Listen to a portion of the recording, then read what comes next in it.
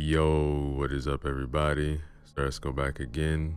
The new horror story for you guys. This one is titled The Haunting on X Avenue, written by Joshua Kimball.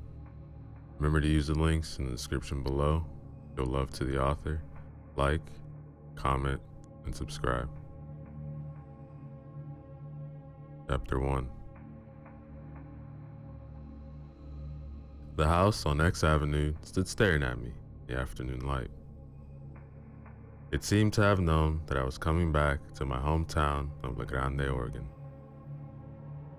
At least, what lay inside knew I was coming back. I was compelled to confront the question that had always bothered me. What is inside this house? I remember the time my mom told me when she was a child she had seen a scary, multicolored face appear on the wall, staring at her in the middle of the night. She told me how she had to ask her sister about it and was taught the Lord's Prayer, which seemed to give her some relief. I remember other family members telling me about voices in the night and apparitions. Everyone seemed to have come in contact with the spirit of the house. I felt in my heart that it was time to end the haunting for good.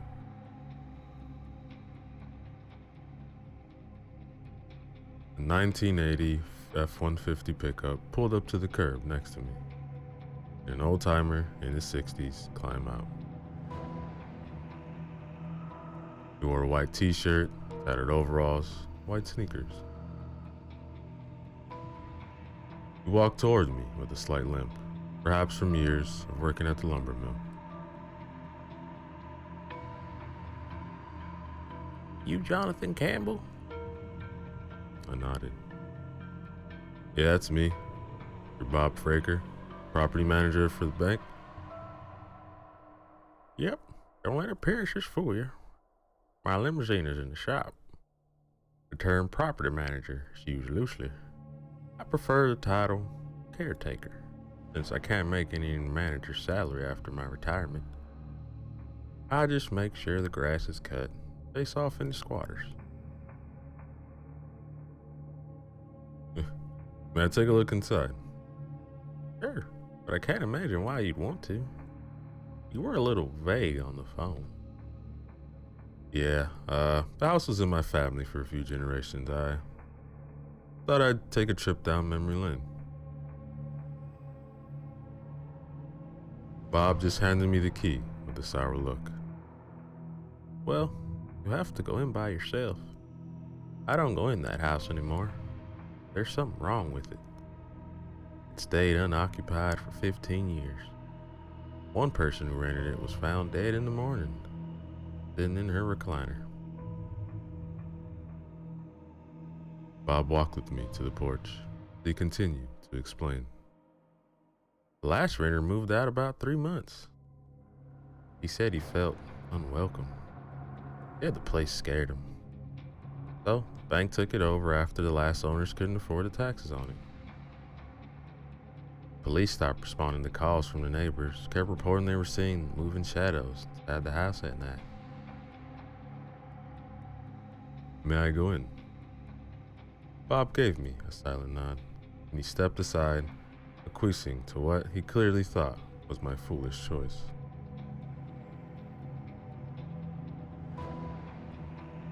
I turned and headed up the 2 steps to the front door.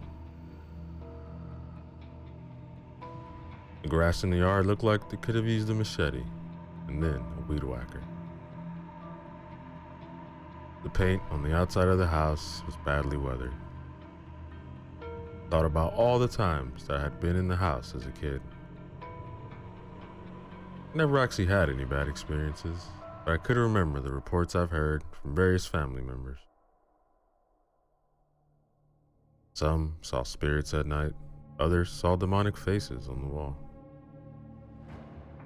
The fact that people had been and were currently affected by the entity in this house made me determined to find out what it was and how to stop it from hurting anyone else. I took a deep breath and inserted the key to the lock on the front door, then stepped inside.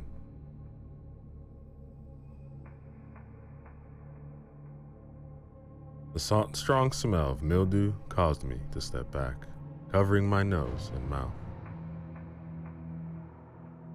I proceeded slowly in, still covering my face, and saw cobwebs everywhere, on the walls, ceiling, and over the furniture that had been left behind.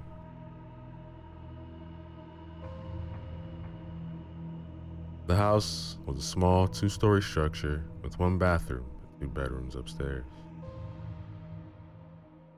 One of the bedrooms had the chimney to provide a divider in the middle of the room. I moved through the living room cautiously and entered the kitchen where there was an old electric range oven. I'm not sure what I was really looking for. I guess I hoped for something that would just jump out and say, "Boo."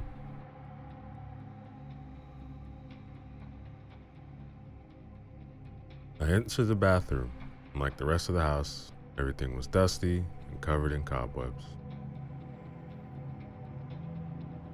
I walked to the mirror to see if something spooky would be in the reflection, like in the horror movies. But I saw nothing. I know enough to avoid provoking things to happen, because it is basically an invitation. You walk by a dog's yard, the dog will bark at you while you pass by. But if you stop and roar at it, the dog will come out of his yard, bite you, and chase you away.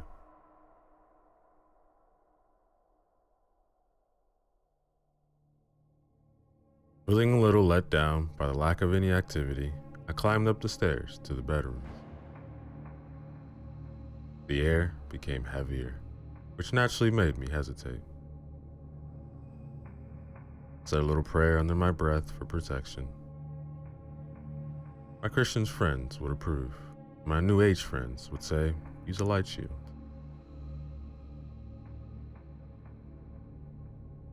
I reached the doorway at the top of the stairs and entered the first bedroom.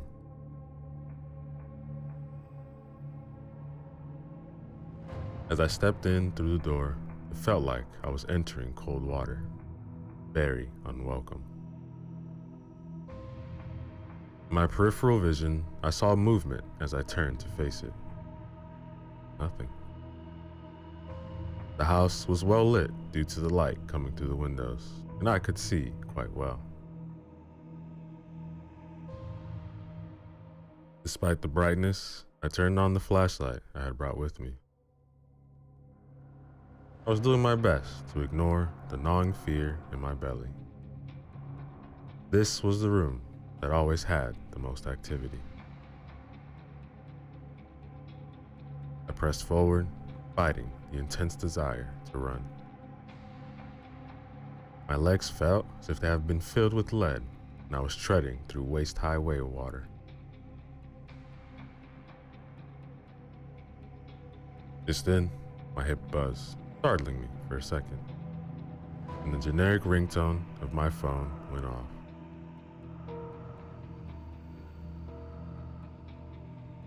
I pulled the phone out of its case. For some reason, it wouldn't show me the caller ID. I answered hesitantly. Hello? Honey?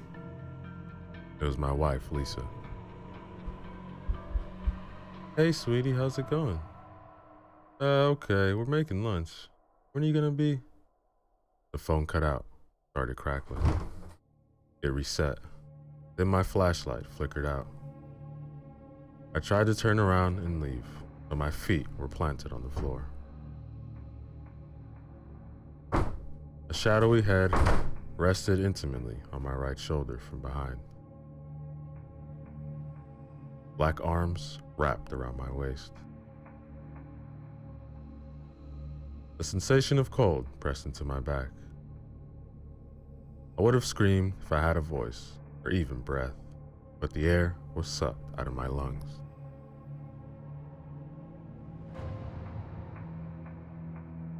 My eyes darted up and saw an old vanity mirror, most likely from the previous tenants, leaning against the wall to my right. I could see myself with the shadowy form wrapped around me.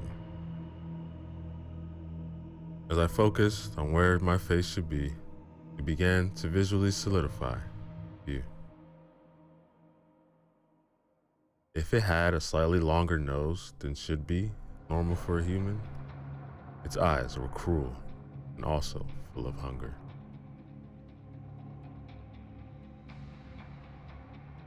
The face shimmered and undulated with iridescent colors. The body of the spirit was like boiling black tar, kept in place by invisible skin. It pressed its face against my head and began pushing itself into me.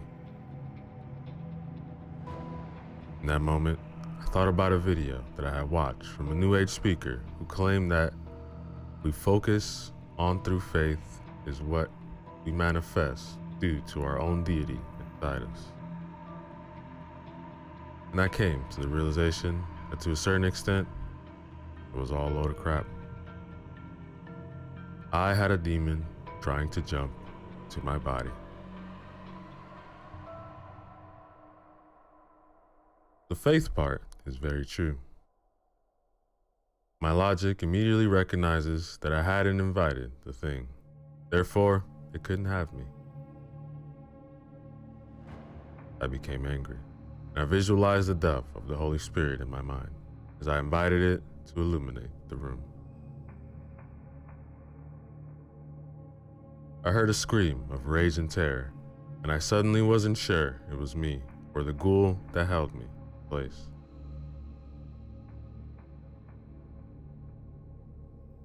I realized I couldn't move again, so I turned around and ran down the stairs like a frightened rabbit. Outside, Bob Fraker had his tailgate down, and he was sitting on it, reading the newspaper. He saw the terrified look on my face as I ran out of the door, and he stared at his feet. Whoa, what happened to you? Kick a bear in the balls? What the hell was all that noise? Let's just say you were right about avoiding to go into that house. Bob patted me on the shoulder and said, "Look, man, why don't you just go home and shake this off? Maybe buy you a cup of coffee in the morning at Denny's. We could talk this out." "Yeah, sure. I'll see you in the morning, man." That, ladies and gentlemen, is the end of chapter 1. Yo, what is up, everybody? So let's go back again with another chapter from the story titled The Haunting on X Avenue, written by Joshua Kimball. Remember to use the links in the description below to show love to the author. Like, comment, and subscribe. Chapter 2.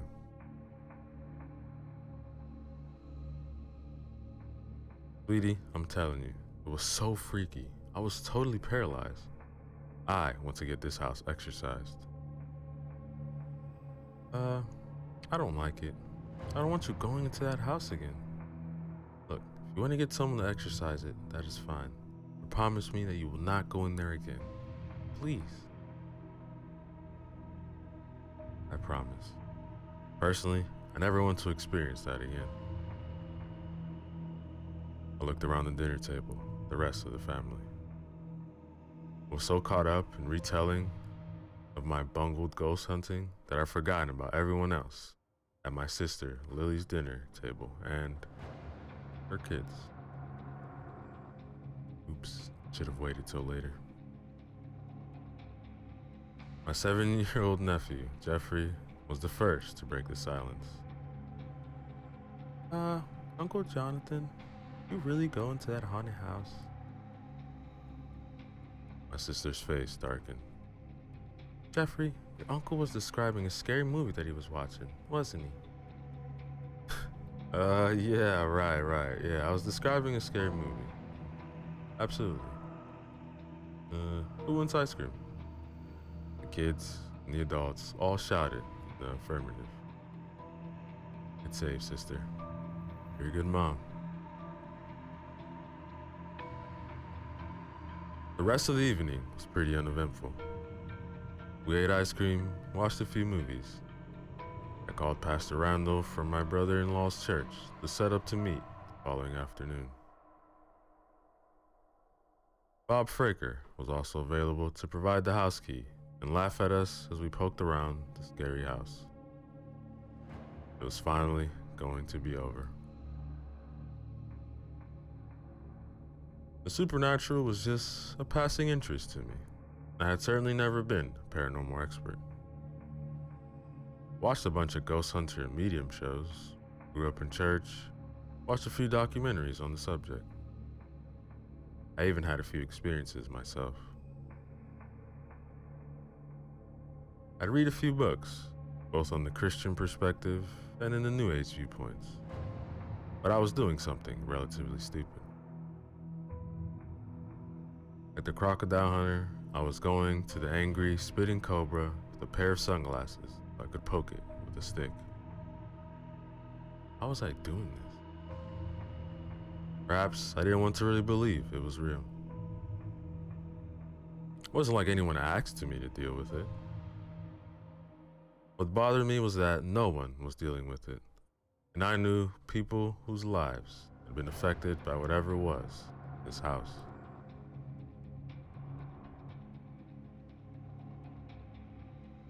We fell asleep on the couches, watching a movie called Repo, a genetic opera, starring Paris Hilton. I'm serious. As I was sleeping, I began dreaming about having a conversation with this man in an expensive business suit. I couldn't make out what he was saying, or even what he was saying, or I. But it was if I was actually eavesdropping on the conversation. But as I began to understand the words, a cold feeling began to spread across my chest. I decided to confront this guy.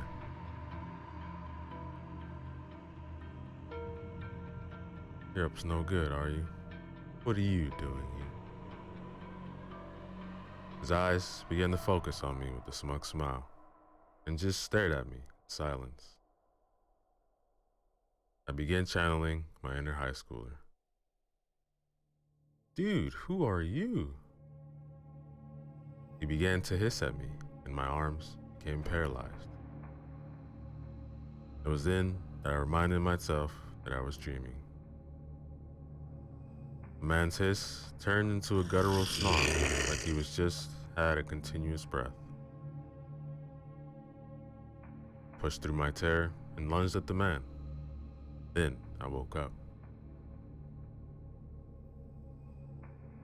As my eyes opened, I saw a smoky shadow hovering over my face. It snarled at me, and I angrily backhanded it.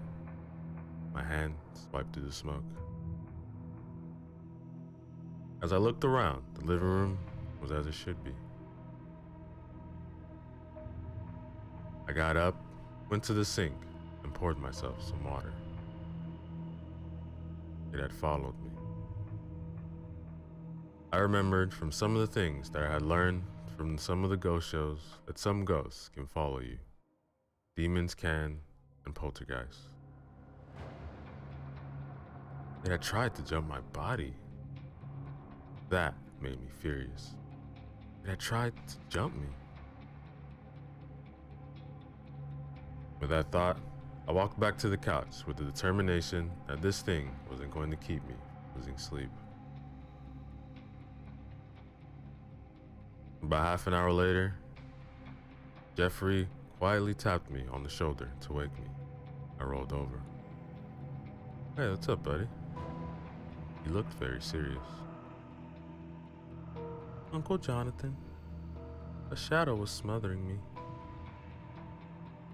I suppressed my rage at hearing this. I forced myself to take a deep breath. Come here, buddy. Do you know the Lord's Prayer? He shook his head, and I motioned for him to sit beside me. Well, let me teach you. This will give you a focus of faith to protect you from scary stuff, okay? Father, hallowed be their name. Your kingdom come. Give us each day our daily bread. Forgive us our sins, for we also forgive everyone who sins against us. And lead us not into temptation. With each verse that I said, Jeffrey repeated, and his expression lightened. Uncle Jonathan, I feel better.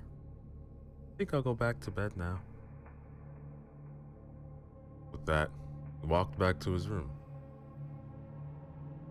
I rolled over to focus on my determination to go back to sleep. But mostly, thought about my chance to take a shot at this thing. That, ladies and gentlemen, is the end of chapter 2. Yo, what is up, everybody? So let's go back again. Another chapter from the story titled The Haunting on X Avenue, written by Joshua Kimball. Remember to use the links in the description below. Show love to the author. Like, comment, and subscribe.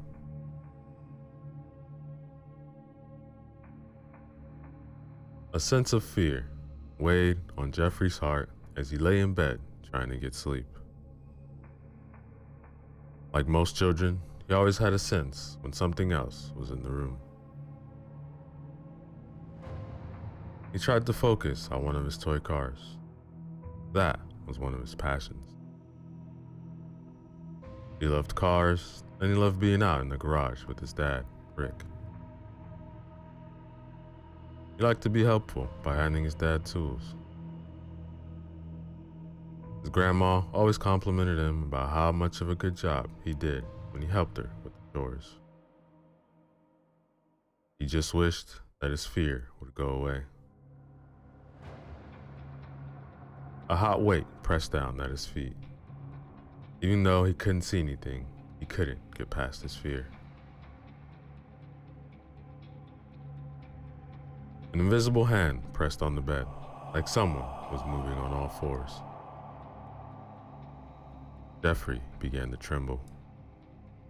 His breathing became labored as another hand pressed on the bed to the other side of his legs. He became so afraid that he clicked on his lamp and kicked up to where the invisible thing should have been. But he connected with nothing but air. The heavy weight was gone. Jeffrey comforted himself by replaying his favorite video games in his mind. After a while, he drifted off to sleep with the lamp on. He was dreaming about walking around in a game, stacking blocks and breaking through other blocks. Just as he broke too deep, digging in the down direction in his game, fell into darkness.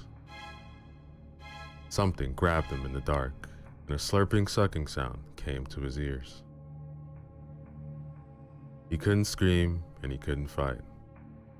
All he could do was fall down into the abyss, as his life energy was getting sucked out of his body. Then he opened his eyes to see a dark, smoky shadow pressing in on his face. The slurping, sucking was coming from the shadow.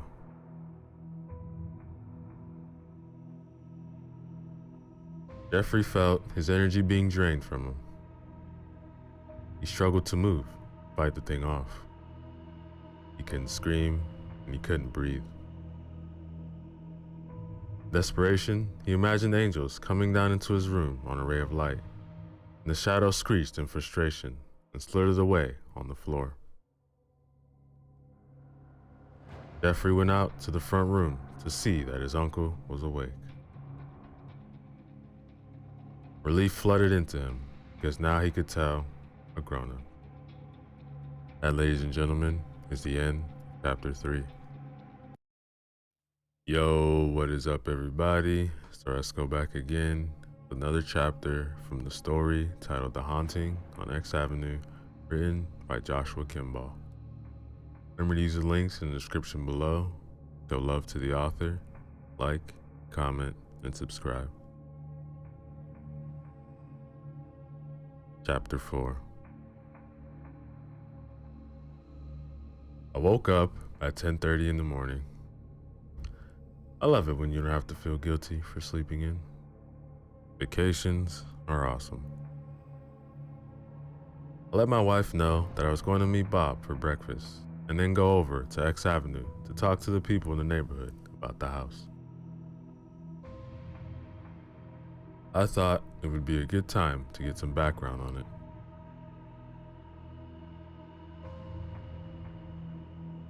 At the Denny's in Island City, the server brought us our coffee cups. Her name tag said Gina on it. I took a sip of the coffee, and it was as expected.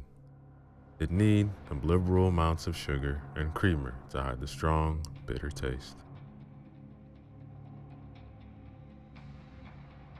Bob took a sip of his black coffee and smiled in satisfaction. Good coffee. Now, correct me if I'm wrong, but I don't think that it was a trip down memory lane in the old family house, was it? Yeah, you caught me. I was ghost hunting in the old family house.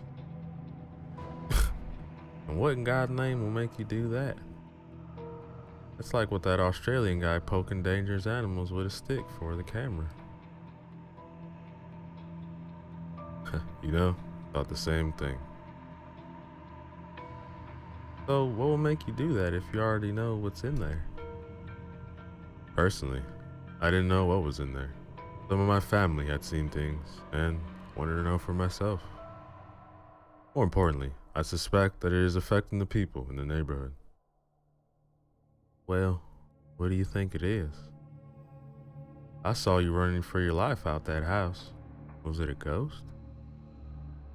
Whatever it is, doesn't play well with Christian images. A demon? Well, I'm not an expert, but I would probably agree with you. But you asked why I would do such a dumb thing like poking around with paranormal elements. Here's your answer. My family has had its own run-ins with this thing, which I have only heard about. But according to newspaper articles, I have also found incidents that have happened over the last 20 years near that house. 20 years ago, 19-year-old Todd Riggs was convicted of rape and murder. His house was here.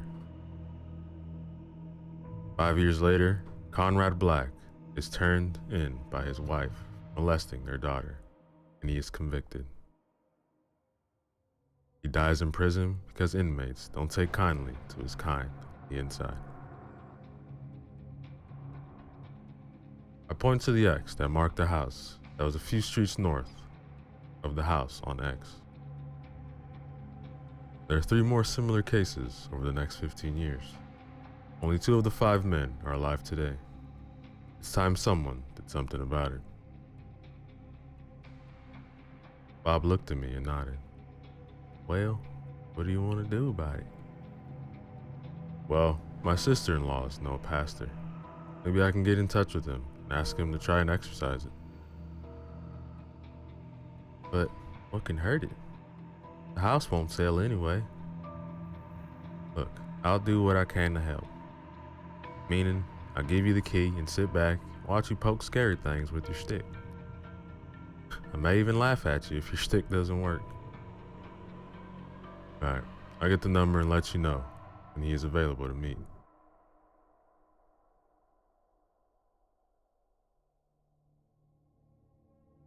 I called Pastor Randall, and as luck would have it, he was available to meet a few hours later that same day.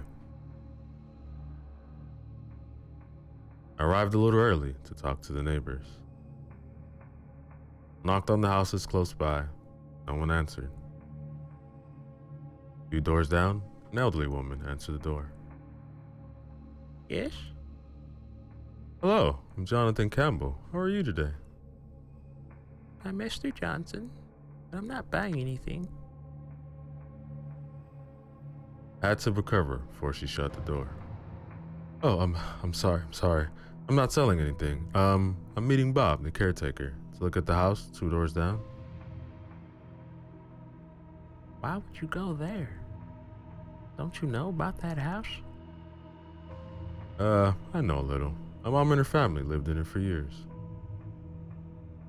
And you do know that house was bad enough before your family moved out. People would see things occasionally, ghosts. But later, whenever the house was empty, shadows would come out at night. A few years ago, a renter died in that house, leaving his dog behind. Poor thing howled, whimpered for a week. Called the police, but when they got there, he was already dead. Another renter, Randy, said that he wouldn't go upstairs. Sometimes, his two dogs would block the stairway to keep him from the second floor. He would have to lock them up in the truck so he could go up and get something. He said that he felt unwelcome up there. He eventually moved out. Randy was such a nice man. I don't go near the place myself. The last time I passed by the house was when I still had my little dog, Muffy. He was such a sweet little thing. Well, as Muffy was doing her business, a movement caught my eye in the upstairs window. When I looked up, I saw an inhuman face. It was a multicolored form, shimmered. It was staring at me. The look made my blood run cold. I asked my psychic, Alicia, about that house, and she said there were a few things wrong with it. She offered to save the house for $100, but it isn't my house and I'm on fixed income. I'm sorry for what you've gone through, but I'm meeting Bob and the pastor at the house. The pastor has offered to do an exorcism at no cost. I appreciate what you've told me. That is exactly what I wanted to know. Can I help in any way? You could pray, sing good thoughts, send the blessing. Whatever you do for spirituality. She looked down at her feet. I haven't had much time for religion. I pray every now and then, but I think that I'm done with church. That's okay, Esther. Jesus cramps religion's style too. I'll let you know how it goes. Just then, Bob's truck pulled up to the house. Well, that's Bob. Well, it's good to meet you, Esther. You too, dear, and God bless you. I walked back to the house where Bob was waiting. Been here long? Oh, just an hour, I thought. I would ask around the neighborhood stories about the house. So, what did you find out? Well, about quite a bit. Shadows in the night. A person and a dog died in the house. A ghostly, multicolored face showed itself in the window. Esther, the lady I was talking to, consults a psychic on a regular basis. She told her about the house, and her psychic told her that there was a lot of bad stuff. She offered to sage the house for $100. I wonder if it would be that easy. Well, good thing you found Pastor willing to do it for free. I will try to get him back in some way. Just then, an old, well-used gold Saturn with mismatched tires pulled up. Bob slapped his knee, laughed, and exclaimed, "Ask and ye shall receive." A slightly balding man in his 50s got out of the car. He was medium build and medium height. His untucked, blue long-sleeve shirt and pressed jeans made him look hip and trendy. He gave his best winning smile that told me this guy was an achiever. He had the build of someone who had been an athlete when he was younger. This guy was not homegrown in La Grande. I have lived outside of my hometown for a while, and have learned that the only cool alpha male pastors are found in large cities where the high-paying mega churches are. This guy was driving an old, beat-up Saturn. That made him pretty respectable. Jonathan Campbell? I'm Pastor Randall Price. Good to see you again. It's been a while. Oh yeah, I'm so sorry. Haven't seen you in like forever. You ever performed an exorcism on a house before? Not on a house. But I have prayed for people who thought they were a demon possessed. And they have reported too that they feel healed. Well, good enough for me. So, what am I going to do if he fails? Let's get started then. Cupped his hands together and rubbed them. Okay guys, you say a quick prayer? He held out his hands, indicating that he wanted us to take hold of him.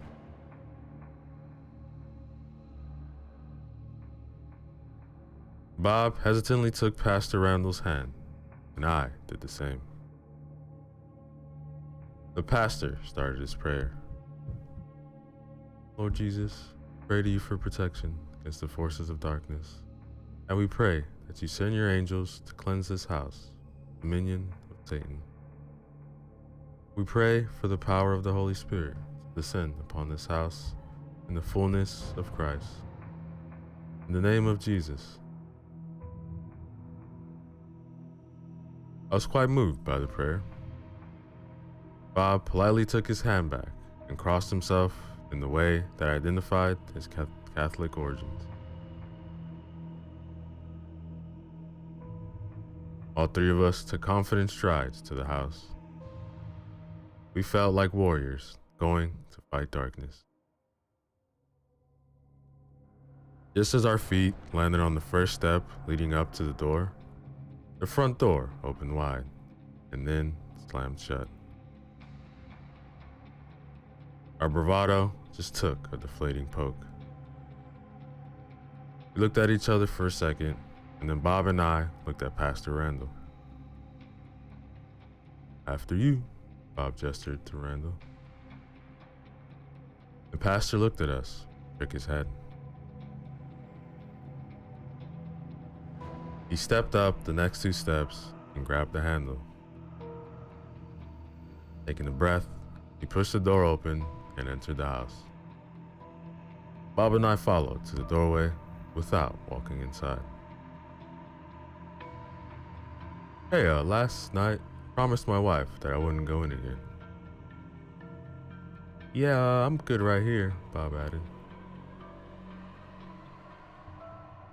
Inside, Randall surveyed the house and he took another calming breath. Well, here goes nothing. Satan, I cast you out in the name of Jesus. There was a silence. He continued.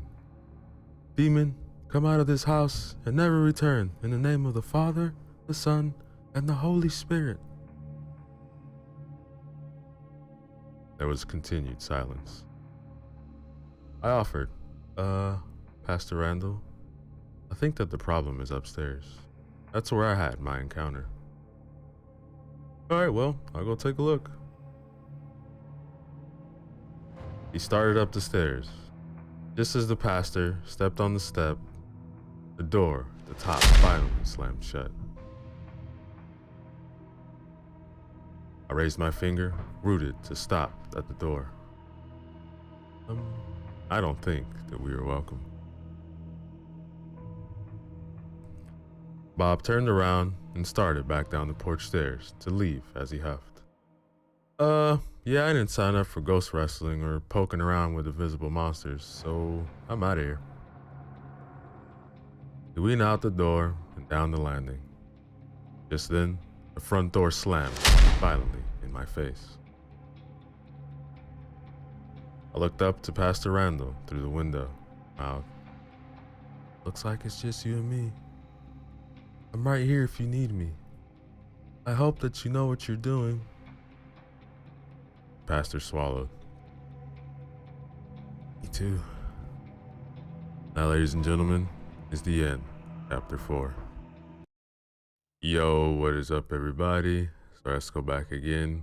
Another chapter from the story titled The Haunting on X Avenue, written by Joshua Kimball. Remember to use the links in the description below. Show love to the author, like, comment, and subscribe. Chapter 5.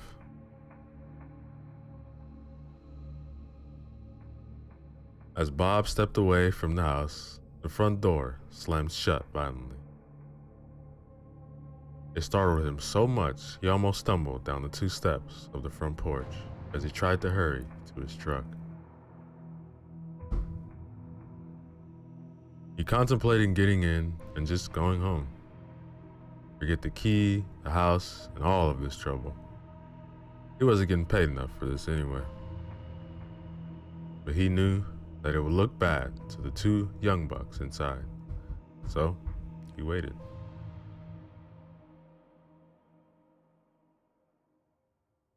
Bob had worked at the local lumber mill most of his life until he retired. He had just recently taken the property manager job because it was mostly a part-time thing. They didn't demand much of him most of the time. He and his wife Madeline were high school sweethearts, and they had been through thick and thin together.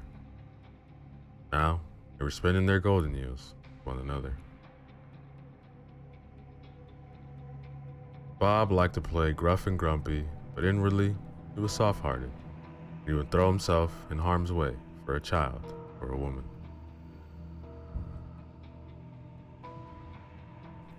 He reached for his cell phone to call his wife Madeline.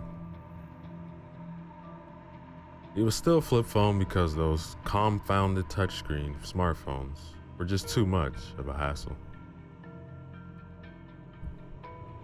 He plugged in the number to the house.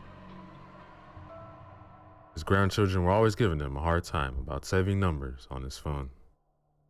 His reply was always, "That's what my brain is for, sonny."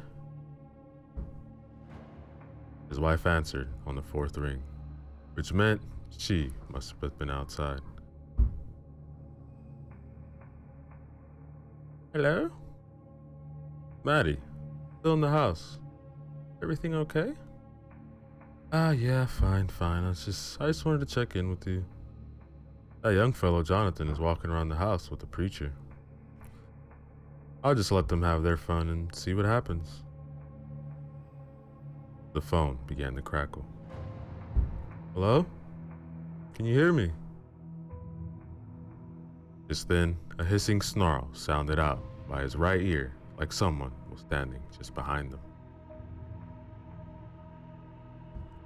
Bob cried out and dove forward to the ground to escape what was behind them.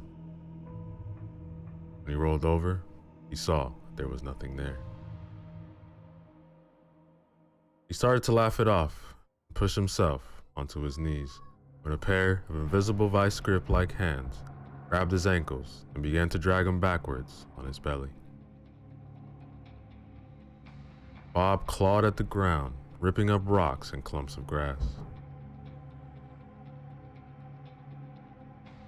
He wondered of the guys if they were going to think that he was crazy for calling for help, but then he saw that they were being dragged to the back of the house. The one place that truly scared him was the cellar. It was mostly a sloping hole in the ground that led to the crawl space under the house. It was nothing but dirt and old tools. Bob started screaming. That had to be the place that the thing was dragging him to. There were spiders and other things under there. He had even commented to a contractor how much that spot creeped him out. That, ladies and gentlemen, is the end, chapter 5. Yo, what is up, everybody? Let's go back again. Another chapter from the story titled The Haunting on X Avenue, written by Joshua Kimball. Remember to use the links in the description below. Show love to the author. Like, comment, subscribe. Chapter 6. Back inside the house, Randall tried the upstairs door. The handle moved, but the door was jammed from the force that it hit. Randall put his shoulder into it, but it wouldn't budge.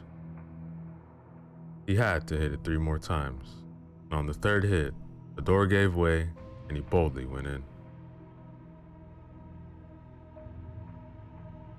I admit that I had my hands out in a cheesy karate chop defense, as if something that can pass through walls could be blocked by my moves.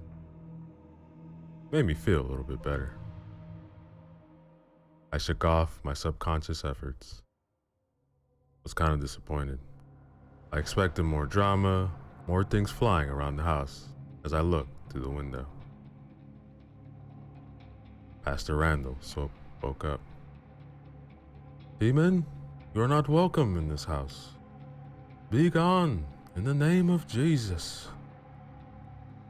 He repeated himself a few more times, louder and thrusting his fist into the open air.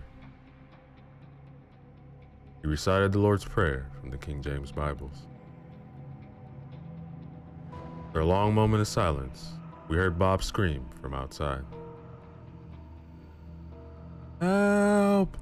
Help me! It's got me! Randall rushed down the stairs to the front door, but he couldn't get out because it was jammed. So he ran to the back door, spurred on by Bob's continued screams for help. It sounded like he was moving. As Randall ran out the back door and I ran around the side yard, we saw that Bob was on his belly, desperately clawing at the ground as he was being dragged on by an unseen force. He was already in the backyard, being pulled to the back of the house for some odd reason. We dogpiled him and kicked out at where his attacker should be. We connected with nothing. We were able to see Bob's feet drop to the ground. We rolled off of him and helped him up. Then we threw his arms over each of our shoulders and started walking and dragging Bob back to the cars, with him sputtering about until something grabbed his ankles and started dragging him silently backyard.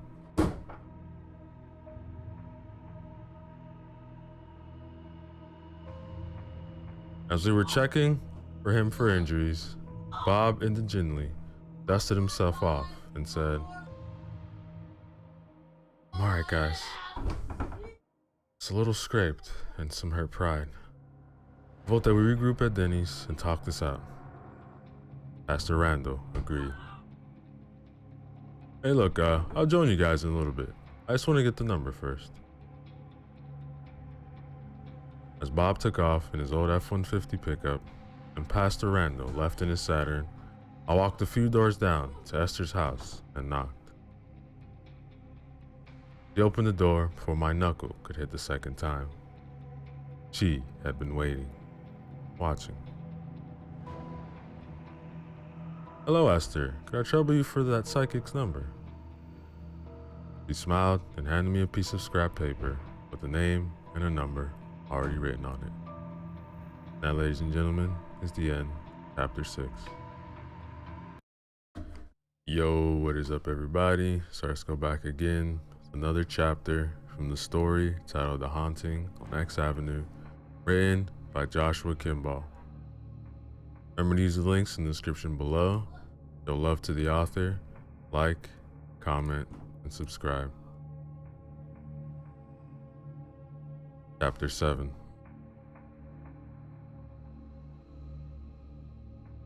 Bob and Randall were already at Denny's when I arrived.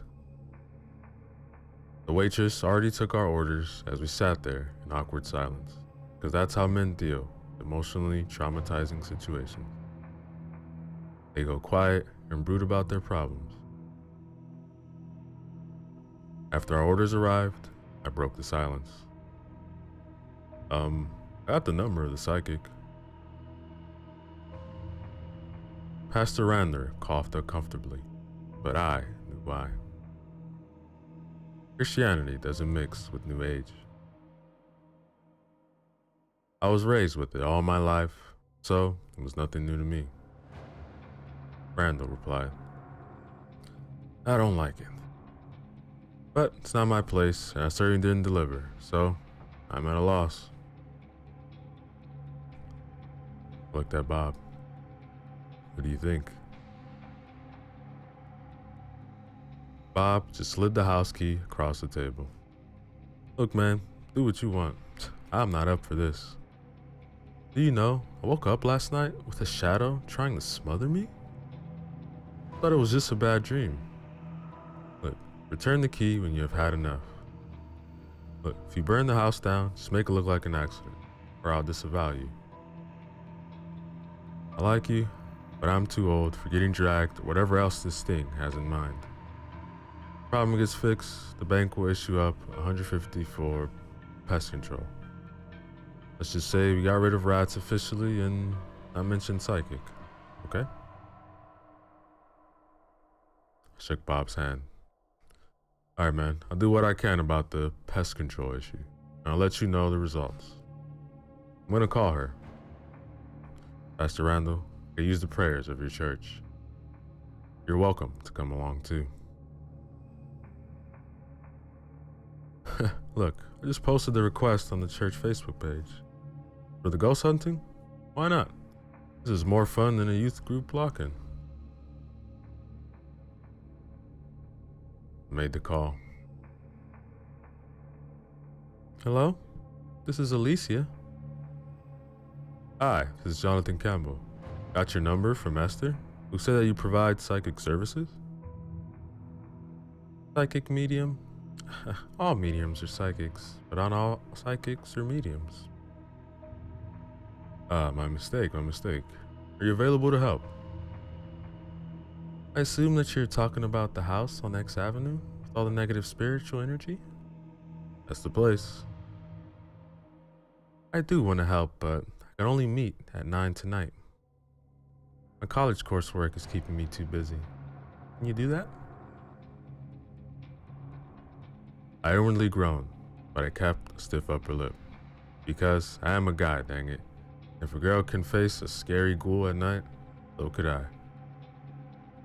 I ain't afraid of no ghost, I said, in perfect imitation of the Ghostbusters song. There was a silence on the other line. I have that effect on women sometimes. Hey, it's fun because I don't have to impress them. I'm off the market. Oh. Okay. I'll see you at 9. This is serious, right? She asked with a little skepticism. I coughed to buy a little time as I stifled the laugh. Pastor Randall arched his eyebrow at me. I'm sorry, Alicia. Humor is how I deal with stark raving terror. But I promise you that the caretaker, Bob Fraker, can pay you if you're able to keep us and help us take care of the problem.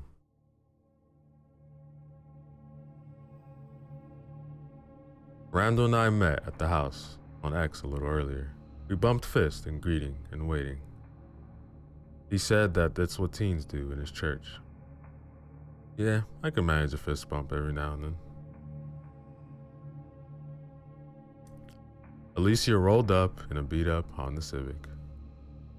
Her hair was brown, with spiked blue and purple highlights. She was wearing ripped jeans and a jean jacket. She greeted me first. You must be Jonathan? Oh, how did you know? You must be psychic. She actually put her palm to her face in my reaction. Yes, I'm that corny. She brought her hand from her face and offered her hand to Pastor Randall. He introduced himself and gave me a disapproving look. I'm Pastor Randall and I apologize for my friend. I think he's trying to deal with the terror we just faced this afternoon. It's okay. Kind of refreshing. Most guys just use cheesy pickup lines. So, do you charge for your psychic medium services? Yes, $100. You can pay me later. Okay, so, what kind of experience do you have with this?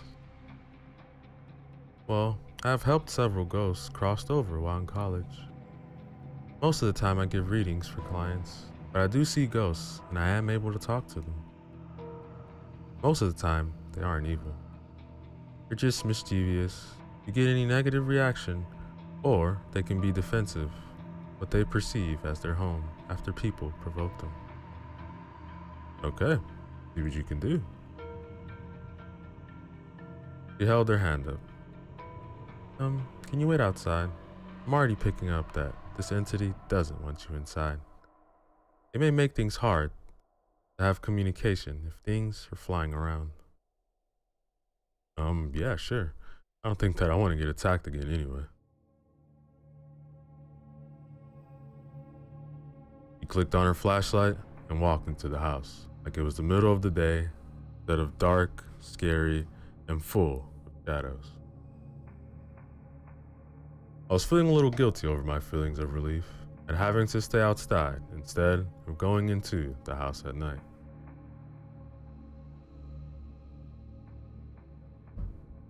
After a quarter of an hour, Alicia came out, and I realized that no scary nasty thing had attacked her or dragged her to the backyard, nor sent her screaming like a little girl. I folded my arms to cover my shame and faced this young college girl like a man. Well, it is a few ghosts, some demons, and a poltergeist. They don't like you, Bob, or Pastor Randall. Okay, so it isn't a ghost. Yes, but there are some ghosts in there, and some strong spiritual echoes in the house too. I was able to talk to the ghost, and most of them moved on. There's nothing I can do about the poltergeist, though. It was created by the traumatic emotions of the people who lived here decades ago. People with abilities. The poltergeist has been feeding on the ghosts, residents, and the neighbors. It has been feeding on you too. When you woke up to find a shadow over you, you thought it was smothering you, but it was feeding on your life force. Get stronger. It feeds best when it can possess someone and rape a victim. It feeds on both the attacker and the victim. Then it attaches to both and continues to feed on them. I was shocked, horrified, and violated. Why couldn't Pastor Randall exorcise it? Because it wasn't a demon. It doesn't like Christian images. The only thing you can do is take away the feeding tube. Anyone who is affected by this needs to seek counseling and some form of spiritual wellness, like yoga, tai chi, qigong, or a really good church, healthy counseling. I did my best to keep my shock in check. There have been some rapes over the last 20 years. Are you saying that these men could say, the devil made me do it? No. The temptation is presented to the person. When they gave in to the temptation, the poltergeist can possess them and use them. It just tried to possess you without any prompting because you were in its house. It was a pure attack, and I couldn't recommend, and wouldn't recommend, that you go in there again. So, what do we do now? Well, I would like a chance to try and move on the other two ghosts. Then I'll sage the house for you. Then it will need to be smudged regularly until the activity stops. Should also have the lamp blessed. That will eventually make the spirit move. But it exists, and that is that. Alright. So, do what you can. I'm gonna go home and get some sleep. Thank you. And we shook each other's hands.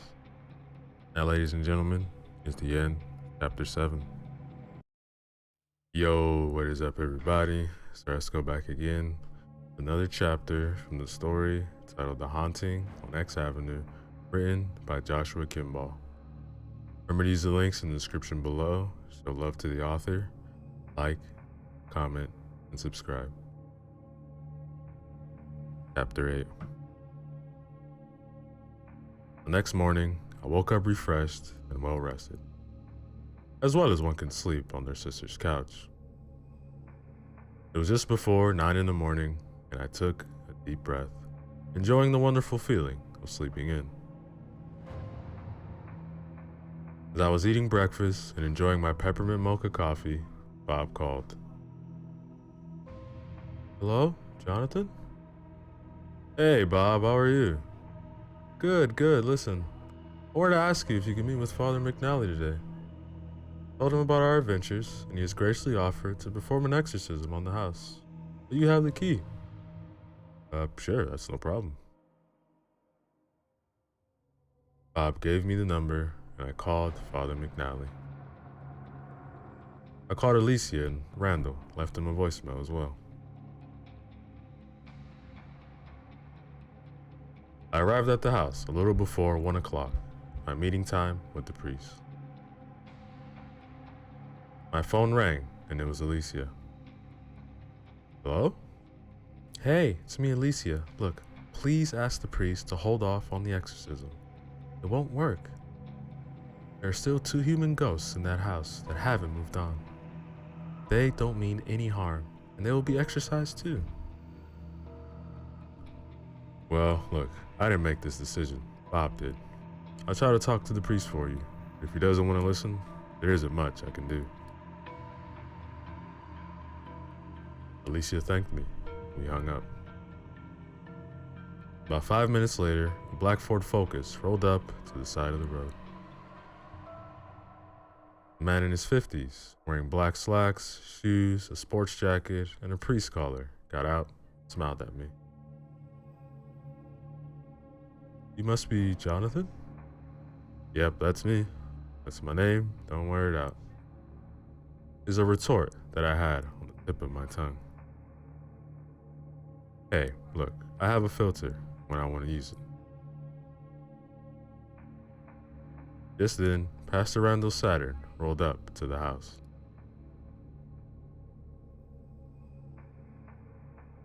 He got out, shook Father McNally's hand, and fist bumped mine, and then he said, so you brought the big guns. What happened to moving on spirits, smudging, and blessing? Hey, it's not my call or my house. I just happen to be delivering the key. Listen, Father McNally. I know someone who believes that there are also ghosts in there that need to be crossed over first. Can you do something for them before you perform the exorcism? You've been speaking with New Agers, huh? Yeah, sure, that isn't a problem. Normally, the church considers all ghosts demon too. But, just in case, I can perform the last rites. But, if they want to listen, that is up to them. But I'm here to remove the demon.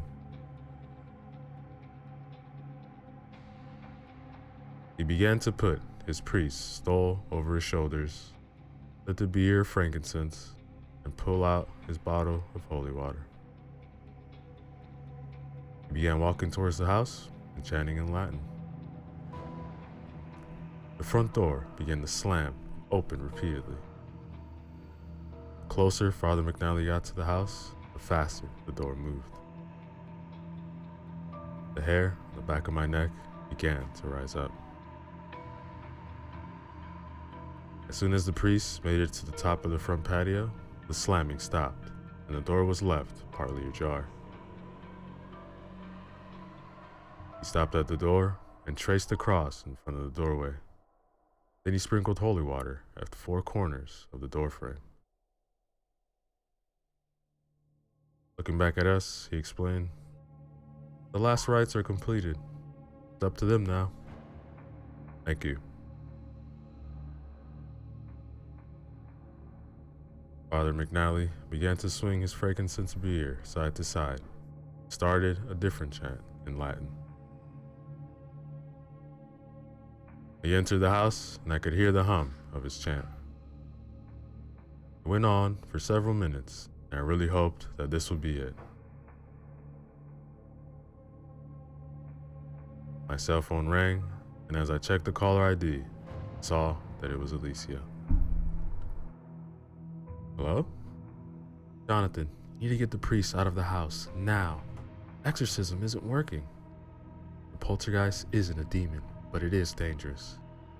It was born in that house, and it will defend itself. It's angry, and it's going to attack the priest. Then, I heard Father McNally scream in terror. Randall and I ran for the front door. Just as we reached the patio, the door slammed shut so loud that it cracked the frame.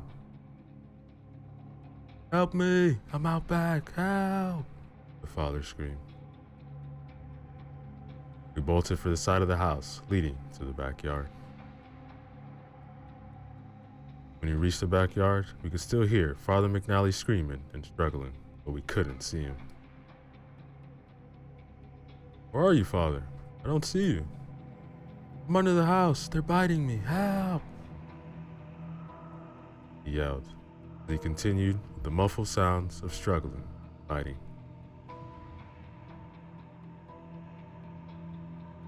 I looked behind me and saw the drag track leading down to the 4 deep down crawl space under the back of the house that served as a dirt floor cellar. The priest was covered in spiders, some of them black widows. He was kicking and screaming. So I saw a discarded aerosol can of spray paint and a lighter, probably from some teens tagging and doing other stuff. I grabbed them and headed into the crawl space with Randall on my heels. The lighter took a few tries, but it lit.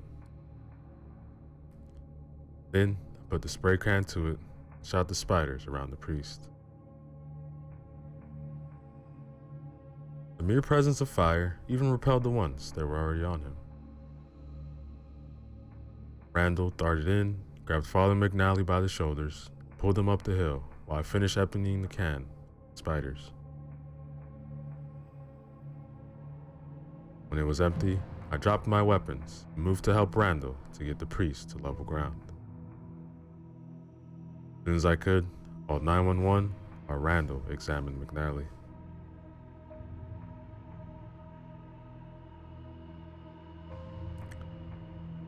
I heard another car come into a sliding halt in front. Jonathan? Over here, in the back. Look, you need to move off the property. It's not done attacking you yet. It regards you as trespassers. Just then, the back door opened, slammed shut. That was my cue to go. Okay, all right, let's get him up,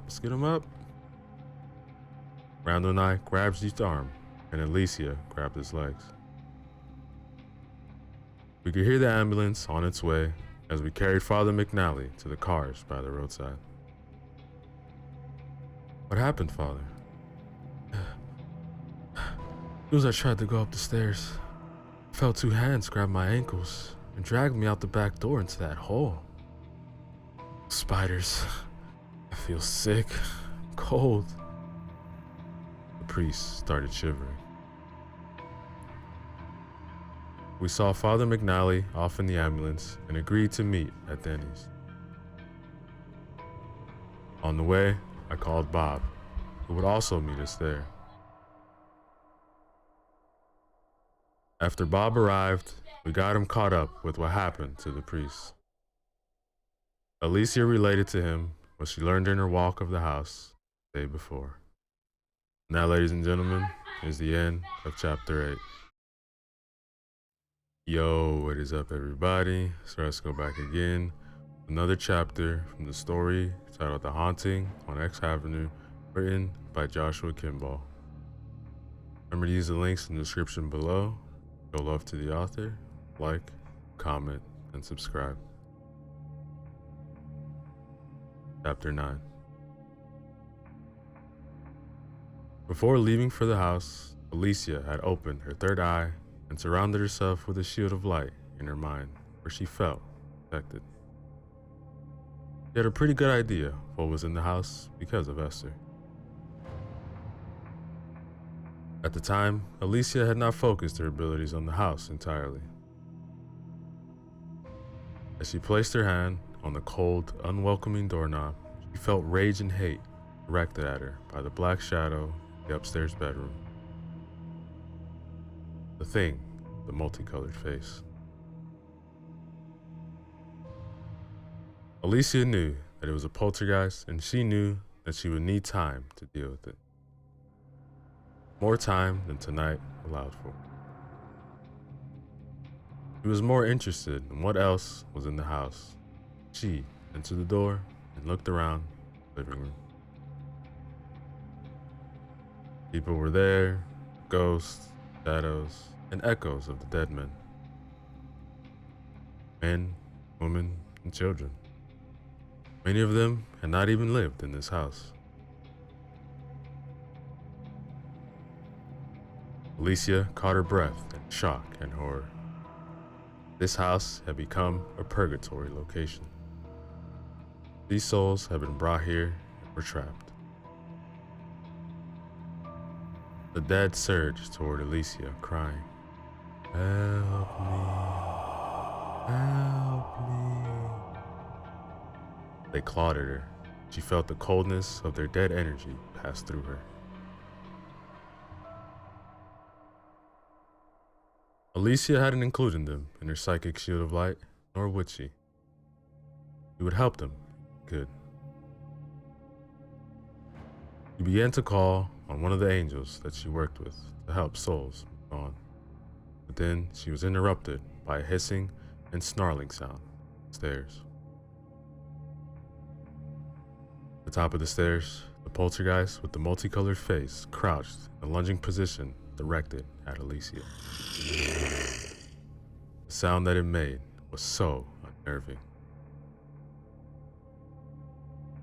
You realized that it was a sound that anyone could hear, not just your psyche. He was tempted to relate to and give in to the same terror that the other men felt waiting outside. She reminded herself that she was protected and redoubled her efforts to call her angel.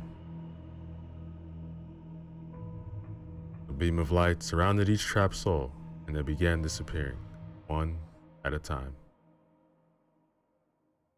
3 people remained: a man, a woman, and a child. These 2 adults looked at Alicia with open distrust in their eyes. They had lived very hard lives, and to them, no favor came without a cost. But the child could not read. A set of cold, unwavering eyes stared back at Alicia and made her blood run cold. It wasn't human. It was never human. It was ancient and evil. The poltergeist had been serving it as a guardian, thing that exorcisms wouldn't work on. He sensed another demon under the house. They liked to prey on another person's fear, feed on them. Alicia wanted to know one final detail.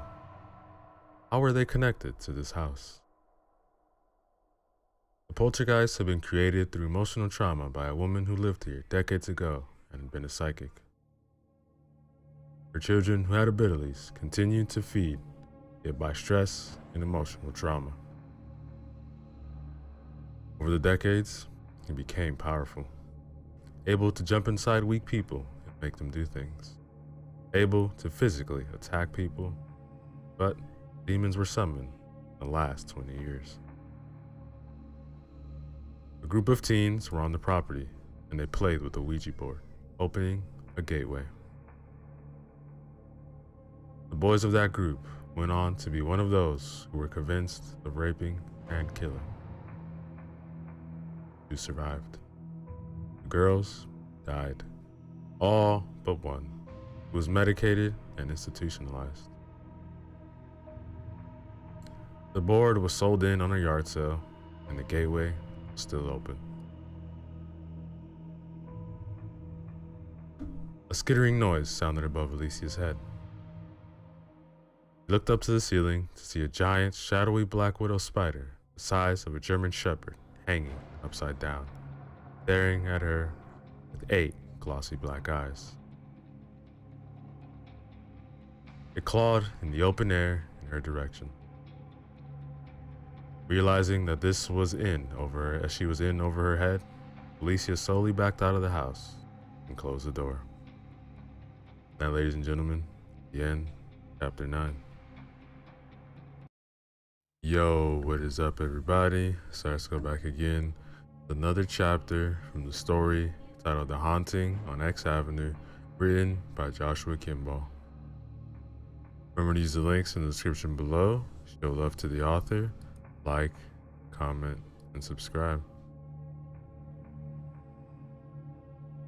Chapter 10. Spiders? Why did it have to be spiders? The entity attacks your faith with your worst fears. Your faith and my faith are what protect me, Alicia said. Wait, so why didn't exorcism work? Well, the poltergeist isn't a demon. It feeds on negative energy and on the life force of those who are sensitive.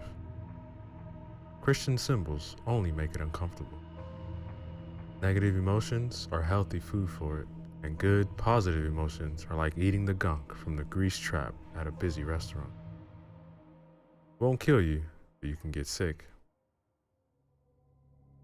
Alright, well, what do we do now? Look, I'd like to meet with you, one of you, tomorrow at high noon. I will smudge the house. My mentor will come down in a few days to help me deal with the demons too. This isn't going to be fixed in one day. I could do it now, but your faith is shaken, and your fear of the dark makes you vulnerable to attack. Meeting at noonlight, your faith will be stronger, and that is what you need. He handed us a bundle of sage. Those are $10 per bundle. Burn those in your homes and pray whatever prayer you know best. But make sure you smoke every corner of each room. I'd recommend tar water, but I couldn't afford the stuff. We each pulled out a 10 and placed it on the table for Alicia. Bob nodded to her and spoke up first. Look, I can get you $150 a month for pest control from the bank. If you want to make a regular visit out up to the property. Thank you, I will. We said our goodbyes, and I headed to my sister's couch. Now, ladies and gentlemen, is the end of chapter 10. Yo, what is up, everybody? So let's go back again. Another chapter from the story titled The Haunting on X Avenue, written by Joshua Kimball. Remember to use the links in the description below. Show love to the author. Like, comment, subscribe. Chapter 11.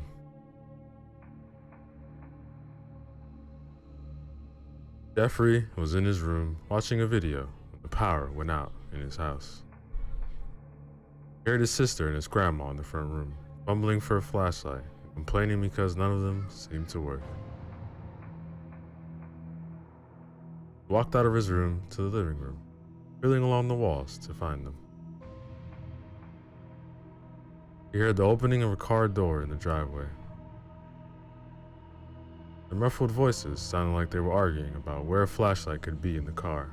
Surprisingly, sorry. He heard a little girl's voice giggle from the backyard. Jeffrey walked out to the back door to investigate. As he reached out the door and looked out, he could see a beautiful 6-year-old girl with blonde hair standing in the tall grass, wearing only a white nightgown. He giggled again, clearly wanting to play. Jeffrey didn't understand why this girl was being so strange, but maybe she needed help. Maybe she was one of those special kids that his mom told him about, and he needed to show her the way home. As if she could read his mind, Little girl asks, Jeffrey, can you take me home? Jeffrey nodded. His mom always taught him to protect girls no matter what. He walked down the back patio steps and took the girl's hand in his. He asked, where do you live? Her look of triumph made Jeffrey feel a little uncomfortable, but he didn't know what to make of it. He was just a kid. He led him out to the backyard to squeeze through the neighbor's fence, rather than disturb everyone in the front of their getaway.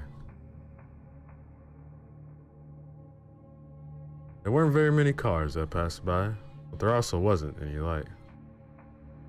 The moon had gone down, and it was hard to see anything. At least it wasn't cold out. The little girl didn't say anything as they walked, and it was taking a really long time to get to her house. Once they got to the big street, one of the grown-ups called Island City Avenue. Jeffrey became frightened. We weren't supposed to go this way without a grown-up. The girl tugged on his hand and urged, come on. He almost forgot himself, but he shook off her disarming look and insisted, we aren't supposed to go this way. The girl growled at him in a little girl's tone of voice. I want my mom. Suddenly, the girl's growl turned deep. Jeffrey pulled his hand away, but her grip was strong as iron, and as her continuous deep growls modified into snarling hisses. Her face changed into different colors, and she began to grow in size. Her body and clothes melted into a shadowy form. Jeffrey screamed in terror, and he tried to break free of the iron-strong grip again. The shadow, the multicolored face, pronounced in a raspy voice, I will take you to the dark place. I will take you home with me. Jeffrey continued to kick and scream as the shadow carried him to the house on X Avenue. Now, ladies and gentlemen, is the end of chapter 11. Yo, what is up, everybody? So let's go back again. Another chapter from the story titled The Haunting on X Avenue, written by Joshua Kimball. Remember to use the links in the description below. Show love to the author. Like, comment, and subscribe. Chapter 12. I got back to my sister's place, gung-ho about smudging the house, when my sister informed me that she smudges it pretty regularly anyway. She thanked me for the extra stage stick.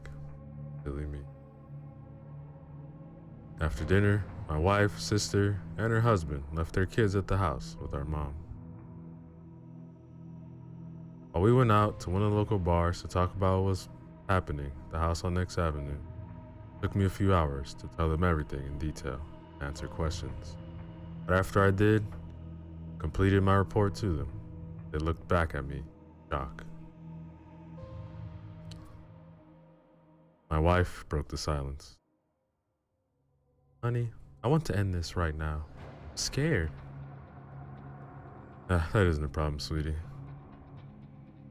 Bob has turned this over to a medium, Alicia, and it is out of my hands. Pastor Randall has agreed to play wingman for her tomorrow at noon. I am out of it. He looked relieved.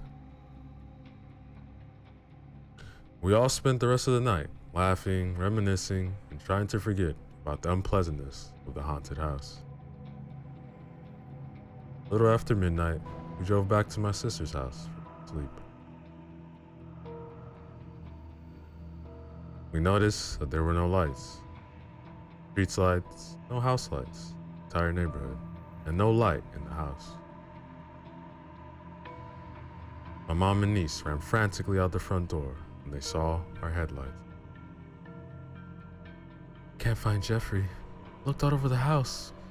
Under the bed, in the garage. He's not here. Why didn't you call us? All the phones are out. I have no house line, cell phone, or power. I couldn't call. Mom, all right. You stay here at the house. Everyone else split up. Start checking the neighborhood. Then we fanned out, calling for Jeffrey. On a strange hunch, I checked my phone. Seeing that it was working, I called Alicia. She picked up on the first ring. You need to get to the house now. Your nephew is there. Look, I'm on my way. My stomach rolled, and I had to force myself to focus so as not to throw up. I yelled to everyone, "Get to the car. He's at the house." I heard someone ask, "At home?" I started running to the car. "No, the house on X. Run!" We jumped into Rick's, my brother-in-law's Jeep, peeled out for the house. It was only a 5 to 10 minute drive. We were going to make it in 3. And if it drew the police, the more the merrier. On the way, I called Bob, and my sister called Pastor Randall. Both stated that they were on their way. As we pulled to the house, Alicia's car was already there. She was pounding on the jammed front door with a smoking stage bundle in her clutched fist. We piled out of the Jeep and called out for Jeffrey as loud as we could. The residents in the neighborhood came out of their front doors to see what was happening. There were no lights on in the houses or the street lamps, and our cell phones immediately made a loud pop and powered out. It's killing the lights. Just then, Bob's truck rolled up and I could see Randall's Saturn coming down the road. The Saturn's headlights blew out and its engine stalled and died. Randall got out and ran the rest of the way. Rick and I slammed our shoulders to the front door, trying to force it open, while Randall and Bob ran to the back door. On the 5th slam, we bashed the door open and kicked it till the bolts of the hinges torn out of their frame. The door wasn't getting slammed shut again. The woman entered, passing what remained of the door, and ran from room to room downstairs, calling for Jeffrey. We heard the back door bash open. Randall and Bob stumbled into the kitchen. Randall looked at my sister and said, "Not out back." Rick started running up the stairs, calling his son's name. An invisible force knocked him forward, started dragging him back down the stairs. "All right, look, you get him and I'll go up. Maybe this thing can only do one thing at a time," I said, jumping over Rick as I headed up the stairs as fast as I could run. But Rick's feet dropped and I felt cold ice wrap around my body, and my legs and arms were sapped of strength. I weakly continued to climb the stairs. Unseen hands grabbed my ankles, and I was dragged backwards. My head collided with each step. I was pretty dazed as I reached the floor below. Then my sister screamed as various spiders began to skitter out of every little hiding hole in the house. They dropped from the ceiling, dangling from their webs. Randall and Bob ran up the stairs, quick single file. Bob got knocked backwards, but Randall caught him on the first try. The second hit knocked them both backward, and they tumbled over each other down the stairs. A black widow landed on Randall. It repelled from the ceiling and bit his arm. He cried out in burning pain. I felt a searing pain on my back. I imagined that I just got bitten as well. Everyone started swatting their clothes, screaming in terror and pain. Woman ran out of the house screaming, while Rick and I dragged Randall and Bob out there while we're both knocked out from their tumble down the stairs. The neighbors ran up to the porch, started checking the two unconscious men for any injuries. Bob stared and asked in a weary voice, "What happened?" "Bob, I'm going to do something drastic to get my nephew out of the house." "Good." My sister and her husband were staring at the house in fury. "My baby is in there." I turned to Alicia. "Look, give me all the sage bundles that you have." I ran to the Jeep and detached 1 gallon of gas can from the back and fished around for a book of matches in the glove box. Alicia was waiting for me at the rubble that was the front door. She had a proper grocery sack with 8 sage bundles in it. I looked at Rick. "You, be ready to run upstairs when I light this." I took the cap off the can and I placed it in a paper bag with sage. I ran back to the house where the cellar crawl space was and poured some of the gasoline downhill to the opening of the cellar. Tossing the bag inside, I lit the book of matches and threw it on a gas trail. As it caught, I yelled, "Yeah, smudge this, you evil piece of scum. Go, Rick, go." Now, ladies and gentlemen, is the end, chapter 12. Yo, what is up, everybody? So let's go back again. Another chapter from the story titled The Haunting on X Avenue, written by Joshua Kimball. Remember to use the links in the description below. Show love to the author, like, comment, subscribe. Chapter 13. Rick dashed through the back doorway, through the kitchen, living room, and up the stairs to the bedrooms. Just as he reached the top, he was pushed to the dusty floor from behind. From the floor, he could see his son was sitting on the bed, staring. His eyes were red and watery from crying, but at the moment, he wasn't there. A shadow with a multicolored face stepped between Rick and son. It hissed at Rick and then stalked toward him until it was inches from his face. It pressed its mouth to his mouth and made a slurping sucking sound. Rick felt the life force begin to drain until he passed out into darkness. That, ladies and gentlemen, is the end of chapter 13. Yo, what is up, everybody? So let's go back again. Another chapter from the story titled The Haunting on X Avenue, written by Joshua Kimball.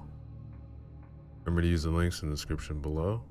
Show love to the author, like, comment, and subscribe.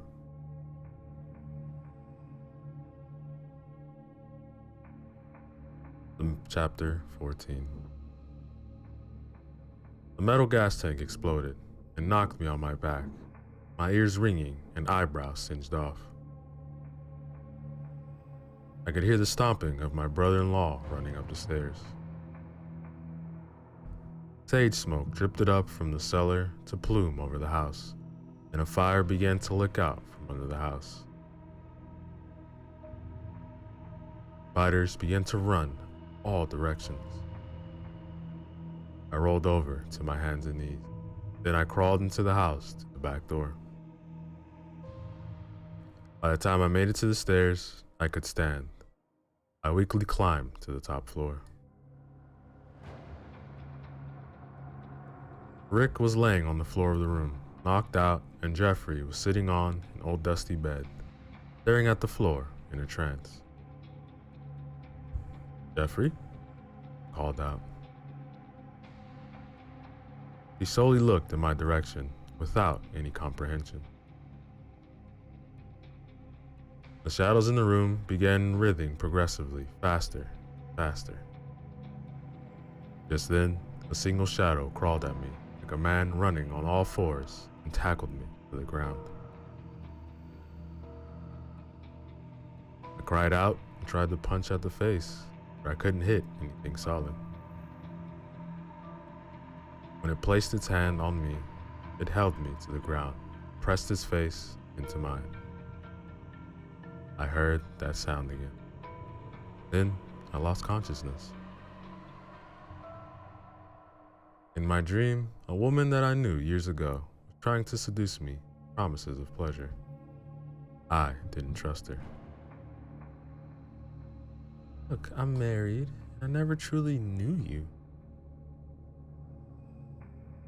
I knew that I was dreaming and in danger, and I couldn't break out of it.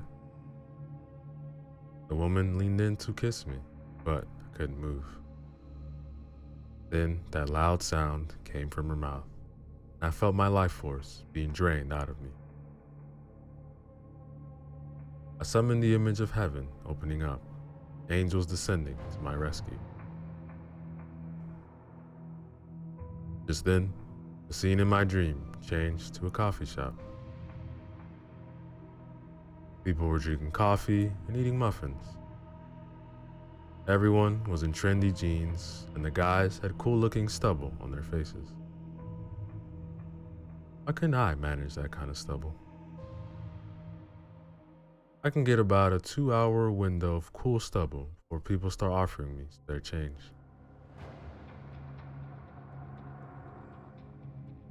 Would you please focus? A cool stubbled face guy said to me from his table. He sipped his coffee. Excuse me? Look, I just don't think that cool stubble on your face is really a priority right now, don't you? So, I'm dreaming, and I'm knocked out, and my family's in danger. Yes, yes, and yes. You called, and I came. Oh, and a few church congregations. I hope you understand where I'm going with this. You're an angel? Messenger. You're the ones that get caught up in labels and names. You just go by the task. It gets a little easier with identification. Okay. I'm supposed to test you to make sure that you aren't a demon trying to deceive me. So, show me the miracle. He nodded, with a little mirth in his eyes. The miracle is being delivered as we speak, but at the moment, what I can do for you is give you the message. When you see the miracle, you will know the message to be true. Okay. Hit me. Faith really is the key to all this. But to the two fallen who used the darkness born as their guardian, he saw the confused look in my eyes, quickly corrected himself. I'm sorry. The two demons and the poltergeist as their guardian, they have made the poltergeist their key, staying on this property, cursing it. When anyone performs an exorcism, he made quotes with fingers, showing me that he was using my terms again. The poltergeist attacks the one performing the ritual. When he finished, somehow he managed to keep his face kind, slightly amused. Okay, you make it seem like it's more complicated than we think, am I right? When you wanted your mom to fix you a cake on every birthday of your life, did you just take the same index card and read the same paragraph at her? The exact same wording that described how much you would like a cake for your birthday? Of course not. Alright, let's take it a bit further. The poltergeist is the key to this, and you need to attack it where it eats. You need to see it that the people who it is feeding on aren't feeding it with extreme emotional trauma. You need a hit list of love, and you need to delegate.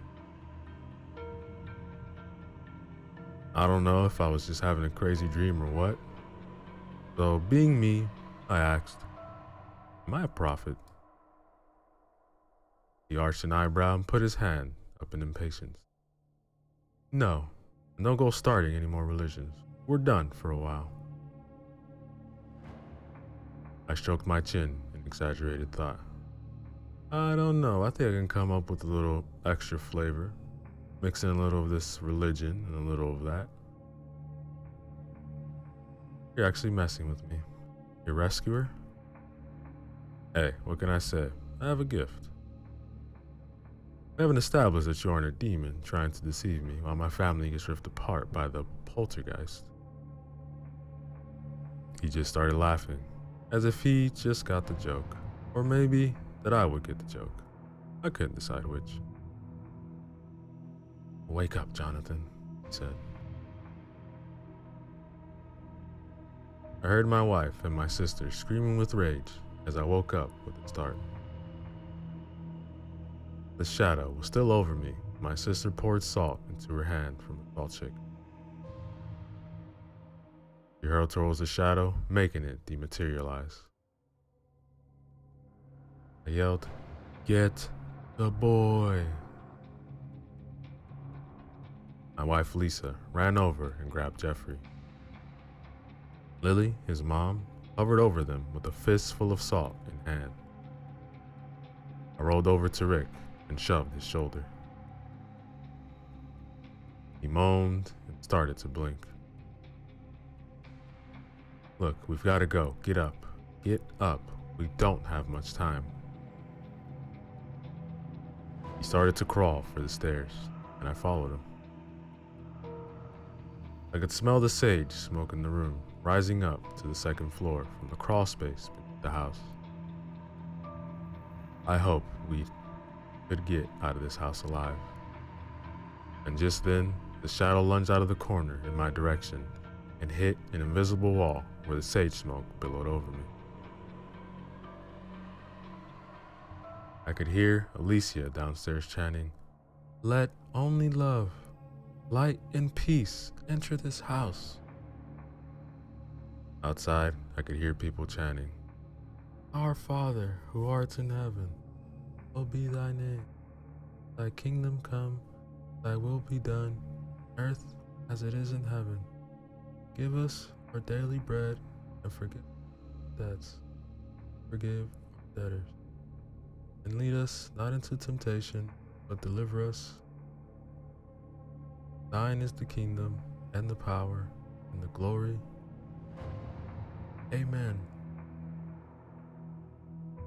The shadow began to scream in rage and frustration.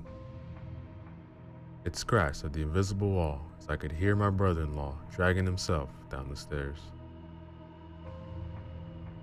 I turned to follow, still hearing the screaming poltergeist upstairs, as I stepped out the front door to the cheers of the people who had been praying outside. I even recognized several people from Pastor Randall's congregation. Some of the people in the crowd had crucifixes and crossed themselves. There was a group of people sitting in a circle still chanting, "Let only love, light and peace to this house."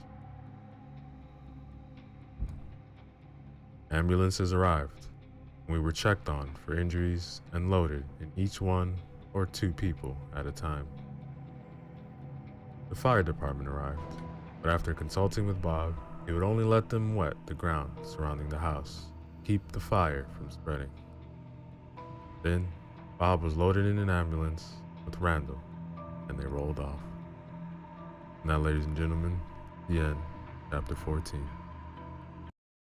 Yo, what is up, everybody? So let's go back again with the final chapter from the story titled The Haunting on X Avenue, written by Joshua Kimball. Remember to use the links in the description below. Show love to the author, like, comment, subscribe. The next day, The news reporter stated, "Last night, a little boy was kidnapped and taken to an abandoned house by an unknown assailant. The boy's family, acting on a tip called by the Good Samaritan, successfully rescued the boy, but not without suffering personal injuries. In the fight to rescue the boy, the house was caught fire. The boy's captor got away. Due to the local power outage, no one was able to get positive ID. Police are asking for anyone with any information that can lead to the capture of this foul criminal. Please come forward." Back to you, Lenny. A few days later, our bags were packed. It was time to take a long drive back to Portland, fly home. I had just finished showering and shaving. As I splashed the cold water on my face to rinse the shaving gel off, I looked into the mirror, catch a brief glimpse of a shadow staring at me. It made a long and steady slurping hiss sound at me. Then it blurred down the hall, out of sight. I ran out to the living room and called everyone to join me. A large 18-wheeler truck pulled up to the front of the house. The brakes squealed and the door of the truck opened. I untangled myself from my wife and went outside to greet the driver, whoever he was. The driver looked like he was in his late 20s. His gut was just starting, and he looked like he hadn't shaved in a few days. He took my hand, and he said in a little drawl, "My name is Jay. I have a delivery for Jonathan Campbell." That's me, but I don't even live here. I was going to leave today." "What is it?" "Why would I get a delivery here?" Beats me. I just deliver my orders. I got 5,000 frozen breaded fish sticks. It is most of the trailer. Where do you want them?" I shook my head in shocked disbelief as I remembered the dream of the angel who said that my miracle was on its way. Bread and fish? It had just enough detail to it for me to see the miracle, but just enough of a coincidence for the skeptics to deny it. Touché. Who would have thought? I slowly put my palm on my face as the impact of the message came to me. He was laughing at me because I was about to get the joke, and he knew that I was going to fail. That is why he armed me with the real knowledge to defeat the two demons and the poltergeist guardian. I replied, "Jay, taking them to the Salvation Army. They can feed the poor." Signed his document, shook his hand. Now, ladies and gentlemen, the end of our story.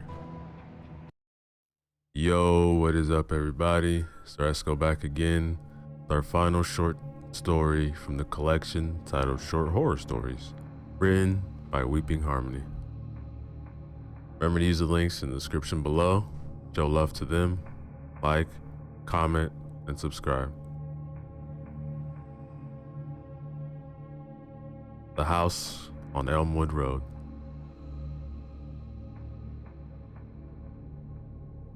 Ever since I moved here, I heard the stories. The stories of a house on Elmwood Road. A house abandoned 100 years ago. A house slowly being consumed by the elements, slowly decaying and turning back into the materials it's made of. No one went into that house. No one dared even ride their bike past the property. But me and my only friend Jacob did dare. We were entranced by the mystery of the house and intrigued by the history.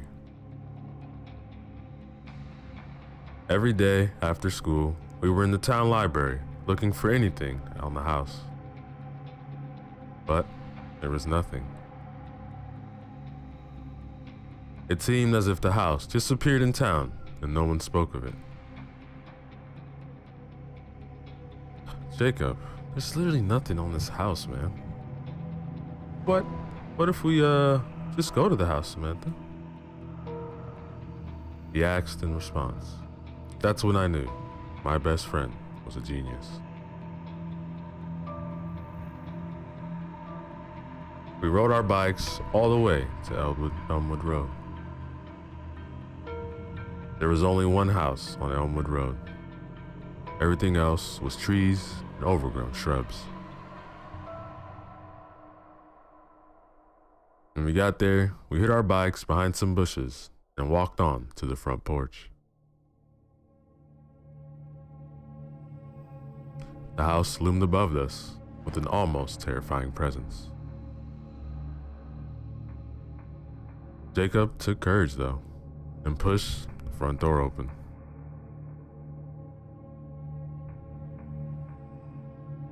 The house creaked loudly as we stepped inside and the door slammed behind us.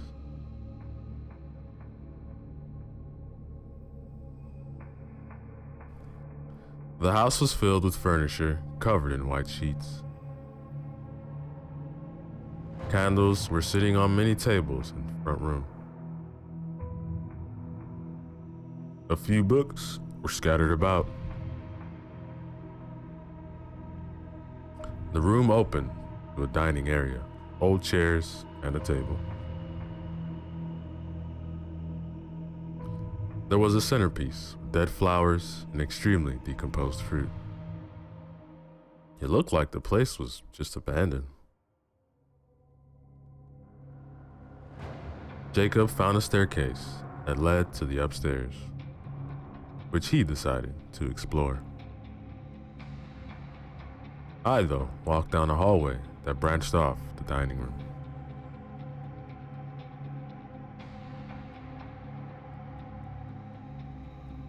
I found a small room with just a chair and a bookshelf. The books were covered in dust and slowly decaying. Just as I was about to grab a book off the shelf, Jacob came thundering down the stairs, screaming for me. Samantha? Samantha? What? Shh, be quiet. Look, I figured something out about this house. Something huge. Okay, spill. This house was owned by a pastor and his wife. There are Bibles and crosses all over the place.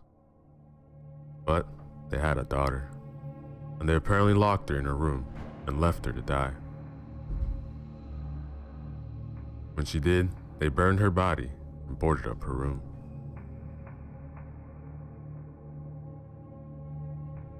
That alone managed to shock me.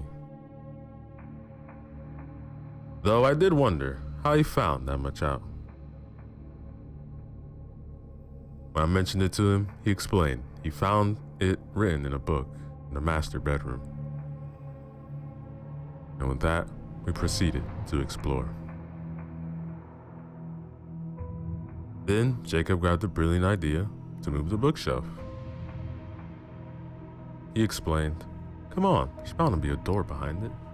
It's a TV trope for a reason."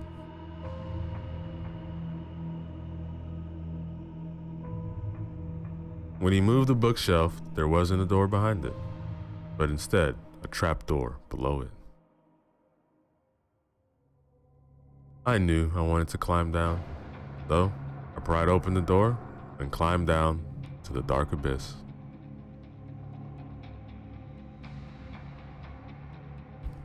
This just seems like a cellar, Jacob. Maybe, but what cellar has a bed and a bookshelf? Jacob, I seriously can't see what you're talking. I was cut off by Jacob pushing me forward. But he was right. I landed on an old bed and I could see the outline of a bookshelf right behind it.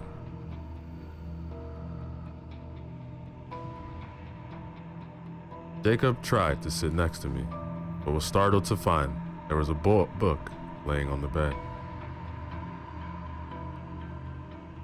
He took the book and climbed back to the main floor, and I followed behind.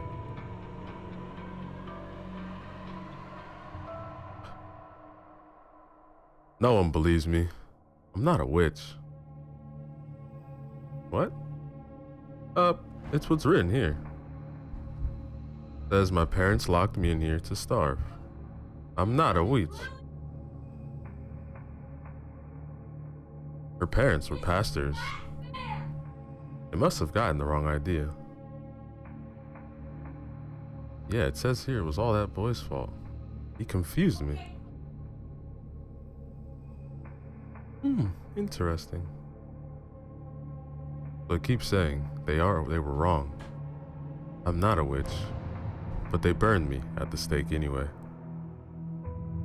But it's fine, because I drove them mad, and he was found hanging in the attic. The attic. The attic. That's where he was found, and I was never found. Jacob? What the hell? Samantha, that was being written right in front of my eyes. No, you're lying. Samantha, I'm not. We both looked at each other in fear until we heard a voice behind us. I'm not a witch. Jacob and I ran out the door in fear. We should have stayed away. We stopped in front of the house and looked around. I was completely surprised. The forest around the house was gone. In its place was a beautiful lawn. I turned around and saw the house in perfect condition. I looked at Jacob and saw him in a white button-up and brown trousers. Jacob? When did you change? And what happened to the house? That's not my name. I've been wearing this all day. Also, you lived here for years. You're so forgetful, Sabrina. Well, Sabrina isn't my name. I'm Samantha. No one in this town is named Samantha. Everyone knows your name, Sabrina. The pastor's daughter, after all. Jacob, stop with this joke. I want to go home. Sabrina, my name is Jonathan. Okay, I don't know what you're talking about. I'm not Sabrina. What the hell's going on here? Sabrina. I turned around and saw a tall man with broad shoulders looming over me and Jacob. I stood there, stunned. Jacob nudged me in the side and mouthed to me. It's your dad. Say something. Hi, Father. Sabrina, did I hear you say the name of Satan's home? No, I was cut off by him dragging me into the house. I was freaking out. Hey, Jonathan, help me. I can't, Sabrina. I guess he didn't want to defy the pastor. I was dragged into the house. It was in perfect condition and beautifully lit up with candles. There were crosses decorating the walls and Bibles thrown about. I guess these people were extremely religious. No wonder they didn't like me hear me saying hell.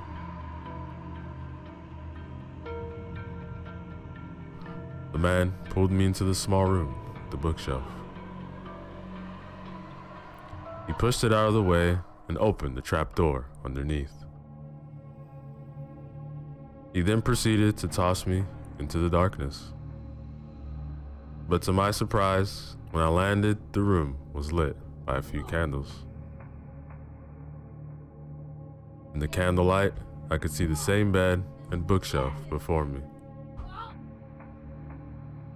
with the additions of pentagrams scattered around the place, including one large one on the floor.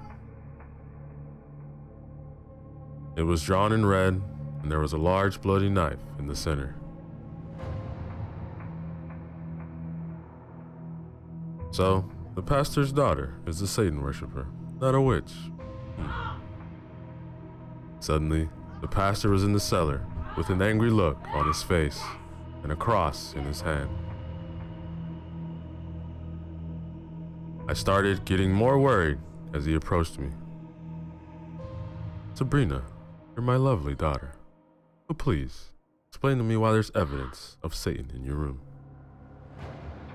I swear, sir, not Sabrina. There must be some mistake. I swear I'm not. He cut me off by holding the cross in my face. Sabrina, look into the cross and tell me you are not a Satan worshiper. I swear, I'm not Sabrina. Look me in the eyes and tell me you're not a witch, you Satan spawn. I'm not. Please, please believe me. I'm sorry. There is only one way to cleanse the soul of witchcraft and Satan. He grabbed me again and began to drag me back to the main floor and out of the house. Jacob, or Jonathan, was waiting outside and looked worried. As I was dragged further and further from the house, the pastor kept shouting, "Come see a witch burn at the stake." I was terrified and screaming out that I wasn't Sabrina, but no one listened. We came to what I was guessing to be the town square, where I was tied to a wooden stake with a crown forming around me. I continued to shout and cry that I wasn't a witch and they had the wrong idea. But no one listened. Jacob watched with tears in his eyes. Any last words, witch? I'm not Sabrina, and I'm not a witch. Please, just let me go. Burn her! She's lying! Everyone's voices came together to just loud noise as I looked at Jacob. I pleaded for him not to vouch for me, but he simply looked away, crying even louder.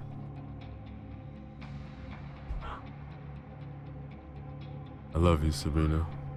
I was going to marry you, but I can't marry someone who's with the devil.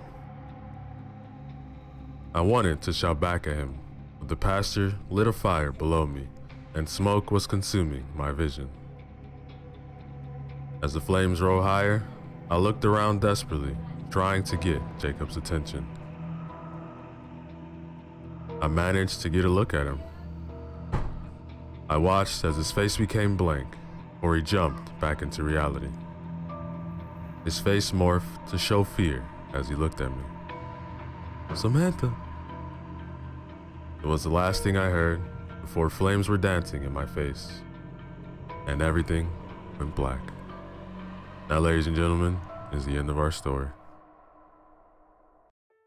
Yo, what is up, everybody? So let's go back again.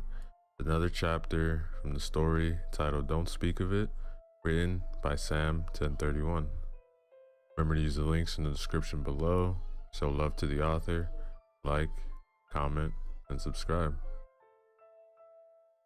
Chapter 3.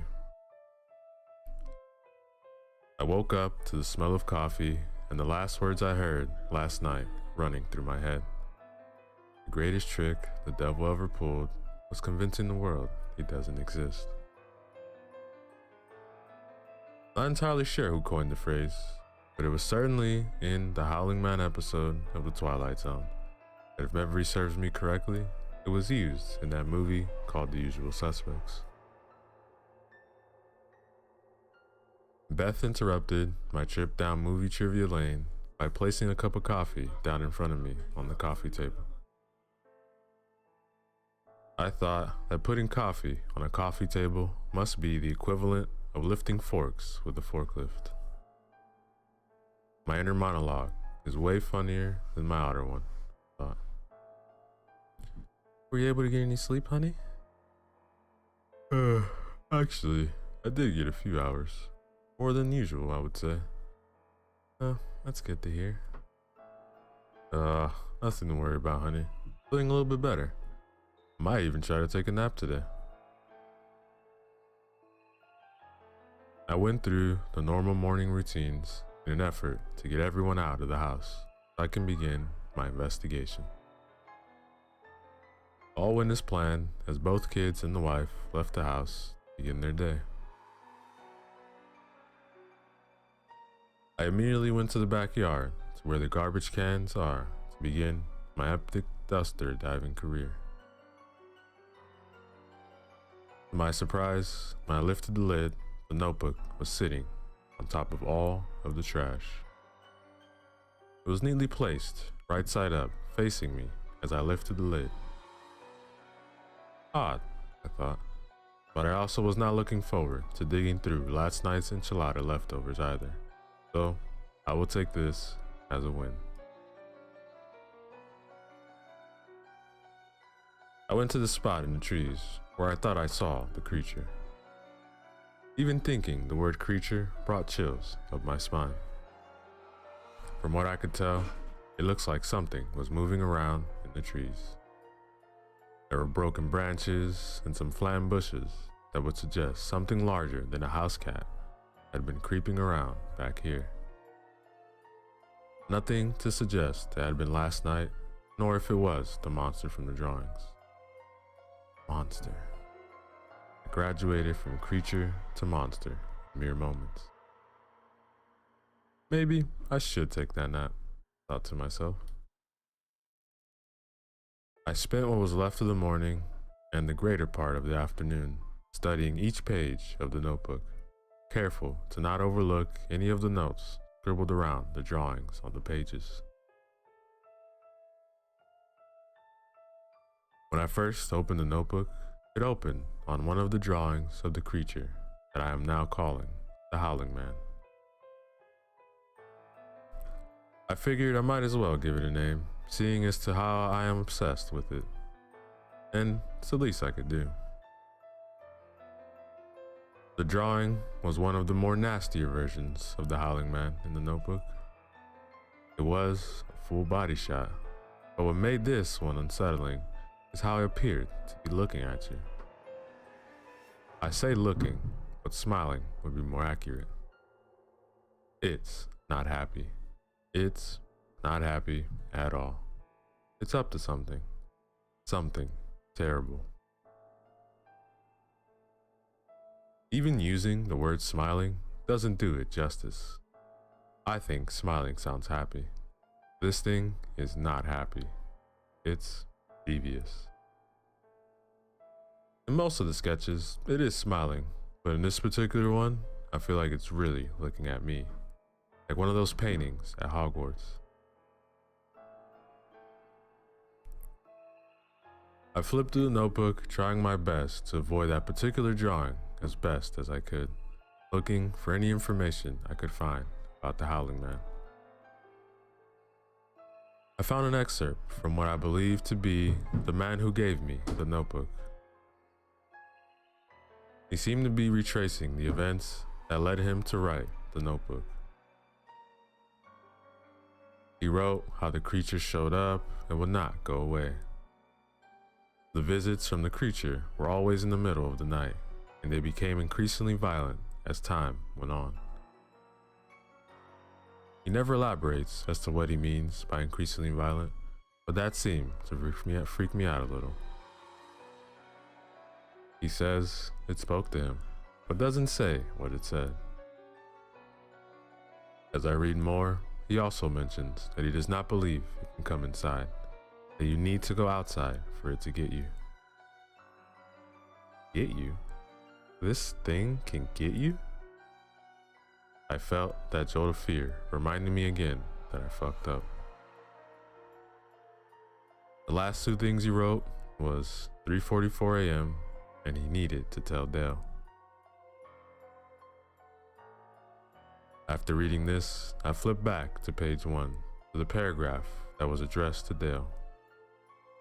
He wants to kill it. He believes it needs to be killed at 3:44 a.m. Speaking of it, draws it in. You could write about it or draw it. I guess that explains the notebook. Based on this information, I came to the conclusion that must have been why the driver was going so fast. He was trying to get Dale, and apparently he was in a hurry, because whatever it is was going to get him. He was running from the Howling Man, or at least had something super important to tell, or rather show Dale about him. I sat there considering all of this and decided that I was potentially going off the deep end. I have allowed this book to infect my thoughts and push me towards insanity. All of this was crazy.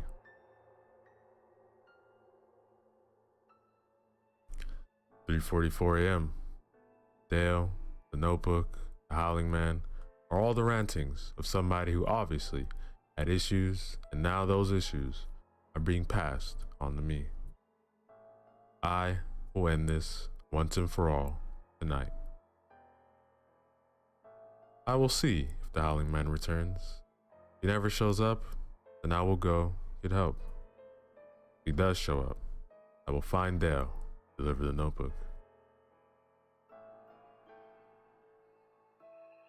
I set my alarm for 2 a.m. just in case, but I woke up at 1:45. I quietly made my way downstairs and reluctantly made my way into the kitchen to look out the window and into the backyard. I stood in front of the sink, staring down at the tile on the floor, nearly frozen with fear. I did not really want to look into the darkness. I was afraid that it wouldn't be there and I would be certified crazy. I was even more afraid that it would be there.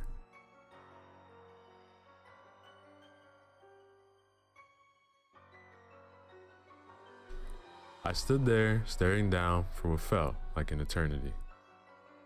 My head became heavy as if gravity was pulling it down toward the ground, preventing me from looking out the window. This was not gravity. It was fear that was gripping my head and preventing it from looking. It took everything inside of me to muster the strength to lift my head up. I could feel the weight of fear pushing my head down, preventing me from looking. I pushed back as hard as I could, lifting my head. To my horror, the Howling Man was up against the window, pressing its horrible face against it in the same manner it had the night before. I felt a jolt of fear like a lightning bolt had struck my spine. I staggered backwards against the counter, trying to regain my composure. I could see it now, like really see it. It was worse than any of the drawings could show. Its eyes were solid black and empty. They looked wet as they were shiny from the light reflecting off of them. Its skin was yellowish gray and looked awful. It did not have a nose at all, at least one I could see. It was smiling at me with this horrible grin. Its mouth was oversized and seemed to occupy 2/3 of its face. The sides of its mouth actually passed its eyes, and its teeth were huge and misshapen. Its teeth were not sharp, but they looked like oversized human chompers that were mangled with different sizes ranging from big to huge. Its hair was long and black and it was hard to tell if it was a male or female. I could see its breath fogging up the window and spit from its grinning mouth dripping down its lips. This thing is real, and it's 3 feet away from me. Just then, it stepped back from the window and motioned for me to come outside. I shook my head violently at it, like, fuck no. It immediately moved back to the window. When it moved, it looked disjointed, like it was under a strobe light, and this only added to the horror of looking at it. It kept staring, smiling at me. "What do you want, huh? What do you want? I know you can speak, so speak." To this, the howling man made a clicking sound while shaking his head as if to say it was disappointed in me. The entire time, it never stopped smiling. It finally spoke. "Yes, I can speak. You can speak too. You shouldn't have." Its voice was horrible. I never saw its mouth move or ever break that smile, but I heard it speak. It was almost like it was speaking from inside my head. It wasn't exactly a man or a woman's voice. It just sounded horrible. Just hearing it made my skin crawl. "I read your notebook." "I read your notebook. You should have listened to it. It's going to cost you." "Cost me what, huh? It's not my notebook. It was given to me." "Dale can tell you my price. You don't have much time." I sat there, staring back at it as it walked slowly backwards, all the while never breaking its gaze, and it never stopped smiling. And then it was gone. I turned and looked at the clock, and it was 3:45 a.m. Holy shit. I've been talking to this thing for 2 hours? That jolt of fear went through my body again.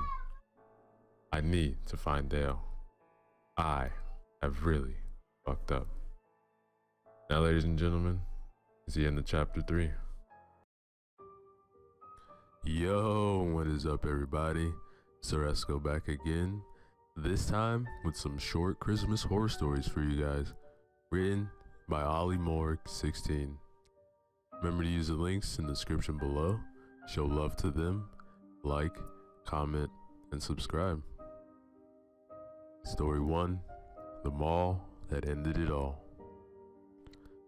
For this story, let's travel to Michigan, USA, where we will meet our main characters in this story, and we will find out the details of their journey that began on December 20th, 2015.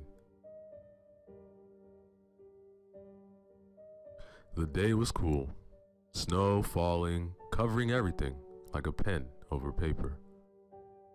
It was all white, no color, a monochrome of man-raised images. Chris and Jamie have been up for an hour, waiting for the time to go head off straight to the closest mall for a late Christmas shop. With Jamie, she loves Christmas, and every year when the year turns to December the 1st, the decorations and music all pop out and begin the countdown to the 25th of December. While Chris does like Christmas, but not as much or excited compared to Jamie, he loves Jamie's emotions and feelings about Christmas. He's beginning to love Christmas almost as much as her. The mall that they want to go to opens at 10 a.m. and it's called Briarwood Mall. As it is the best and the biggest they could shop at, plus It is the closest towards him. The time is 9:45.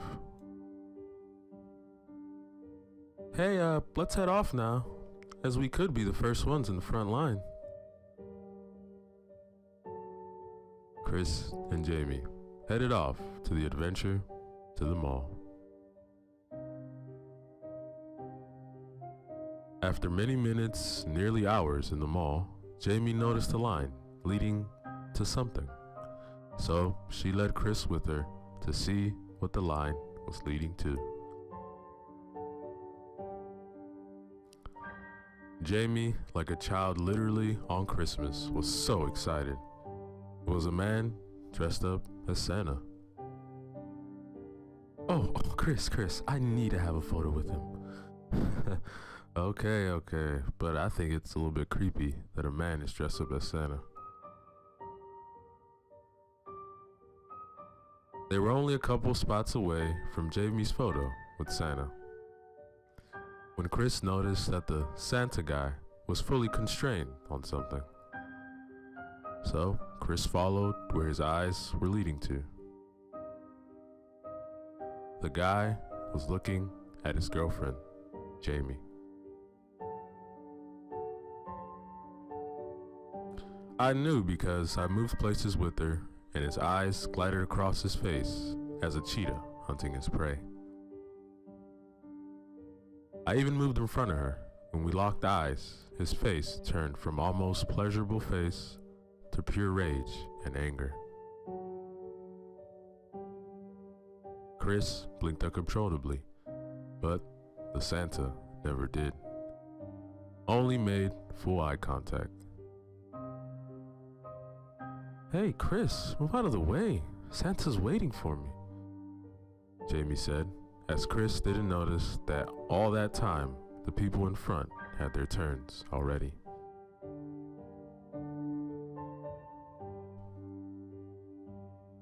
Jamie walked very swiftly to the Santa guy. His face glowed each step she took towards him. Santa's smile widened, showing gross and greenish teeth that is almost supernatural-like.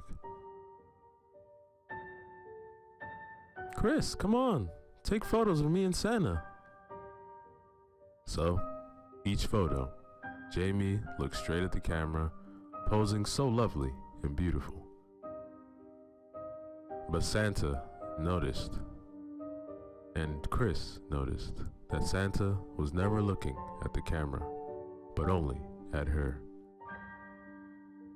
His nose moved up and down, producing a sniffing noise that somehow Jamie didn't notice at all. Alright, I think that's enough photos with Santa, Jamie. Don't you think?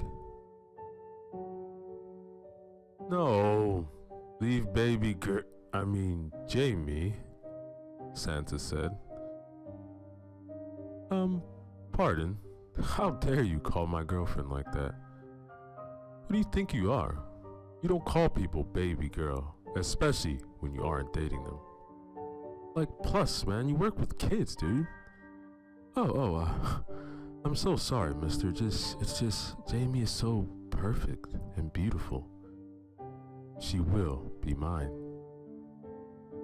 Get away from her. I said get away from her now. Too late. She's already mine. Tonight at 11 p.m. She won't be yours anymore, Chris. Say goodbye. No, get away from her. Chris grabbed Jamie by her hand, pulled her away from Santa, and Jamie reacted saying, Chris, what the hell are you doing? You didn't take the last photo. What's wrong with you?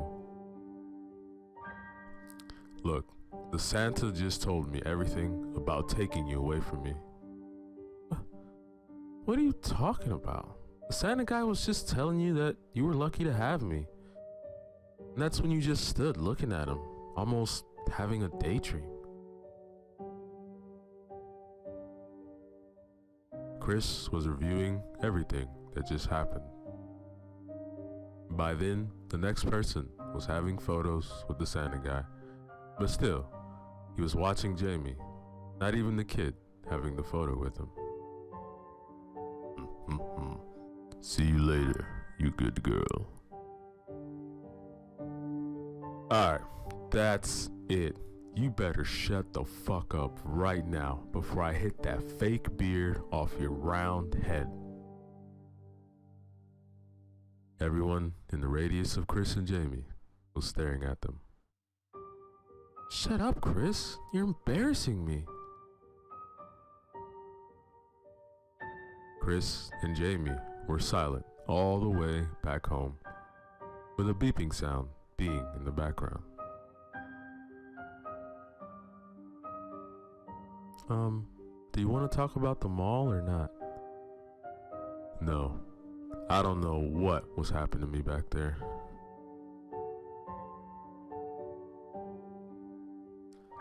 Hours passed. They unpacked everything and almost had forgotten about everything that happened at the mall. Chris and Jamie watched multiple Christmas movies, Elf, and Die Hard. Chris looked outside the window and noticed that there was some sort of print on the window. He rushed towards it and closed the curtains with pure accuracy and speed. The curtains were closed in a matter of moments. 26 minutes passed. It was 11 p.m. and Chris and Jamie were in bed, almost asleep, when above them, Chris started and stared where he noticed the noise was coming from. Sounded like it was coming from right below them.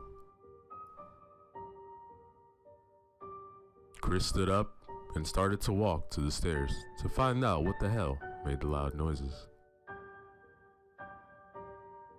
As he started to silently go down the stairs, he could hear some sort of coughing.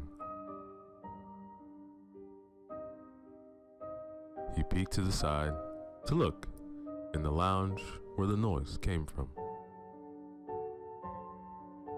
A figure was standing right in the middle as he saw black dust covered the floor from the chimney. Chris froze. He needed to go back to Jamie. Chris headed back upstairs when he heard heavy footsteps coming closer and closer. Chris finally made it to the bedroom. Jamie, baby, don't panic at all, but there's someone in our house. We need to hide and call the cops. Okay, but I'm scared. Don't. We will be perfectly fine. We will hide together. You go in the closet first, and I will follow right behind you.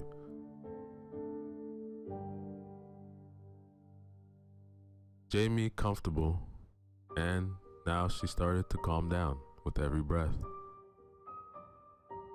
She turned to face the closet door where Chris was standing.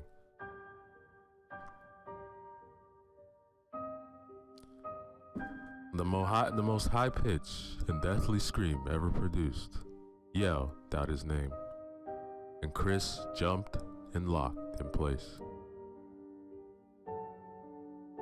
He tried to twist as fast as he could, but he was face to face with a 6'2" man, eyes bloodshot, fully widened, heavy breathing, with anger raised inside of him. Mouth converted into a deadly angered movement. In his hand, a wooden bat that had red marks covered in the end. As Chris just noticed, he fell to the floor, creating a boom of sound of an earthquake. Black covered his eyes. Chris woke up seconds later, eyes bobbing up and down. A killer pain on the right side of his head. As he lifted it, he felt wetness. As he put his hand where it was moist, he looked at his covered, blooded hand. Blood rushed down as he raised his hand, his fingernails invisible by the dark dripping blood liquid. Chris felt sick rushing up his throat, adding to his fully covered dark red hand.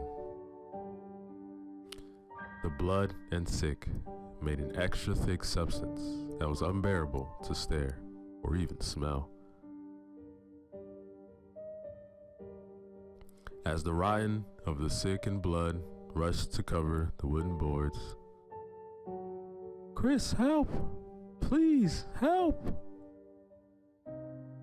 As Chris stood up, a sudden blood rush came over him, making nearly fall back into the pill of thick blood and sick. Eventually, Chris got his vision back and rushed downstairs. Nearly falling down the steps, every second he was wondering what is happening to Jamie. He made it to the lounge where the chimney is, and horror as the dim lights from outside were trying to go through the curtains. "Help! Chris, fucking help! Turn a light on!" Chris rushed and turned the light on. He stood staring at Jamie getting lifted up the chimney. Half her body is up the chimney, tar falling with every lift the man did. Jamie, blood all over her face, eyes full of tears, and bruises covering her skin.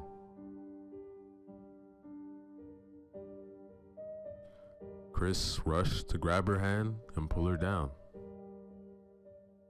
As he was under the chimney, looking at Jamie's pure horrified face, tears were hitting Chris's face, rushing into his cut, burning, and pain rushed to his face. Chris looked past Jamie's horrid face. The Santa was fully black, and all the white fur from the Santa's coat was now a dark red. No part of the suit was at all white. "Chris, let go. Let go. She isn't yours. She never was, Chris." Chris kept on pulling and pulling.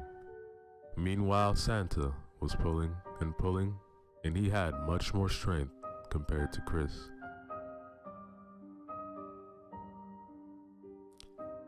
"Let go of me. My arm's going to get..." And Chris felt that Jamie's arm seemed to get much weaker.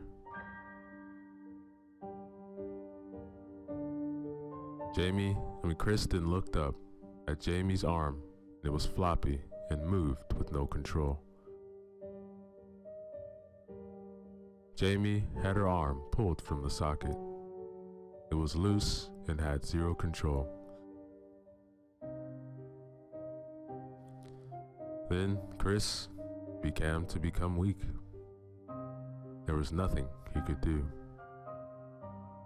His arm gave up. He saw, he watched, he stared as Jamie's body was pulled at lightning speed and hitting each side of the walls of the chimney, making crushing sounds as the arm dangles.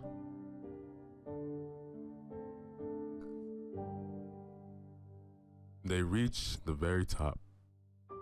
It was silent. Chris just kept staring straight up.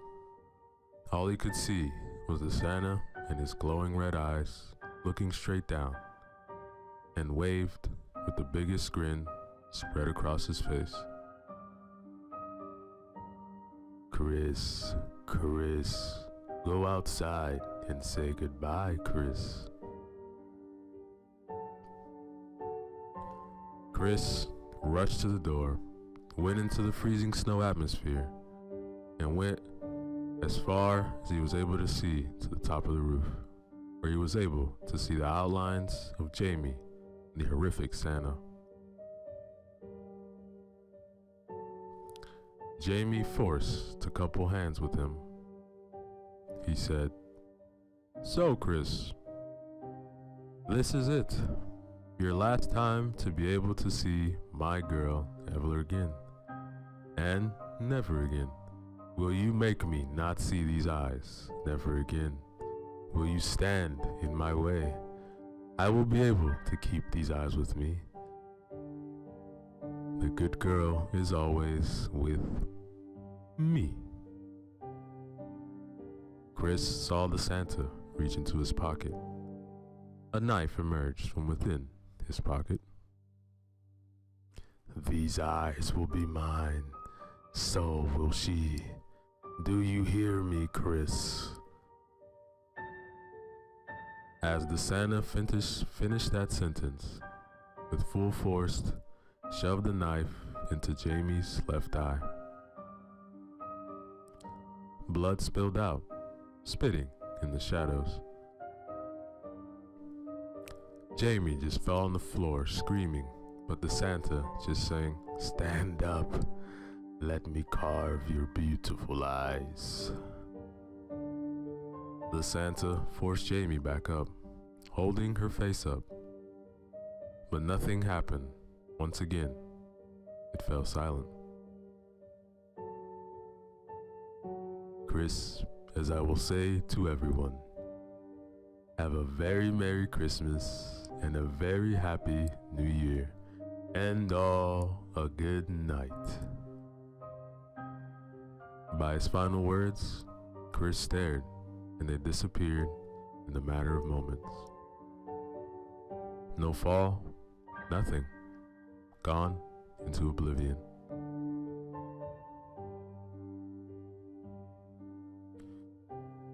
Chris turned the music off and opened the box. To his pure shock, it was a blood-covered, pulsating eye. Staring right into his own, the inside of the box filled and splattered with thick, red, dark blood. The revolting eye moved side to side in the box, as if moved to banked. It was horrifying. Absolutely carnage. And then the radio flicked back on. Up next, the greatest pop song for Christmas. Christmas Through Your Eyes. Chris's eyes widened, just listening as the song played in his ears. Wind tickled his neck. Chris, thank you. She is such a good girl." And that, ladies and gentlemen, is the end of our story.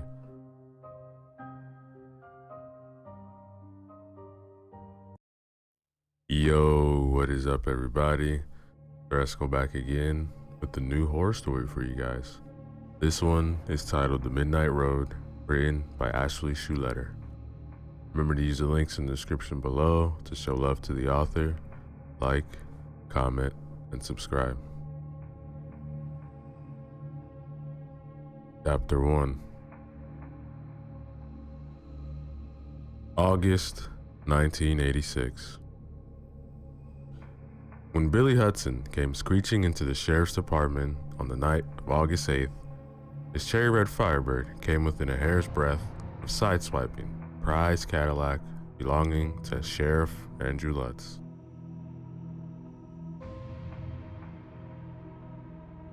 When he heard the squealing of tires, Sheriff Lutz looked up from the outdated magazine he had been absentmindedly thumbing through. He saw the fender of Billy's Pontiac come swinging towards the driver's side of his caddy, and was out of his desk and halfway through the station in one swift, fluid motion.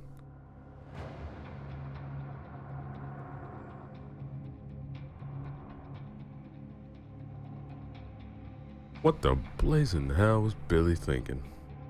Lutz thought, with a look at his scuffed metal watch.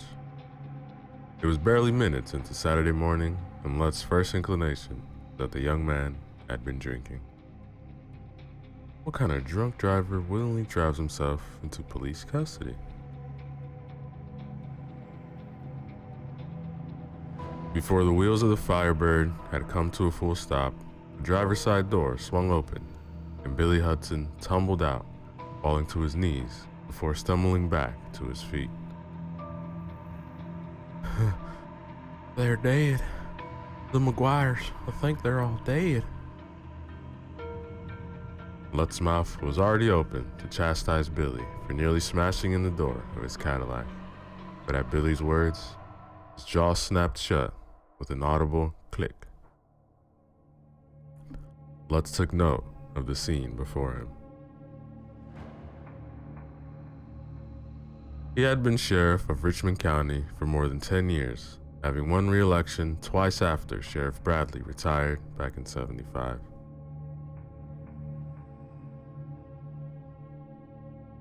In a county with 40,000 inhabitants spread over 400 square miles, he spent most of his time on the highways, and so was well acquainted with Billy Hudson and his group of gearheads. Billy was a polite kid, always respectful, but that wasn't always the case with the young people of the town. Local teenage boys were entirely obsessed with their cars and could often be found on one lonely country road or another late at night, drinking and drag racing, and having generally a wild time. They weren't bad kids necessarily. There just wasn't much else to do in an area that was almost entirely given over to corn and soybean fields. At least once a month, Lutz or one of his deputies would have to go out and disperse the group once they got too rowdy and began blasting the speakers on their stereos loud enough to wake the long-suffering farmers in the area.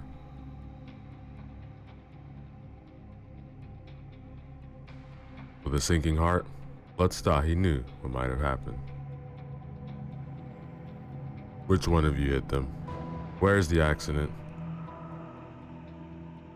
No one hit them, Sheriff. We weren't racing in that. Stu Lennox is in deep shit with his daddy for wrecking his brand new Ford and... Get to the point, Billy.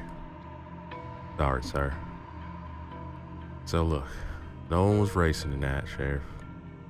I was out with Molly Green. She lives over in Oakville. We went to the drive-in and I took her home. On the way back, I wanted to... Well, I decided to take old Highway 99. Like how peaceful it is out there at night. Anyway, I was over by the McGuire place, you know, that big patch of woods out by the farm. I was driving out there and I thought I saw something cross the road. It was like a dark shadow, bigger than a bear. Scared the shit out of me. I nearly lost control of the car. There aren't any bears around here, son. Sure it wasn't a deer? Wasn't no damn deer, sir. Moved like a cat. But I was hunched over and slapping like a bear. I only saw it for a second, but definitely wasn't any deer I ever seen. It was taller than the roof of my car. I swear. What nonsense was this? Lutz ran a hand through his dark, thinning hair and looked down. It was then that he noticed the blood splattering on Billy's dusty work boots at the hem of his jeans. Backing away slowly from the young man, Lutz edged his right hand ever so closer to the revolver holstered at his hip. He began eyeing the red Pontiac for dents and scratches, amusing this story, an animal was nothing more misdirection. Finding none, he turned carefully back to the young man, maintaining a distance 10 feet.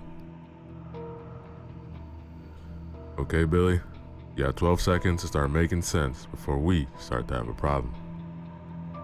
Why are you saying that the McGuires are dead, huh? Whose blood is on your shoes, son? I was trying to tell you, Sheriff. I was driving out on Old Highway 99, and I saw this big hulking shape across the road. I don't know what it was, sir, honest. But it spooked me bad enough that I damn near skidded out. When I finally got the car stopped on the shoulder, I looked around. Whatever it was, disappeared into that patch of forest next to the McGuire plot. Look, I figured the same as you, sir.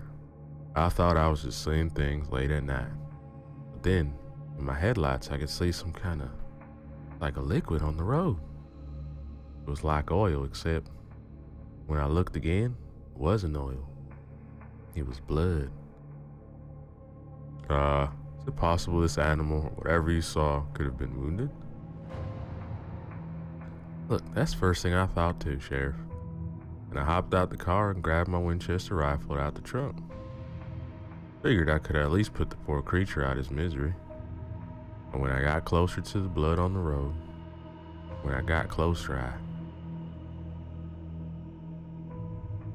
Out with it, son. What did you see? Saw an arm, sir. On the side of the road, just beyond my headlight, was a lady's arm, ripped off at the elbow. It was still wearing a wedding band. At this, Billy started shaking so badly, the sheriff thought he might be on the verge of having a seizure. He looked around for a moment, baffled at the turn of events his previously peaceful evening had taken. Then, he squatted down on his haunches next to the trembling young man. Out of habit, blood sniffed the air around Billy Hudson's head, almost hoping for the telltale whiff of whiskey or gin. But there was nothing. Lutz turned and walked back into the sheriff's department. "Clarkson!" he bellowed for his senior deputy. A moment later, Henry Clarkson's head popped out of his small office. "Sheriff?"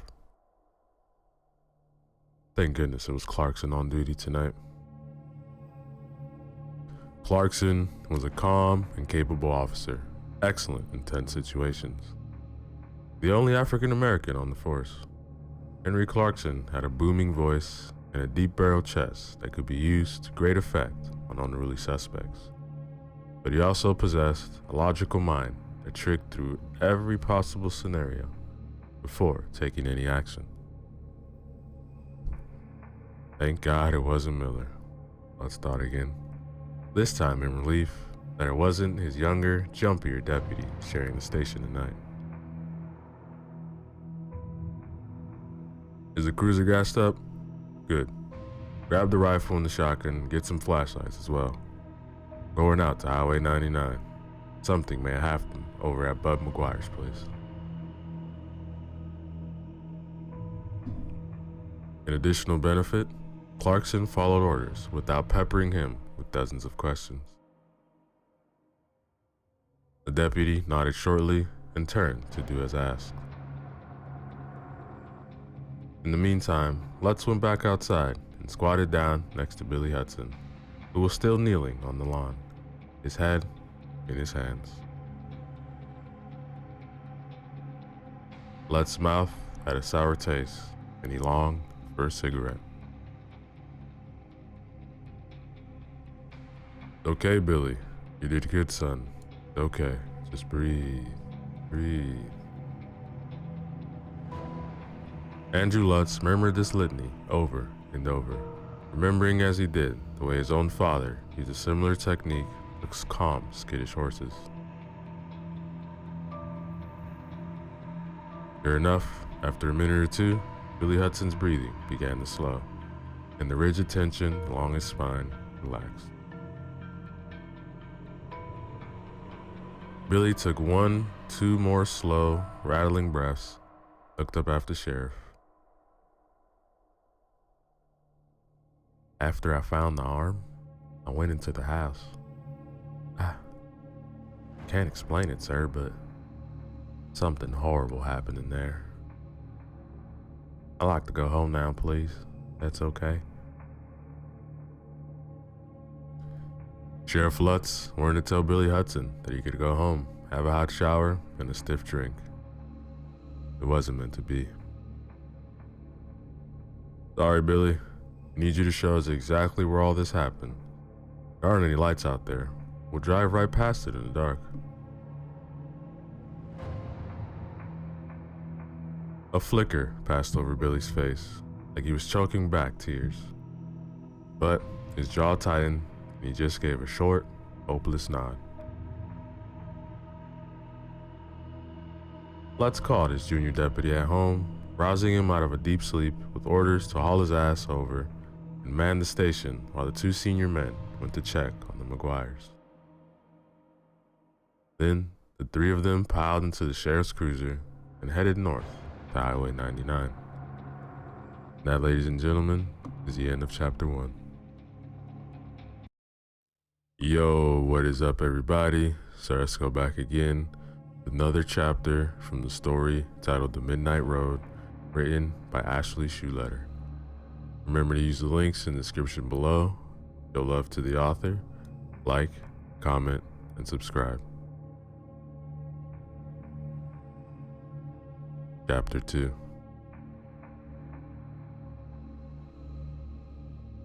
The 20 miles from the sheriff's station to the McGuire farm passed in almost complete silence as the mostly darkened buildings of the small town gave way to the entirely darkened farmland that made up 90% of the area.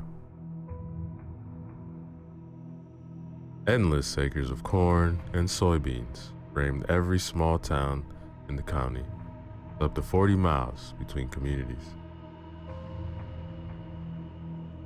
Lutz had spent his entire life in Richmond County, and for him, the horizon would always be where the sky met the fields.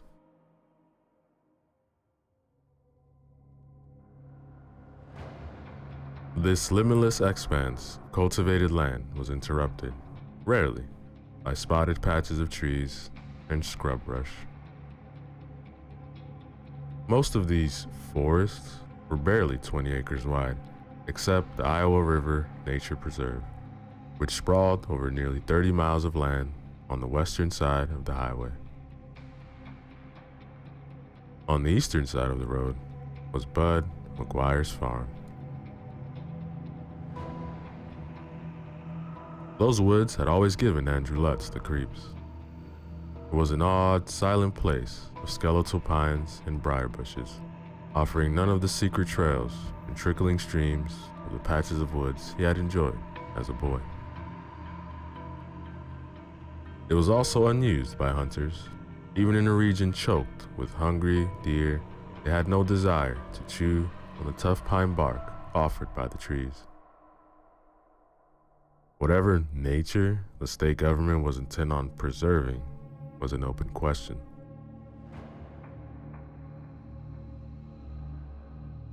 The tiniest sliver of waxing moon shone in the sky, not providing enough illumination to make out anything beyond the orange beam of the cruiser's headlights. Each man was lost in his thoughts.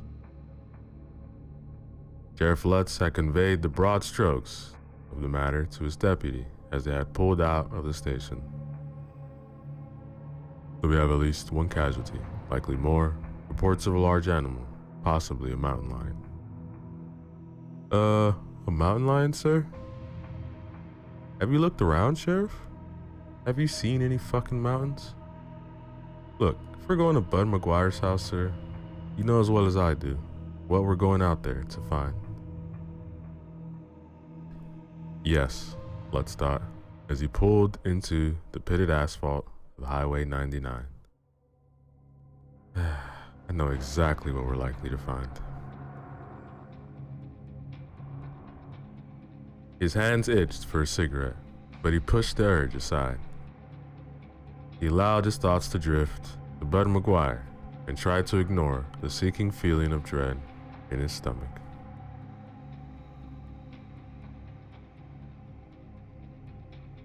Andrew Lutz had been in his mid-20s when he had first encountered Buddy McGuire.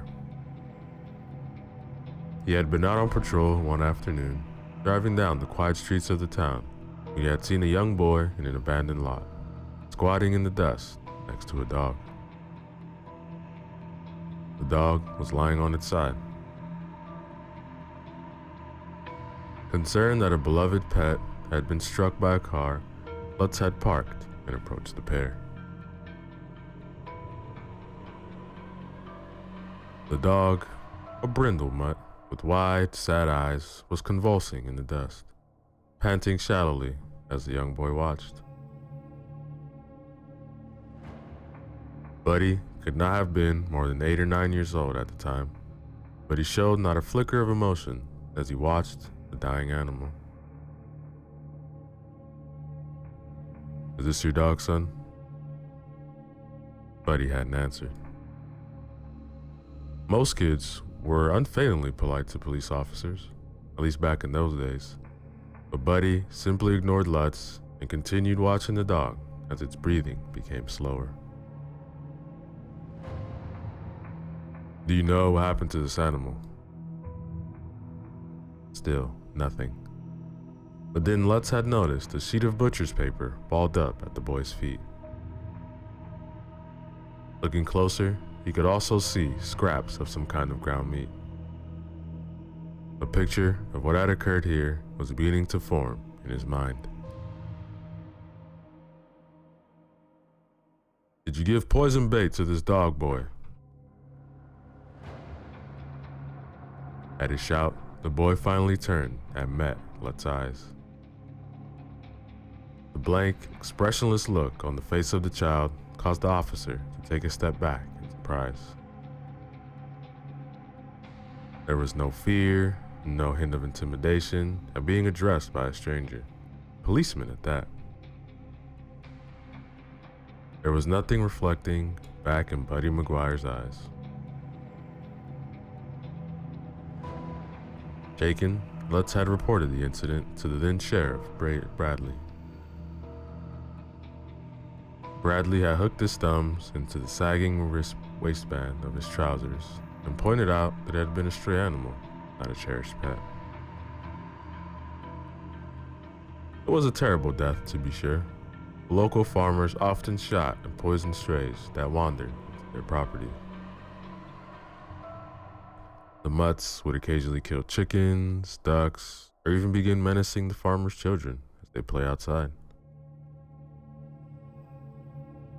It was a necessary evil, one the boy had probably learned from watching his own father.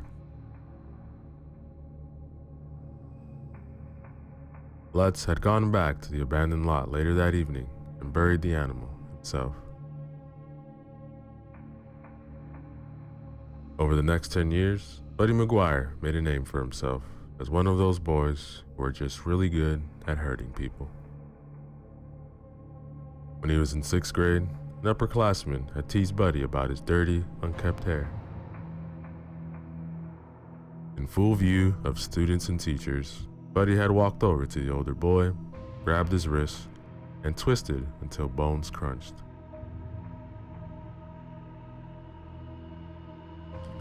Bud McGuire had been expelled in 10th grade and was just in time to be swept up by the Vietnam War 2 years later. No one quite knows what he got up to over there. When he returned to the town in '75, it was as if a blanket of rage had settled itself on Bud's shoulders. His father had died of cancer while he had been deployed, and Bud took over his family's 100 or so acres. A small farm was barely enough to keep food in their bellies and clothes on their backs, but it had been in the family for 3 generations. The soil, that black Midwestern soil, failed Bud McGuire. Corn, beans, wheat, every crop he planted seemed to wither and die at his touch. His fellow farmers prospered. the rich soil of the land sprouting healthy rows of strong green corn seemingly overnight.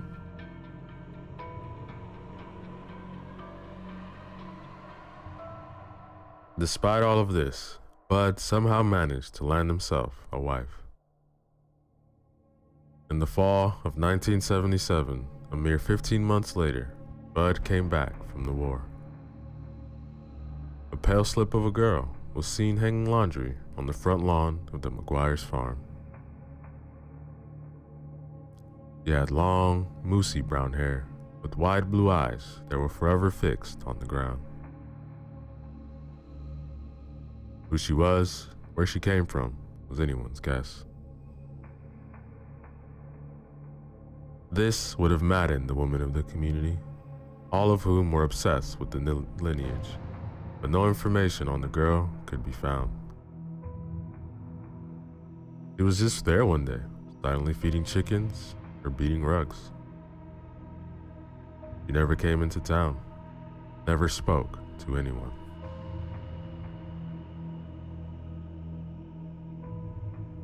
The second time Andrew Lutz encountered Bud McGuire in a professional capacity had been about a year after the arrival of this mysterious woman. The locals had thrown their hands up in exasperation. All of their kind gestures and housewarming casseroles had been met with a closed door. The McGuires had never been seen attending any of the many churches in the community, nor had the young woman appeared at the supermarket where the wives could pounce on her. The initial confusion had given way to righteous indignation. Who did they think they were, huh? Hold up all high and mighty on their plot of land? The McGuires think they were too good to associate with their peers? But as weeks dragged on, and still there was no sight of the young woman in town, winter set in. She was no longer seen outside by the few people who drove on the old country road. The offended feelings of the townspeople began to shift into concern. Was she okay? After all, Buddy had quite the temper even before his years in the jungles of Vietnam.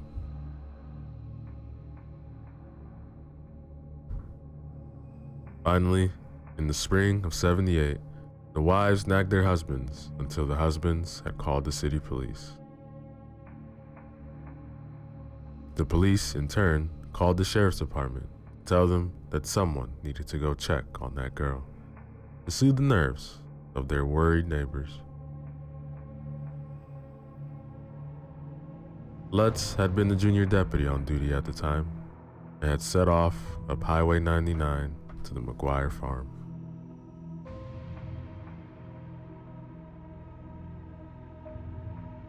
Barely 3 miles from the floodplains of Mississippi River, the ground in March was a quagmire of mud that had sucked at Lutz's boots as he stepped out of the police cruiser.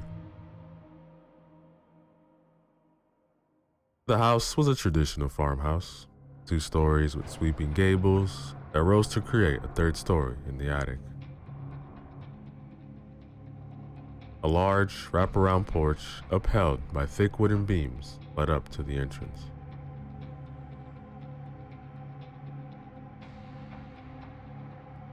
Lutz had looked around warily before climbing the stairs to the porch.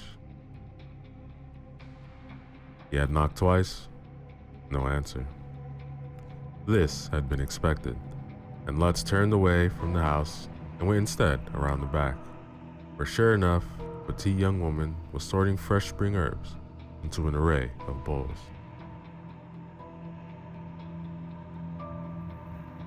She had bristled like a startled cat when she caught the sight of him, and Lutz had held his hands in front of him to show he meant no harm. "Good morning, ma'am. I'm Deputy Lutz with the Sheriff's Department. Can I ask your name?" The girl's eyes had been sky blue as they looked into his with an unreadable expression. "April." The word had been little more than an exhale of breath, and Lutz had been about to ask her to repeat herself when the girl's eyes had focused on something behind his shoulder and widened with alarm. Lutz had turned to see Bud McGuire standing a few paces behind him. His black eyes had just been as blank and soulless as when he had gazed upon that dying dog.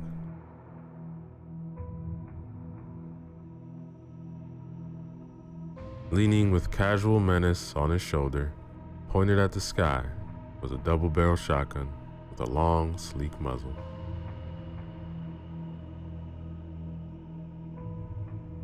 Lutz had thankfully resisted the urge to startle at the sight of the burly man. "Morning, Bud."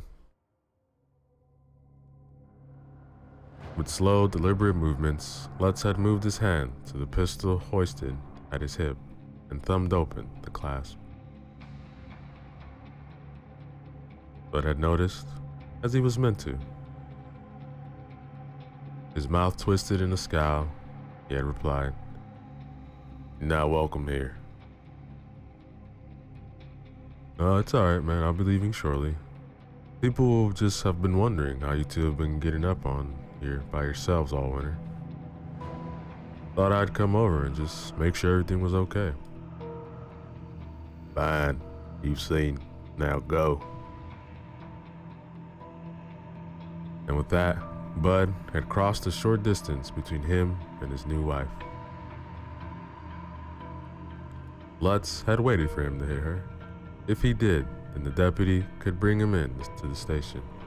But Bud just stood a few feet from the girl with a look of pure fury on his face.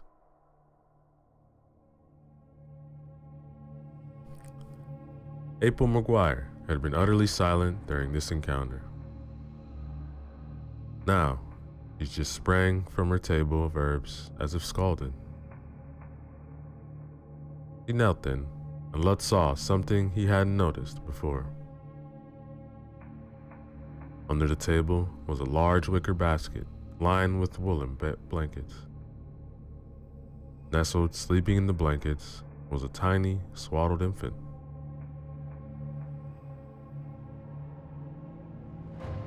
The girl snatched up the basket and fled into the house without another word. Bud had turned, the shotgun still balanced on his shoulder. "This is my property. Ain't no crime been committed. You got no right to be here." Bud's words, spoken in the same eerie, deadpan voice, were all true. April McGuire had not accused Bud of anything. It wasn't against the law to hold a firearm while standing on your own land. There was nothing more for Lutz to say, so he had retreated back to the cruiser, headed back to the station.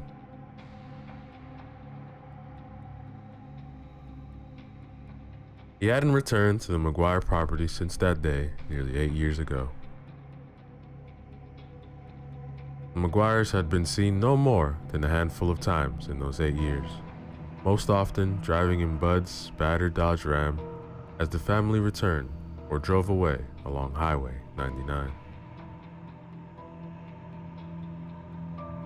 At some point, another child, a daughter, was added to their number.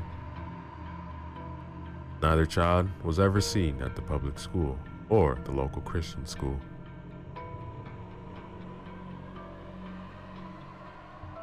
Many times, Lutz had driven slowly down the country road, hoping to see April McGuire or her children out in the yard. But the house had been shuttered and silent, and Lutz had been forced to keep driving. Over the years, most of the people in the community had long since stopped gossiping about the McGuires. Everyone sympathized with the lonely young woman isolated with her children and Bud's anger. But these were also a conservative group who prized their right to privacy. As long as there was no apparent problem at the McGuire farm, everyone merely shook their heads and went on about their lives, even though they all knew the ultimate outcome was likely to be.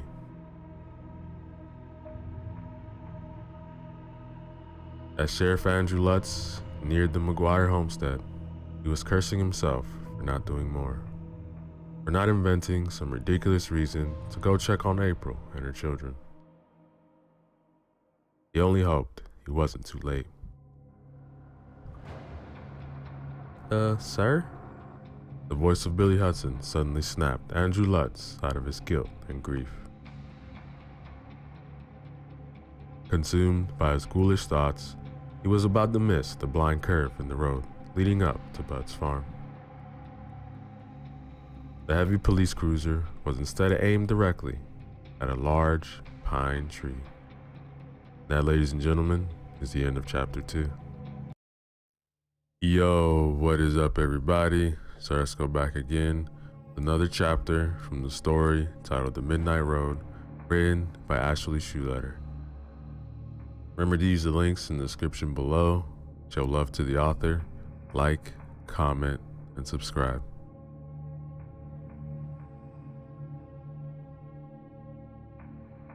Lutz twisted the steering wheel violently, and the ponderous car screeched its resistance to such treatment, fishtailing wildly across the road in long, snaking arcs before he was able to get control.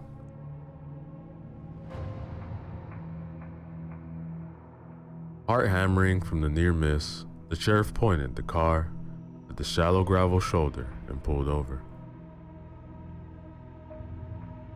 His hands were clutching the steering wheel in a white knuckle grip, and it took a moment of effort to release them. He killed the engine. For a long moment, the only sound was the quiet ticking of the engine as it cooled. Ahead of this curve, the trees would open on side at the beginning of the McGuire farm.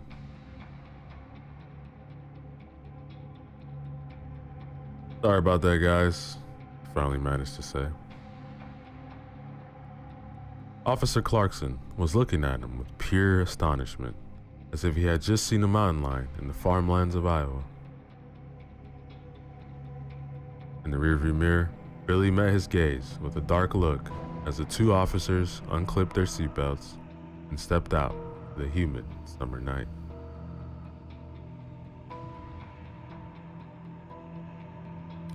Immediately, something fell off, and the flesh on Lutz's arms crawled. He motioned for Clarkson to join him and released Billy from his cage in the back seat. Crossing to the trunk, Lutz pulled out his rifle and handed it to Deputy Clarkson. He grabbed the shotgun and two high-beam flashlights before closing the trunk.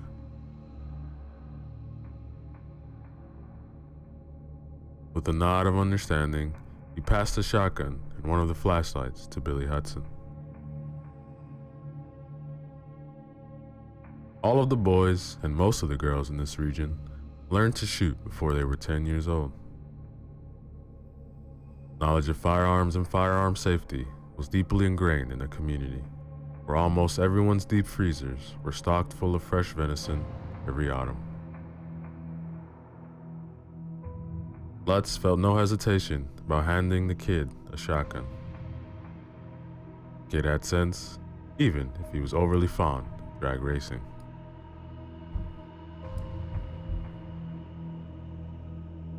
His driver's side door was still open.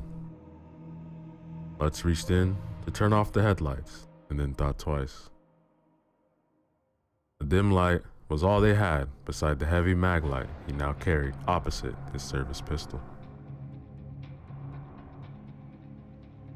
He left the cruiser lights running, closed the door to the car with a heavy thud, and the three of them turned to survey their surroundings.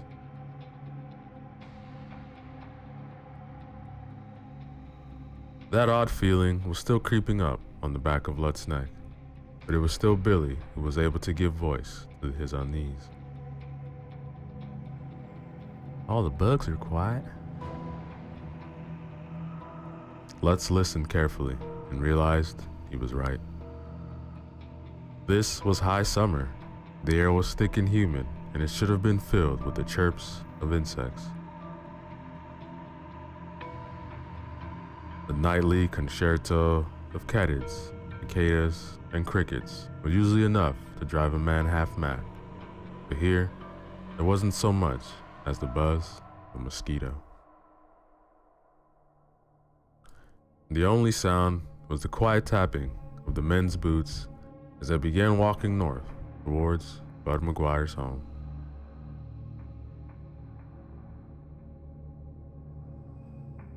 The light from the headlights didn't fail to penetrate the gloom ahead, and Lutz clicked on the high-power maglite.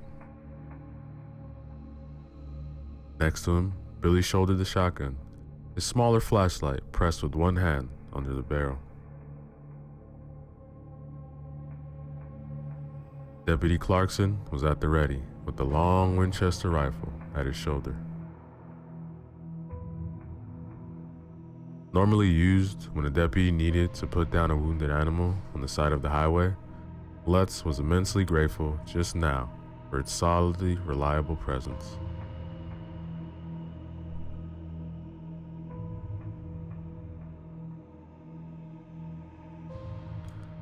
Lutz swept the flashlight in slow, careful strokes from one edge of the road to another. Where did you say you saw this arm now, son? A little further ahead, I think. Maybe another 300 feet or so. Lutz continued methodically, sweeping his flashlight from side to side. At the edge of the beam, he could make out the burned rubber made by tires suddenly skidding across the road. The tracks continued up the road, fading away into the darkness.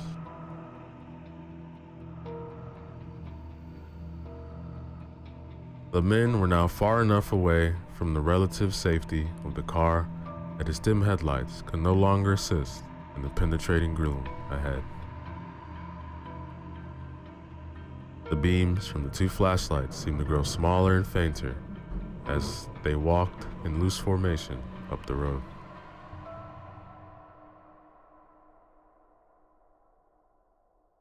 Abruptly, the burnt rubber skids made by Billy's tires came at an end about 6 feet in front of him. The three men all stopped together, staring dumbfoundedly ahead. In the beam of Billy's flashlight, on the edge of the road as it faded into shrub grass, was the arm of a human female. It had been torn crudely at the elbow, and bloody strings of meat hung from one end. The other end was wearing a thin gold wedding band around the ring finger. The nails were chipped and embedded with dirt.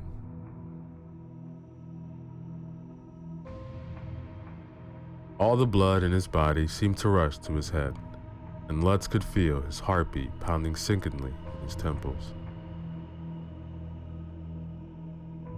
Deputy Clarkson gave a violent heave and turned to vomit quietly into the ditch on the other side of the highway. Lutz squatted down on his haunches near the severed arm and reached for a ballpoint pen he kept in his shirt pocket. Turning his head to take one more breath of unfouled air, he used the pen to lift one of the strips of flesh away from the wound.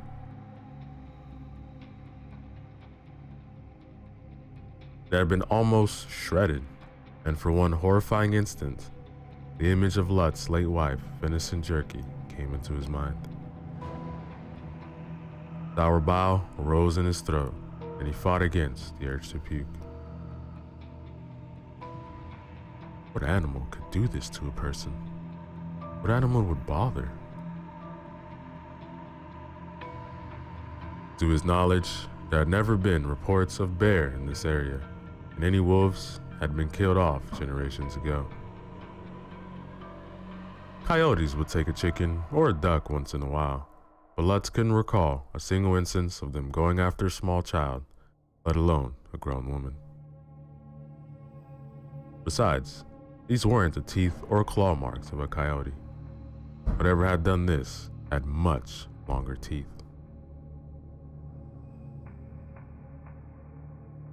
A sudden snap from the forest on his left, and Lutz's blood turned to ice in his veins. Clarkson heard it too.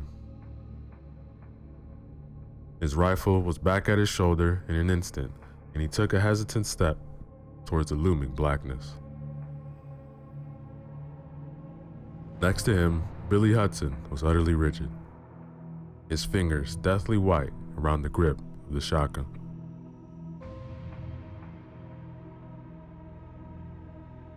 Another snap in the darkness. Had that one been closer? He quickly swung the beam of the flashlight away from the grisly scene on the road, in the direction of the woods. It illuminated skeletal pines and waist-high thorn bushes. The light shone eerily on the narrow trunks of the pines, with their ladders of broken branches. The trees became rows of menacing spears, waiting to impale unwary travelers. The unnatural silence of the woods was oppressive.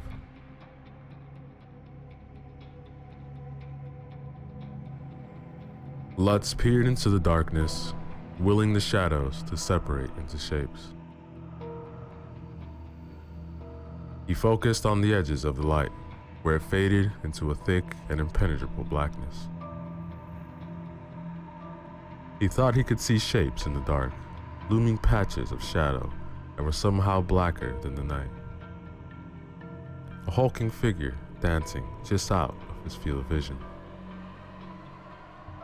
But nothing came charging at them from out the woods. After a long moment, Lutz relaxed his posture, telling himself unconvincingly that it had been a deer.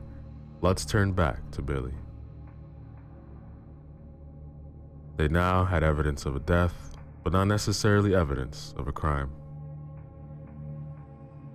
There was still work to be done, or they could all go home.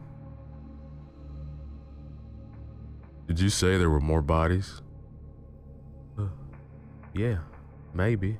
I don't know. Just come see for yourselves. Clarkson looked bewildered by the answer, but rolled his eyes and shrugged. All right, let's get this done, Sheriff. This place is giving me the fucking creeps. Hearing his deputy admit apprehension somehow served to boost Lutz's own confidence. The forest was now at his back, and he felt watchful eyes on them, but he shook off his nerves.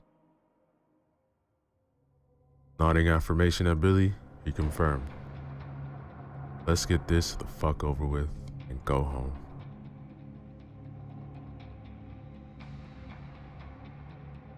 Leaving the lone, pitiful arm on the side of the highway, the men now began skirting the edge of the cornfield that bordered Bud McGuire's home. The corn, which should have towered over them at full height of 6 feet, was sickly looking and scrawny. This actually offered Lutz some comfort. The weakened stalks of the malnourished crops made it easier for the beam of the maglite to pierce the fields.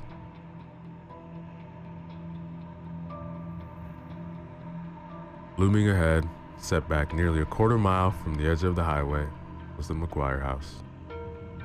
At first, it looked much the same when Lutz had paid his visit 8 years previously, but the disrepair of the home became increasingly apparent as they turned onto the loose gravel driveway. At the start of the path was the rust-eaten mailbox, leaning precariously on its weathered wooden post. The McGuires had obviously failed to keep up with their correspondence. He wondered idly how Bud took care of things like electricity and plumbing if bills never came to their house. The main house must have been truly lovely in some bygone age. Its frame was a clean and crisp colonial, with gabled windows and a large wraparound porch. But the clean lines were obscured by a sagging roof and missing shutters. The porch was also drooping, with a dilapidated wicker couch sitting neglected in one corner. What must once have been cheerful white paint and blue trimming was now gray and peeling in great strips from the wood. The whole house had an air of exhaustion, like a once proud old horse that no longer had the energy to hold its head up in the traces.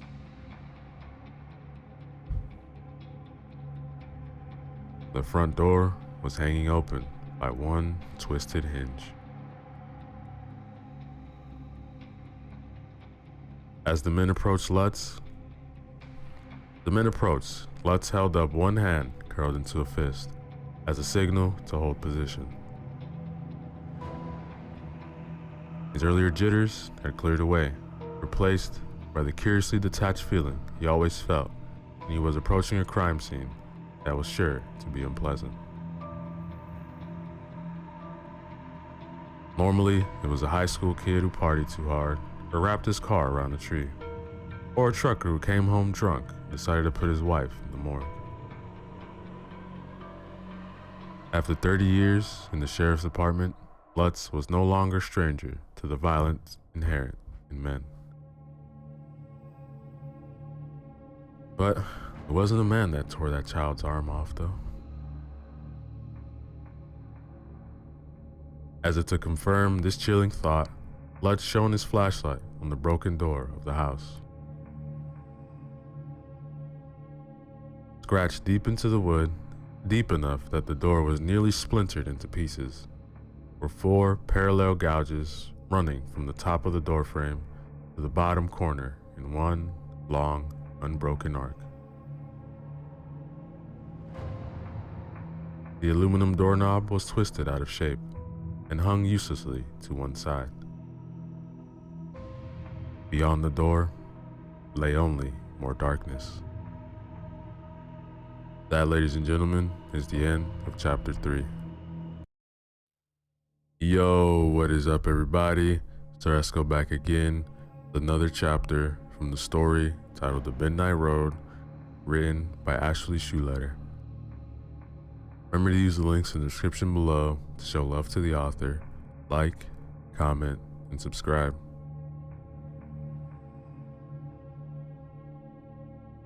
Deputy Clarkson had been a wonderfully good sport up until this point, but when presented with the prospect of crossing the threshold of this house, he balked. He released his death grip on his rifle, lowering it to his side and exclaiming, "No offense, Sheriff. Fuck this. I'm not going in there. Go back to the car and call." "Call who, Henry? State troopers can't do anything except write tickets to out-of-towners. The town police calls us when there's a violent death. Who exactly should we call? Animal control?"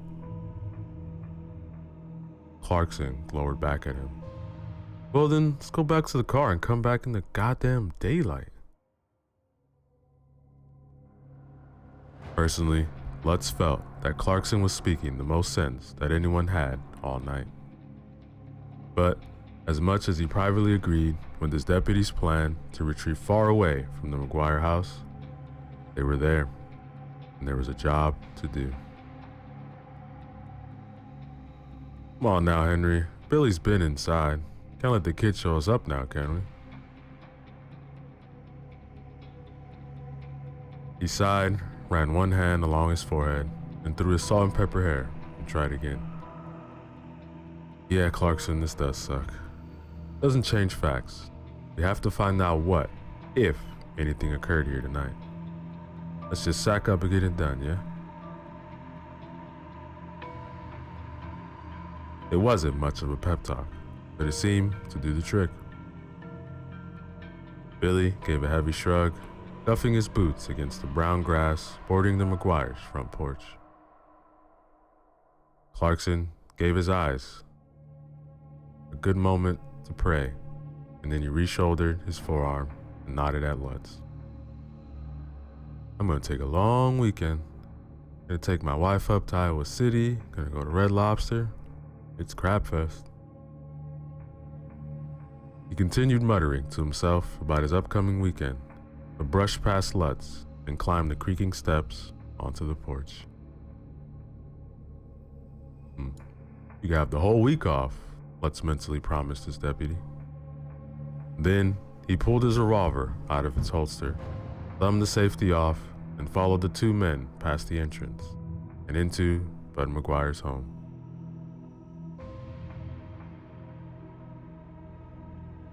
A profound silence settled around the men as they crossed the threshold of the McGuire house. The footsteps made by the officer's heavy boots were muffled by the layer of dust that lay upon the floor. In the beam of the flashlight, the wallpaper in the foyer may have been a sunny striped yellow at some point, but had been warped with water damage and was now the color of old urine.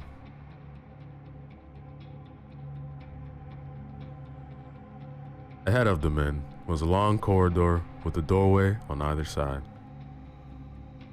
On one side, Lutz could see the ubiquitous farmhouse, a mudroom complete with rows of rubber Wellington boots and heavy winter parkas.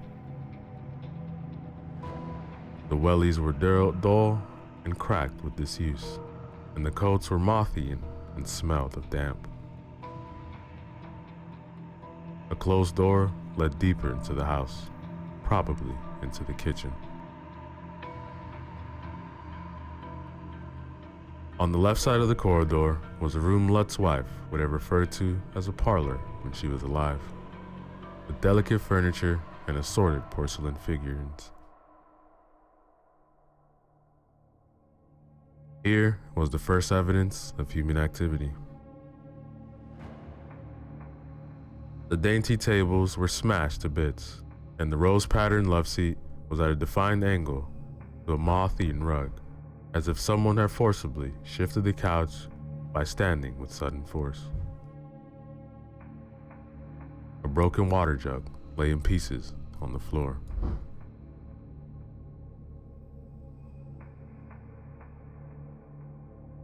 Oddly enough, even these violent scenes was gentled by a thick layer of dust.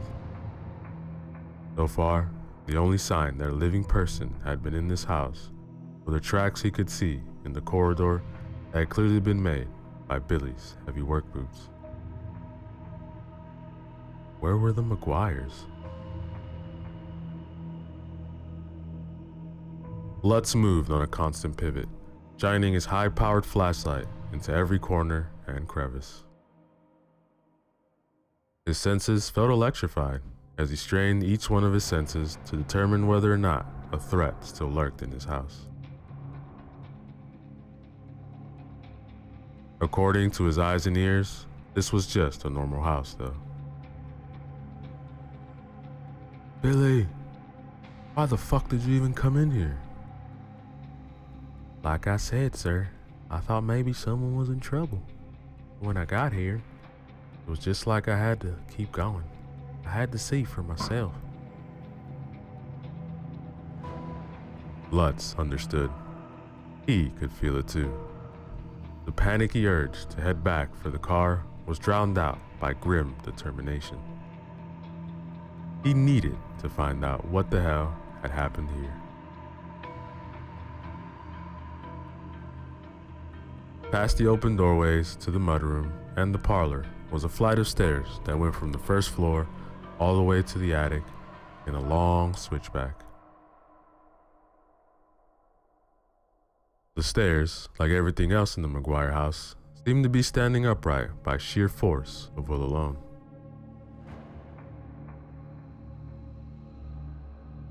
Running along the right edge of the staircase in a long unbroken line from top to bottom was a wide swath of dried blood.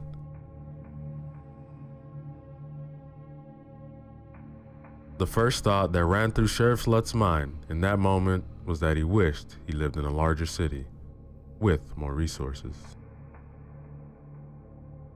They were farther north, near Des Moines or Cedar Rapids. The three men standing in the McGuire house could be surrounded by backup within an hour. A small fleet of detectives, forensic experts, photographers, evidence baggers, and rubberneckers could gather at the homestead. The living darkness of the August summer night would have been beaten back by high-powered flashbulbs and battery-powered spotlights. Under their harsh glare and soothed by the shop talk of gathered officials, whatever horrors had visited the McGuire family would be revealed, just another crime scene. Still tragic, but acceptable to the mind. A sane sequence of events. Unfortunately, his little pocket of eastern Iowa was small and underpopulated. The mechanics needed to properly investigate a potential crime were simply not in place.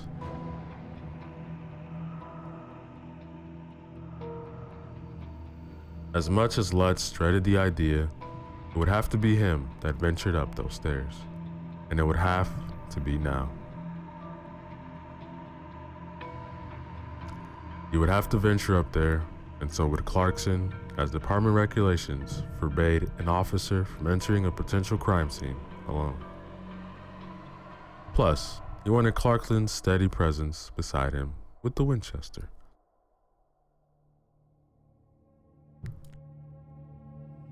That didn't mean they all had to go. Billy, if you don't want to go up there a second time, now's your chance. Go wait for us on the porch. Stand guard. With all due respect, sir, there's no way I'm standing down there by myself.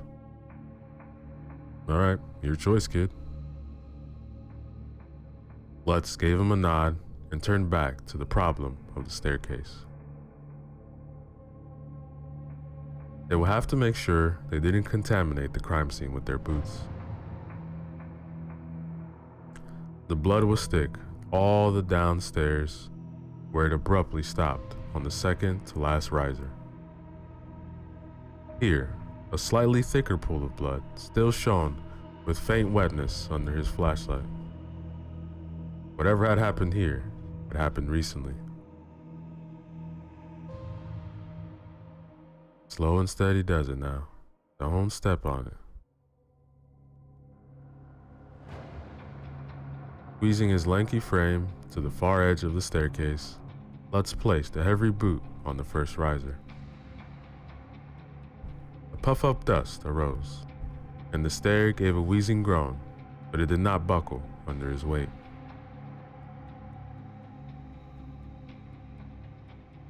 Lutz began slowly advancing his way up the stairs, pressing firmly on each stair first to test its stability.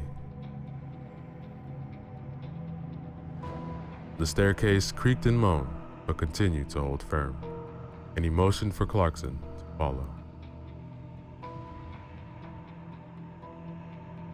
Lutz could hear his usually taciturn deputy muttering various prayers and swear words under his breath.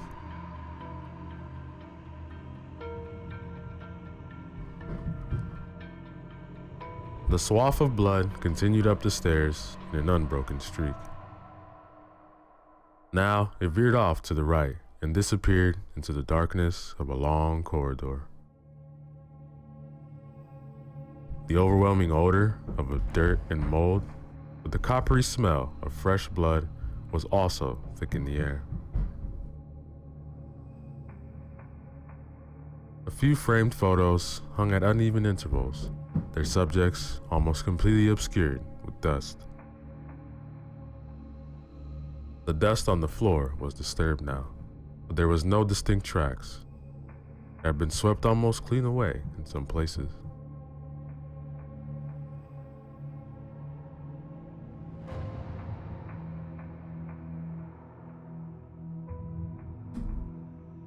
Resigned now to seeing this through, Lutz felt his earlier fear retreat to the back of his mind.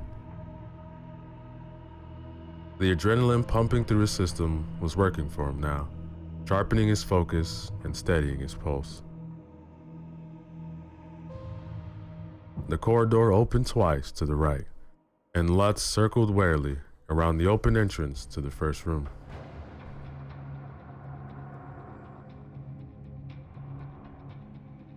A cursory glance revealed a dingy bathroom, or perhaps it had once been a bathroom. Now it was a heap of stained and cracked porcelain, with a rusted out pipe hanging loosely where a sink may have been. Torn linoleum covered parts of the floor, but most of it was the same weathered floorboards as the rest of the upstairs. The air was heavy with smells of stale, grime, and mildew.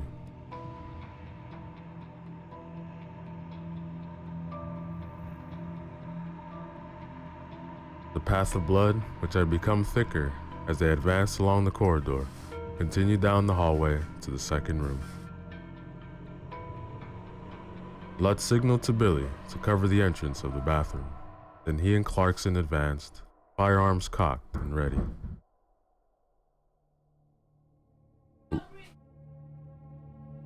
Lutz still carried the mag light, held to the top of his service pistol. Lee was the first to cautiously peer around the corner of the room, at the end of the hall.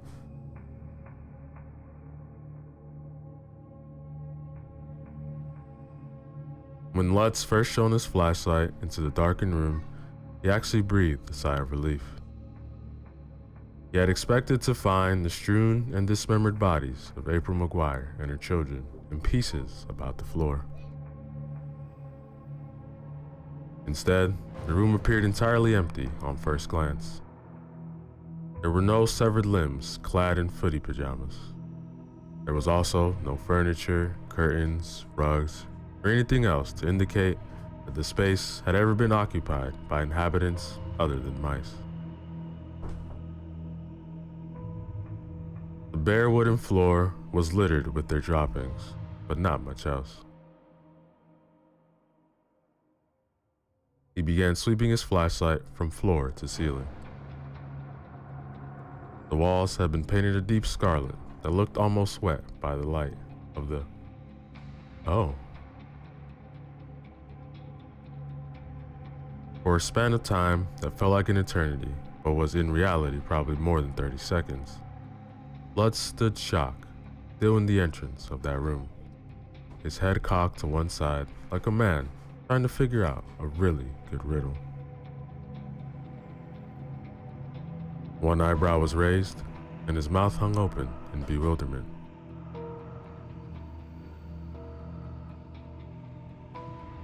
The room had been drenched in great splashes of blood that reached all the way to the ceiling in some places. It was swirled in sporadic circles across the floor and spattered across all four walls. Closest thing Lutz could compare it to. Behind him, Lutz could hear Clarkson's sharp intake of breath as he also took the scene before them. Then it was as if all the air went out of his lungs, and Sheriff Lutz suddenly deflated. He felt his knees give way and had to lean one hand against the outside wall of the hallway for support as his vision blurred and his head spun.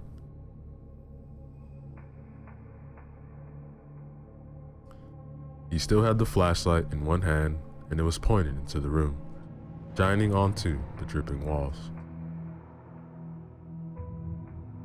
He felt more than saw Clarkson stumble backwards into the wall behind them. Billy stood at the doorway to the demolished bathroom, studying the mud on his boots.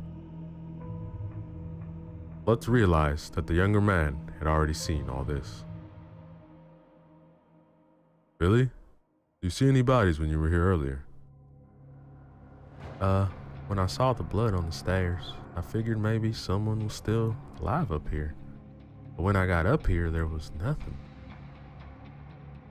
batteries in my flashlight starting to die, and then saw that room. I got the hell out of here quick as I could. I didn't even check on any of the other rooms. So then, where the fuck are the bodies? Looks like Bud McGuire and his family in a salad spinner. There's blood on the goddamn ceiling. Yeah, but that's the problem. It's blood. Just blood. No bones, no organs. Lutz's mind was still spinning as it frantically tried to bring a sense of logic into what it had witnessed. Look, there should be pieces of the McGuires everywhere. So far, the only evidence of actual crime is that arm out on the road. Clarkson faced him, his normally placid face of mask, tension, and fear. Yeah, how did that arm even get out there? Why does it look like no one has lived here for 5 years? Where the hell are the McGuires? Are they in the barn? The basement? Did Bud chop them up and carry them into the woods? Was it even Bud? What the hell are those claw marks on the door, Sheriff? Lutz gripped his deputy tightly by his shoulders, his own fear gone in the face of his officers' increasingly panic. Of course it was Bud, Henry. We'll find him, don't worry. This idea, as nightmarish as it was, offered a kind of morbid comfort. Bud McGuire might be a deranged madman who had just killed his entire family, but he was a man.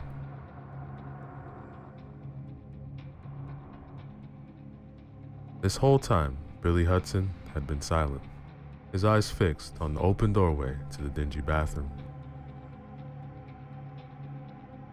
Now, Billy cleared his throat, almost sheepishly said, "Sheriff, you might want to see this."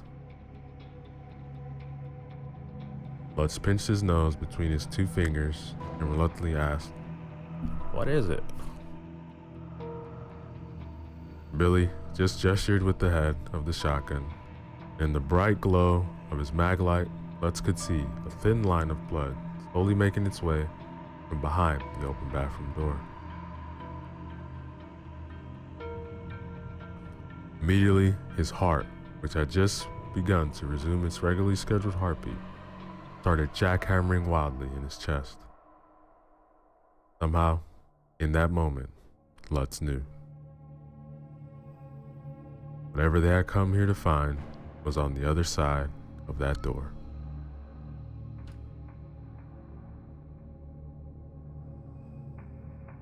On their first walkthrough of the corridor, all three men had been preoccupied by the path of blood that led to the room at the end of the hall. Now, upon closer inspection, Lutz realized that there was the faintest glimmer of light coming from the darkened bathroom. His mouth was dry as a bone, and Lutz swallowed hard, and then pistol was still at the ready. He eased around the doorway of the bathroom and put his back against the nearest wall. He checked the corner and, finding it empty, proceeded to the circle slowly around the room. Clarkson covered him from behind, while Billy stood guard once more outside the room. The light was coming from two flickering candles, the tall glass ones of the sort his grandmother used to burn on Sundays.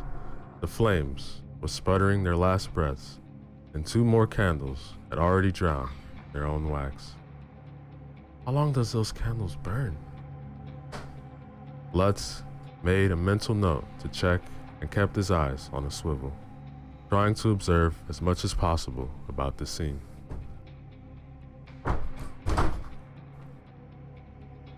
The candles had been arranged next to a chipped green bathtub that formed a small circle, in the middle of which was a blackened circle, as someone had foolishly decided to build a fire in the middle of the floor.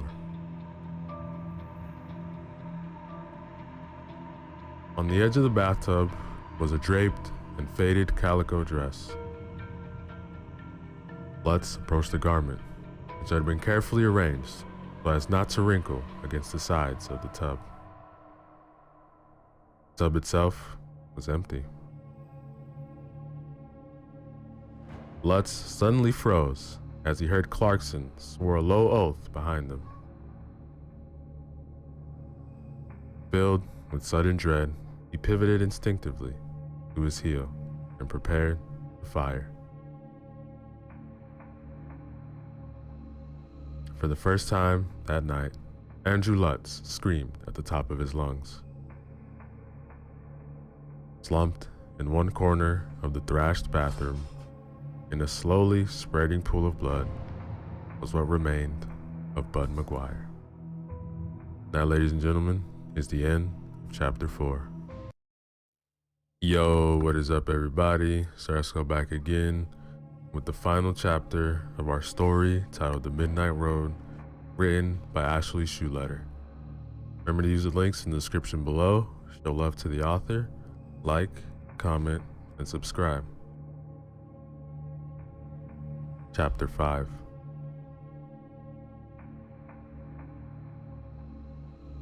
Lutz couldn't tear his eyes away from the gruesome sight. Bud McGuire's face was frozen in a silent shriek, wide eyes fixed, unblinking at the ceiling. His chest had been torn open crudely. The glinting white of ribs poked through the carnage. Bud's legs were bent at an impossible angle to his torso. It had been torn almost in two at the groin.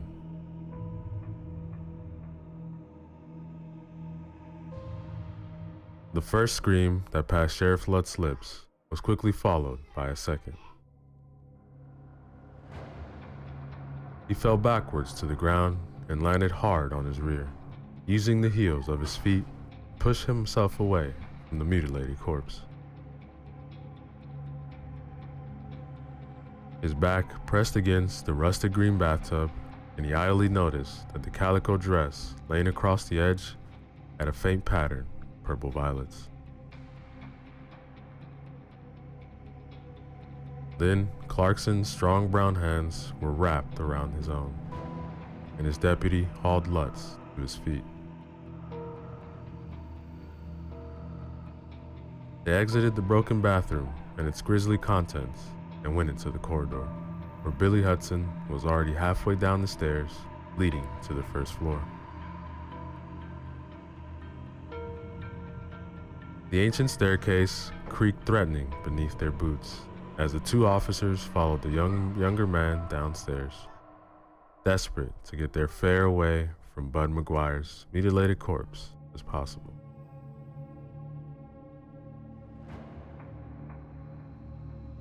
Lutz burst out still open front door and stumbled down the porch steps.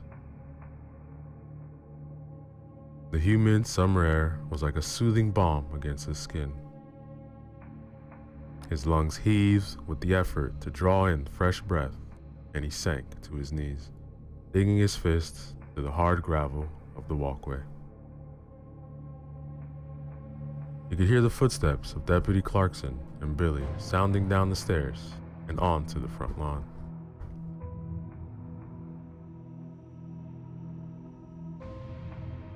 They remained forcefully silent as Lutz fought against the waves of heat and chills that kept alternating their way through his veins. Distantly, as if observing someone else from far above, Lutz understood that he was having a panic attack.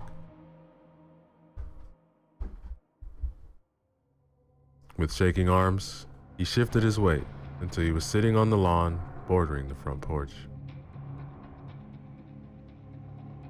Dry grass crackled as he brought his knees up to his forehead and sat there, breathing in the night air. Somewhere nearby, a cricket chirped, breaking the stillness. Somehow, this was an encouraging thought. Lutz raised his head and looked for a moment at the night sky. The sun was still hours away from rising, and the sky was pitch black, except for the thousands of glittering stars.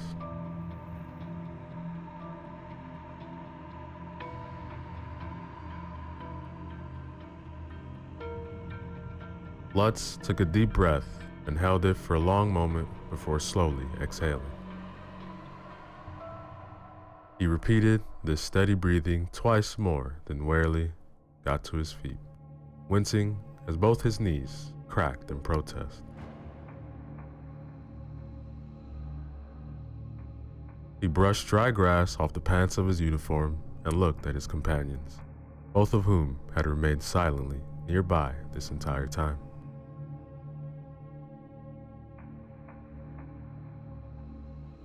Nodding once in silent gratitude, Lutz resumed his authority as sheriff. None of them would speak a word of his temporary breakdown. They could all feel a sudden shift in the atmosphere, as if a sudden bond of kinship had just been forged. Lutz knew that the three of them will forever be bonded by the events of this night. Officer Clarkson looked at his senior officer. Do you want me to check the rest of the property? Look for the rest of the family? No, we found what we were looking for. This is officially a crime scene. It's also a 40-acre farm with 2 barns and at least 10 outbuildings. We need more men. Want me to call in Miller and Sanchez? Yeah, we'll call them in when we get back to the station. No radio signal out here worth a damn anyway. Besides, I think we also need to get on the phone to the mayor's office. We're gonna need the forensic people in Iowa City or Davenport or wherever the hell. At this, Sheriff Lutz turned and began walking back the way they had come. He glanced back one more at the darkened windows of the McGuire farmhouse, which now seemed like looming eyes in the receding light of their flashlights. His boots crunched under the rough gravel of the long driveway as the 3 men headed back towards the car.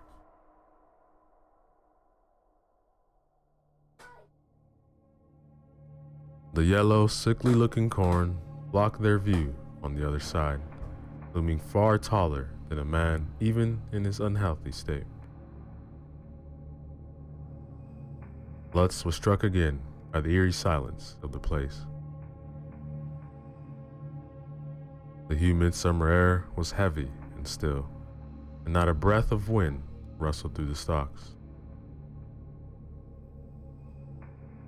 The near-complete absence of sound made him antsy and uncomfortable. The sooner they were back to the car, the better.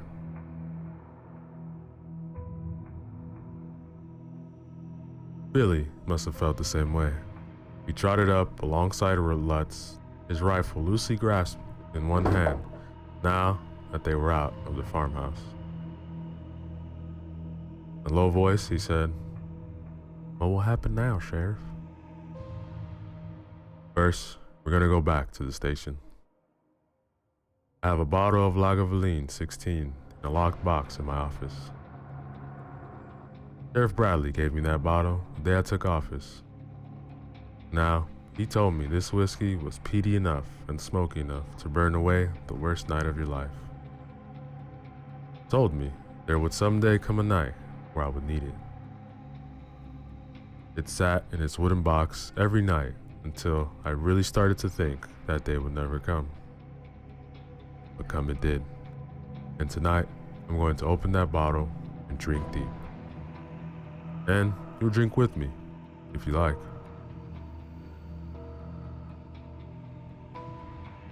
Heartened by this prospect, the men picked up the pace, and within a few minutes, they emerged from the McGuire's driveway back onto the smooth paved surface of Highway 99. Like an angel in the darkness, Lutz could see the police cruiser sitting on the edge of the road, about 300 yards down. He breathed a sigh of relief, realizing that some secret part of him had expected the black and white Chevy to be gone, leaving him stranded at the McGuire's farm.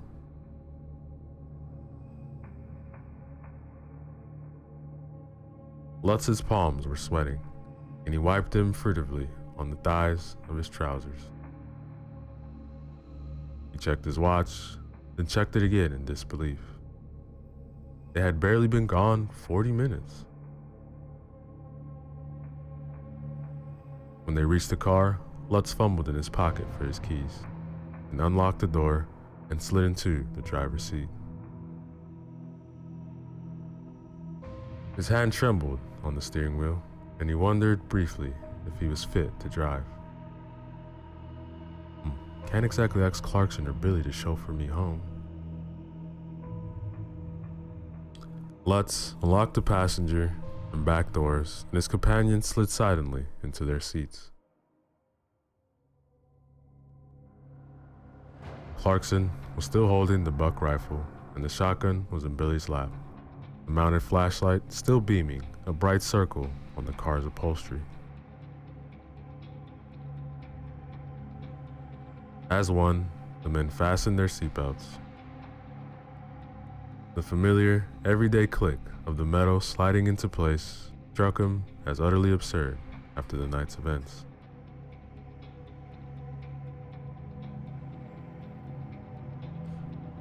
Lutz slid the key into the Chevy, and he had a horrible, crawling feeling in the bottom of his stomach that when he turned the key, the engine would simply refuse to start. This was ridiculous, since the cruiser was barely 3 years old and had never done anything but purr like a kid. But tonight, right now, the car wouldn't start.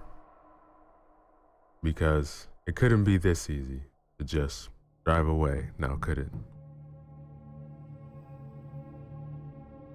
The key turned, and the motor roared to life, just as it always did. The front headlights came on, casting 2 wide beams of light into the darkness around them.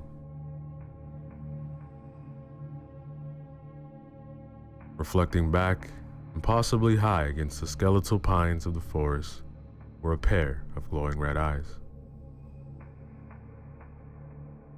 Clarkson screamed first, throwing his hands over his face, crying out in terror.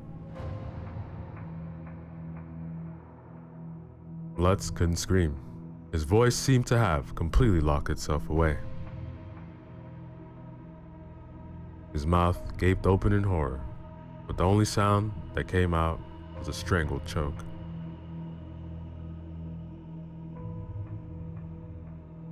Billy was scrambling to get out of the police cruiser, but since he was in the back, the doors only opened from the outside.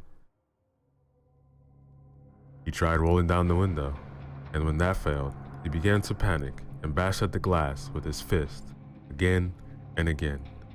But this was equally ineffective.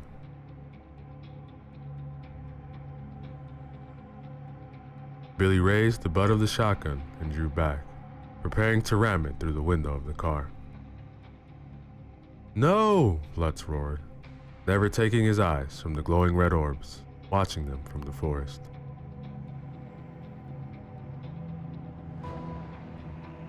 He jammed the clutch in, praying to anyone who might be listening to that car did not stall. He shifted into first, gave the engine some gas, and the car began moving slowly. This entire time, he continued staring at the red eyes hovering 20 feet above them. He looked back unwaveringly, glittering with a malevolent intelligence. As the cruiser rolled past, his eyes followed their progress, but did not advance. Lutz fixed his gaze on the rearview mirror, waiting for some ravenous beast to come charging behind them. But there was nothing. The darkness of the night took over, and the eyes receded into the trees. Intent now on putting as much distance between himself and the McGuire farm as possible, Lutz laid one heavy boot on the gas.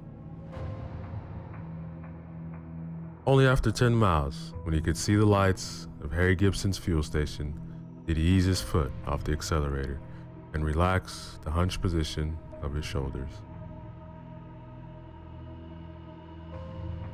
10 minutes later, they pulled up to the darkened windows of the sheriff's station.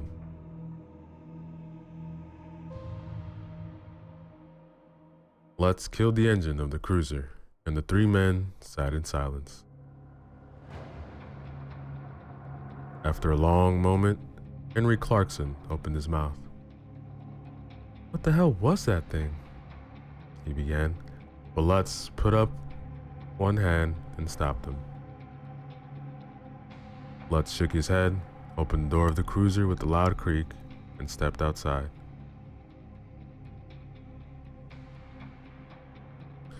Every muscle in his body was accusing him of gross misconduct, and Lutz knew he would feel the punishment the next day.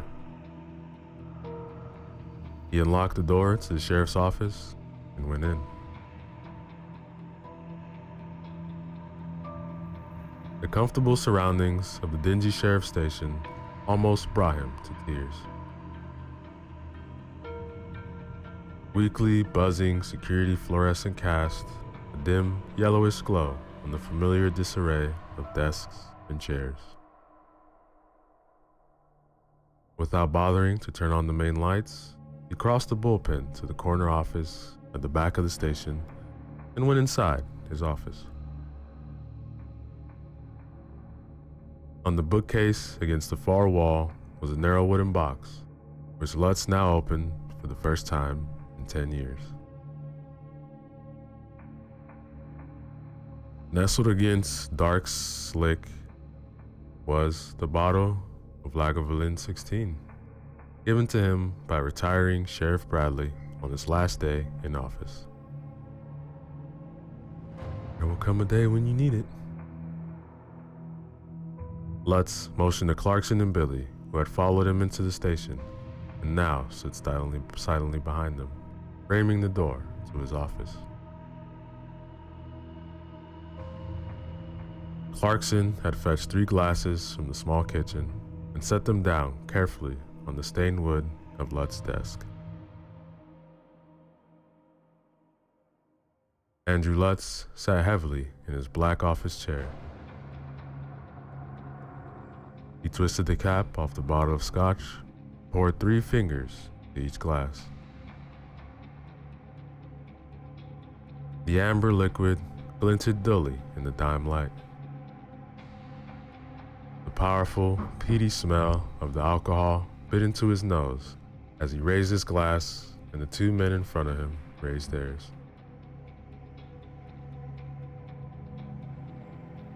"Drink up," he advised. In one smooth motion, all 3 of the men drained their glasses. The scotch blazed a fiery trail through his stomach.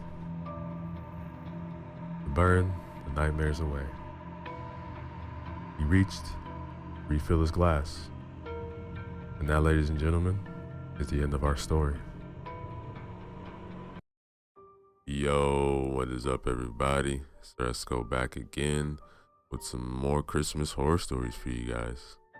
These will be written by Miss Unicorn 257, so remember to use the links in the description below. Show love to them. Like, comment, subscribe. Story 1. The Painting. My family and I were visiting my grandma for the weekend, and as the sun was going down, I was getting more tired from lack of sleep because of overworking. My grandma said I could sleep in the basement guest room. However, my younger brother was already sleeping down there, so I had to be quiet as not to wake him. So I went into the room and decided not to turn on the light and to just crawl into the bed. I was about to fall asleep until I realized an odd painting I've never noticed before. It was of an ugly old man who looked like he hasn't taken a shower in a while.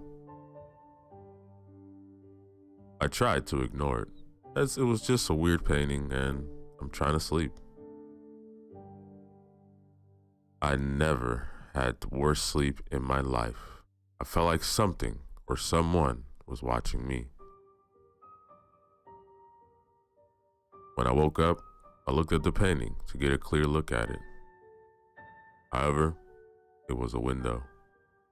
All I saw was the clear and sunny morning.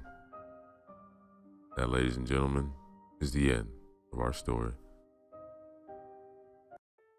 Yo, what is up, everybody? So let's go back again with a new horror story for you guys. This one is titled The Patient, written by Old School Horror.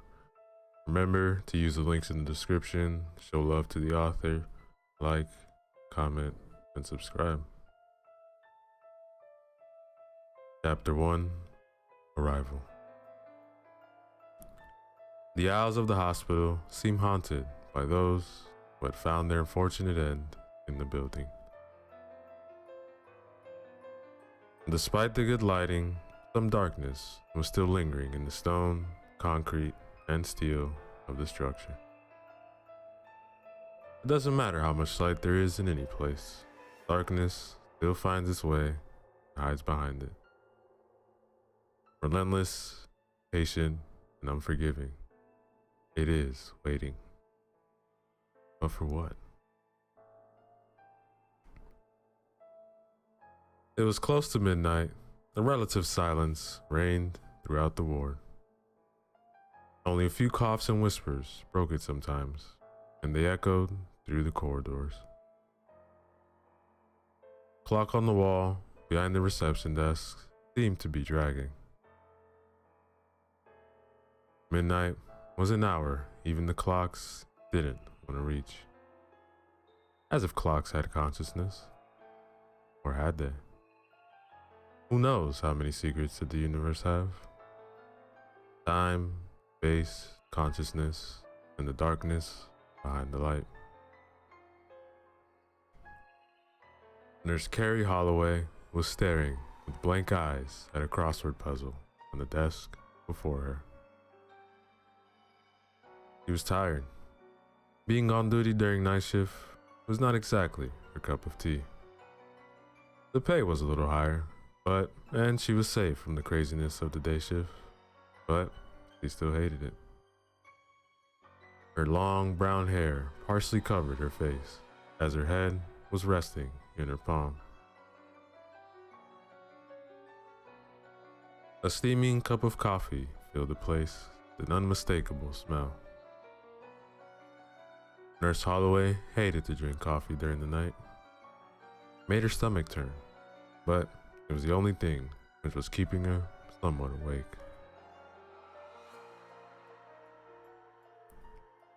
Footsteps were approaching from the corridor to her right. She recognized them.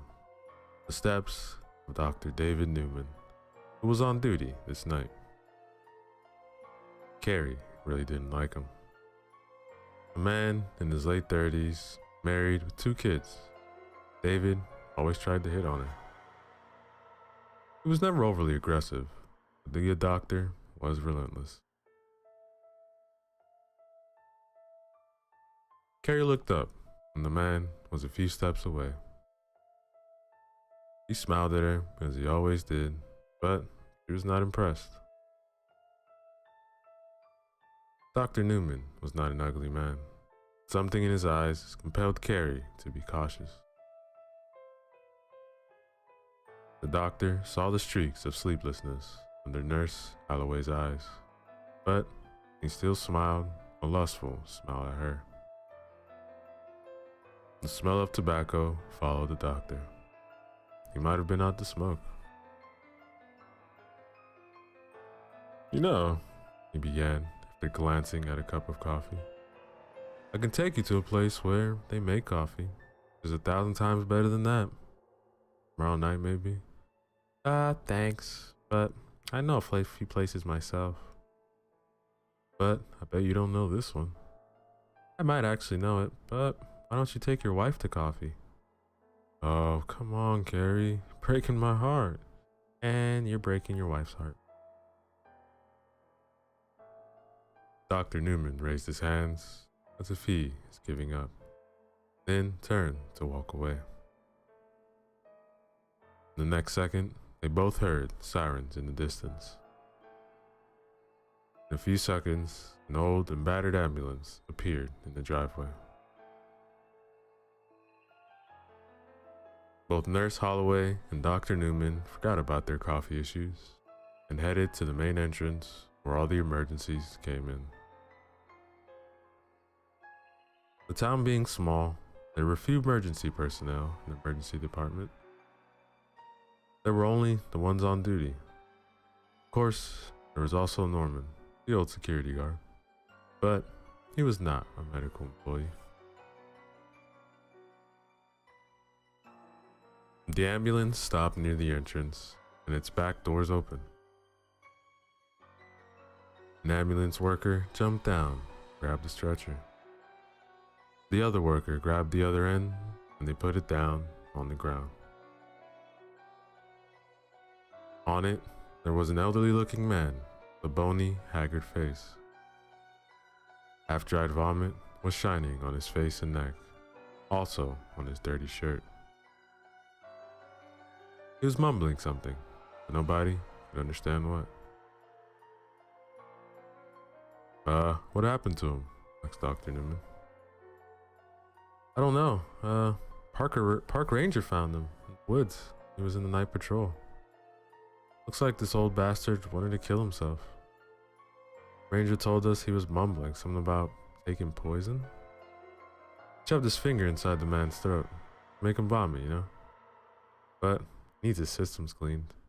This hospital was the closest, so we brought him here.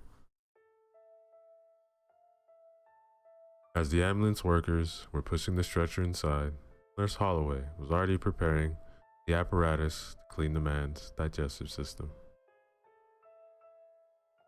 Doing gastric suction was not something new. He did it many times on people who overdosed on pills, booze, who knows what else. As she touched the old man, she noticed flickering around her and instinctively looked up at the ceiling. In the same instant, one of the light bulbs went dead. Strange, she thought, and turned to continue with the procedure. Hope he makes it, said the other worker, a skinny white guy with a big nose. He kept mumbling something about the other side, monsters in the dark, all kinds of weird stuff. Yeah, some crazy shit, man, said the other one. Don't worry, we'll do our best to save him, replied the doctor, as the two men turned to go back to the ambulance. Nurse Holloway inserted a flexible plastic tube in the patient's mouth, down his esophagus. The man gagged, but then the gagging stopped, so the nurse continued. The doctor sprayed saline solution down the tube in order to dissolve the stomach's contents. After that, he started the suction. Nurse Holloway didn't take her hand off the tube and was ready to hold the man down in case he behaved erratically. The patient was fairly calm during the procedure, but his eyes were darting all over the place. They opened and closed, rhythmically. Sometimes his eyes rolled upwards, showing only their whites. Carrie shuddered at the sight, but continued the work. After finishing, she administered the patient 1 milligram of activated charcoal in order to neutralize the poison still in the man's system. His pupils are dilated, likely slipping in and out of consciousness, he said to Dr. Newman. I can't smell any alcohol in his breath. He's also soaked in sweat, probably dehydrated too. Alright, we'll give him some fluids. Venture nervously. How's his pulse? He checked his pulse and noticed that it was fast. His sunken cheeks resembled wet sandpaper. He looked like a tarnished mannequin in a long abandoned ship. The patient's eyes stopped moving. His breathing became shallow, more frequent. His sunken eyes kept focusing on something. The stare was distant, however. The man was watching something that was not here, but somewhere else. Nurse Holloway turned to walk away. He needed something from the table nearby. The mysterious man grabbed her forearm, and she gasped in surprise. Dr. Newman saw her eyes open wide as she turned back to face the patient. Please, don't let me die here.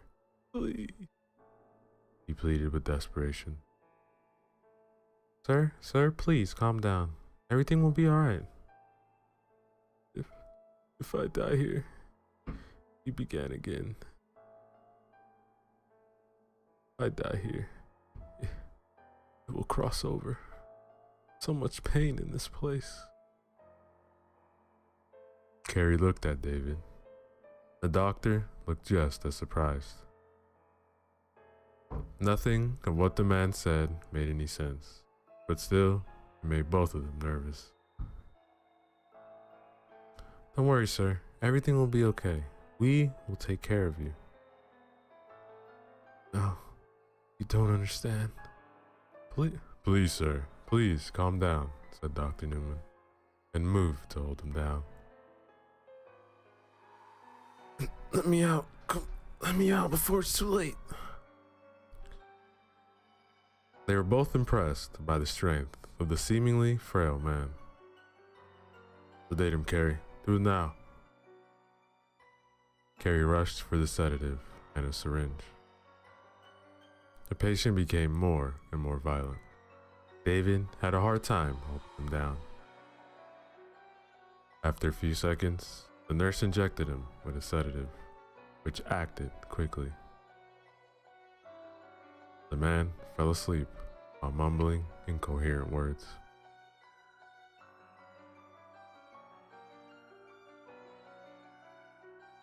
Put him down somewhere close. Also, tell Norman to keep an eye on the monitors. If anything happens, we have to know. Hopefully, by morning, it will be more reasonable. Nurse Holloway searched for a room which was empty and could accommodate one person only. There was plenty of free beds in the common rooms, but she didn't want to take any chances with the deranged man. Now, ladies and gentlemen, the end of. Yo, what is up, everybody? So let's go back again. Another chapter from the story titled The Patient, written by Old School Horror. Remember to use the links in the description below. Show love to the author. Like, comment, and subscribe. Chapter 2, Anomalies. Norman Turner, one of the oldest employees of the hospital, was sitting in front of the monitors in the security guard's cubicle near the entrance. He mostly worked the night shifts. For a long time now, he was on duty almost every night. The hospital staff liked him. He was a kind man, however, spoke little. Working the night shifts helped him somewhat get rid of his nasty habit, looking at the bottom of the bottle way too much. In the past, Norman drank a lot, but he did that mainly after nightfall. Day drinking was not appealing to him for some reason. By working during the night, he could avoid the bottle. It worked out well so far. Sleepiness took over him, as usual, and his head drooped. But, unfortunately, as always, couldn't fall asleep far too long. His head jerked upward, as if waking from a nightmare. Norman looked at the monitors, and his eyes opened wide. The monitors were switching on and off randomly. A few seconds on, split second off, as if some kind of interference messing with them. As the fog cleared from his mind, Norman saw that there was only one monitor which was not presenting this anomaly. The camera was in the room where the new patient had been placed. Seemed to work well.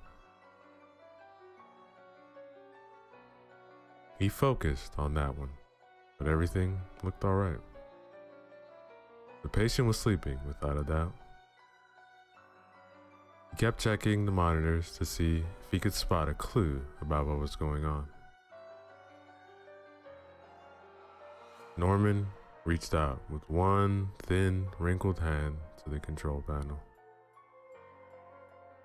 Tried to figure out if there's some problem with the signals coming from the cameras, but without success. In the blink of an eye, the monitors went blank. Norman's mouth dropped. Come on. What the hell's wrong with you? He kept fumbling with the various buttons and switches, but nothing happened. Then, just as they went blank, the monitors came back again. God damn it. His eyes remained glued to the monitor, showing the new patient's room. The hairs on his back stood up, and he felt shivers crisscrossing his fragile spine. He suddenly felt the urge to have a drink. The patient was not sleeping anymore. He looked like he was levitating in the air above his bed. His hands were flailing in the air, his legs too, but not to that extent. The patient's mouth was moving, but Norman could not hear nothing, because the surveillance equipment was registering only video and no sound. A strange wave of interference pattern was visible on the monitors. It looked random, just like the previous shutting off of the monitors, but then he recognized the pattern. The monitors were not connected in order to the cameras in the hospital. It was a lousy job by the company who installed everything. Norman saw that the interference, which was appearing on the monitors every split second, had a behavior as if it had been emitting from the patient's room, and then propagated outward. The electrical equipment registered it somehow, beginning with the closest one, but in the patient's room, and then finishing with the ones outside, and the one in the morgue. He didn't quite understand how he figured this out while watching the old man levitating in the air. It was more likely an intuitive thing than any logical deduction.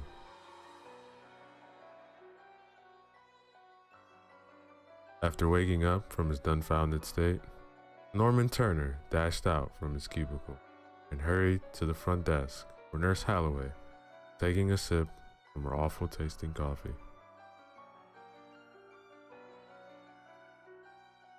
Norman felt the smell of the drink when he reached the desk, but quickly forgot about it. He tried to tell the nurse what he saw, but what came out his mouth was more like blabbing.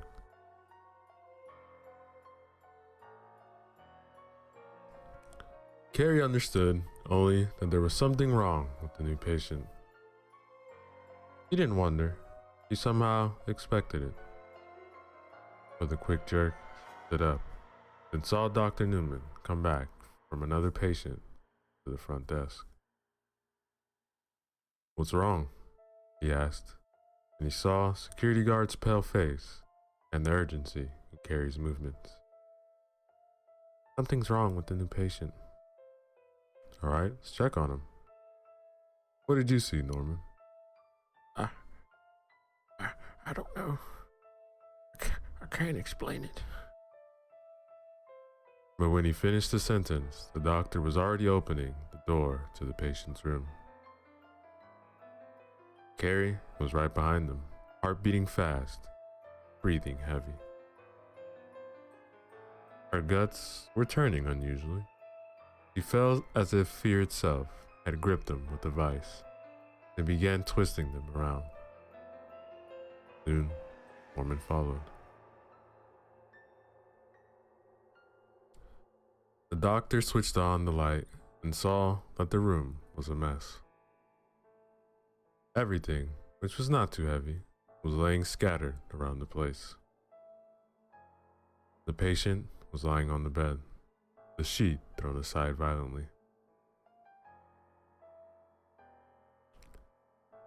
They went closer, but their movement was slow, cautious.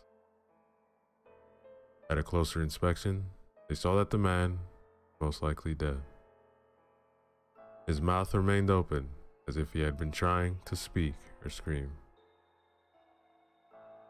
He lay there, his legs spread, the hands thrown outward, empty gaze staring at the ceiling.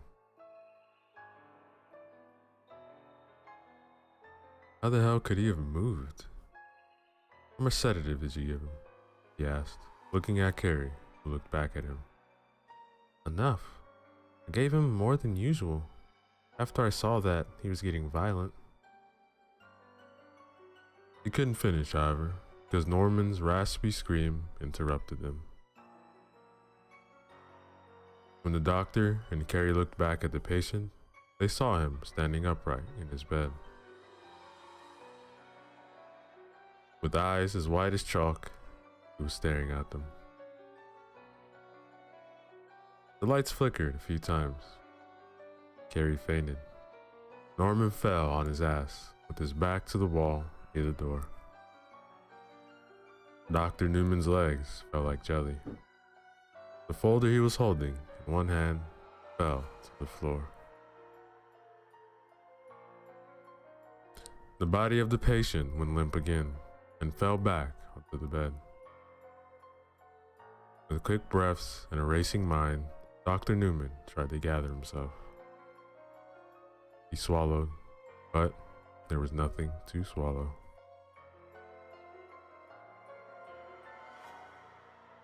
When he saw that the body is not moving anymore, he went closer. The man indeed looked dead. He was pale and motionless. The doctor shook his head and slowly inched his way closer to the body. He cautiously reached out to touch the patient's neck in order to be sure that he's dead. Norman was watching from where he fell. Couldn't move. He knew that he had to help Carrie, but couldn't gather the courage to get up. Norman was staring as Dr. Newman reached out to the dead man, who just stood up about a minute ago. Dr. Newman's fingers touched the patient's neck. With trembling fingers and a dry mouth, he felt for the jugular. There was no pulse, however. The body also felt cold. He sighed in relief, but the anxiety and fear he was feeling did not fade completely. What the hell was that? I don't know. It must have been some post-mortem muscle spasm or something like that. Shit, I thought I shit myself. I've seen nothing like that. Me neither, Carrie. Carrie, can you hear me? He said, already kneeling beside the nurse, and put his hands on her face. She opened her eyes and shook her head when she realized that the doctor had touched her. Carrie immediately looked towards the bed, and when she saw that the patient was not moving, she let out a long sigh of relief. Is he dead? Yes, definitely, said Dr. Newman, and offered her his hand. Must have been only some post-mortem muscle contractions. Nurse Holloway ignored the gesture and got to her feet on her own. Norman stood up too, then threw one more weary look at the body. Thank God, Carrie replied. Alright, need to take this one to the morgue. Now, ladies and gentlemen, the end of chapter 2. So, body, let's go back again. Chapter.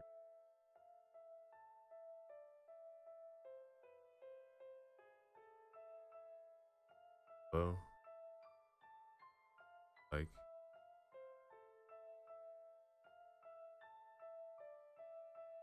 Chapter. Both Carrie and Norm, the doctor knew. After all the weird shit. Okay. Asshole.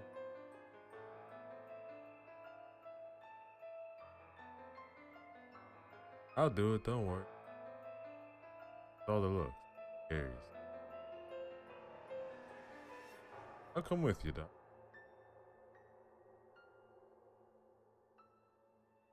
Staying here. Right then, though. Please find it.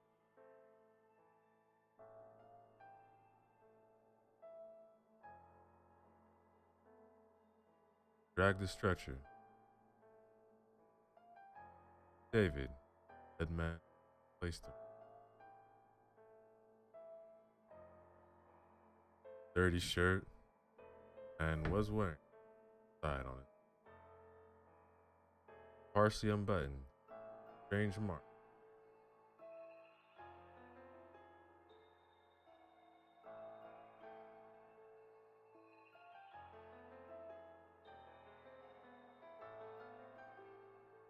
That.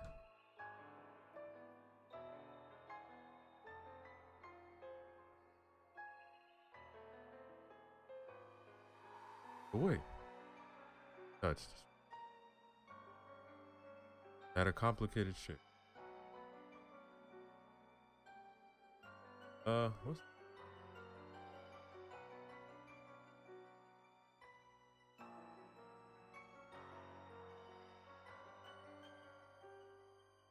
more like a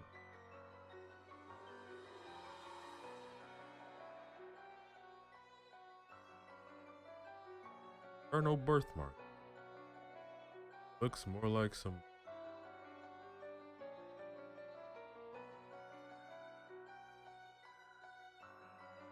is sure we'll know more after that.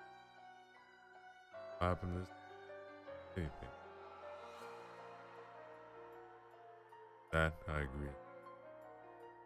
I don't want him near.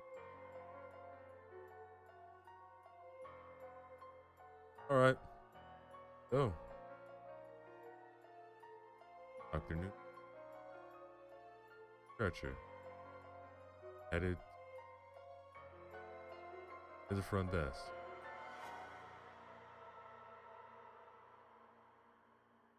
For the patients. One of them out the room. Headed slowly. He was an old man, successfully recovering. The old man turned around, turned again.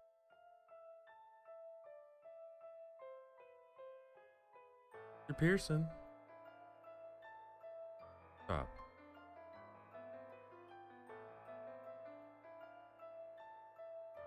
Yes, did you? let's say. Oh, I don't know what you mean by ordinary. Anything strange. Oh, or anything. Old, but not that. Alright, Mr. P. Went to step into the doctor.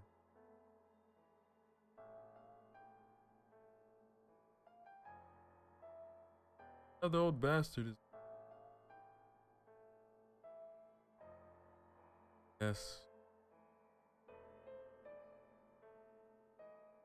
Soon we'll all be. Finality. Then turn to what?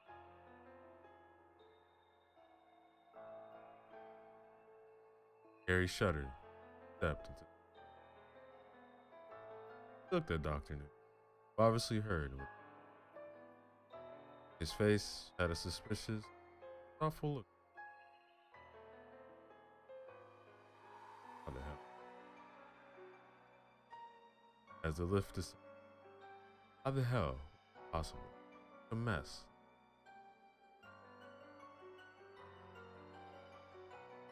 Explain the mess in the.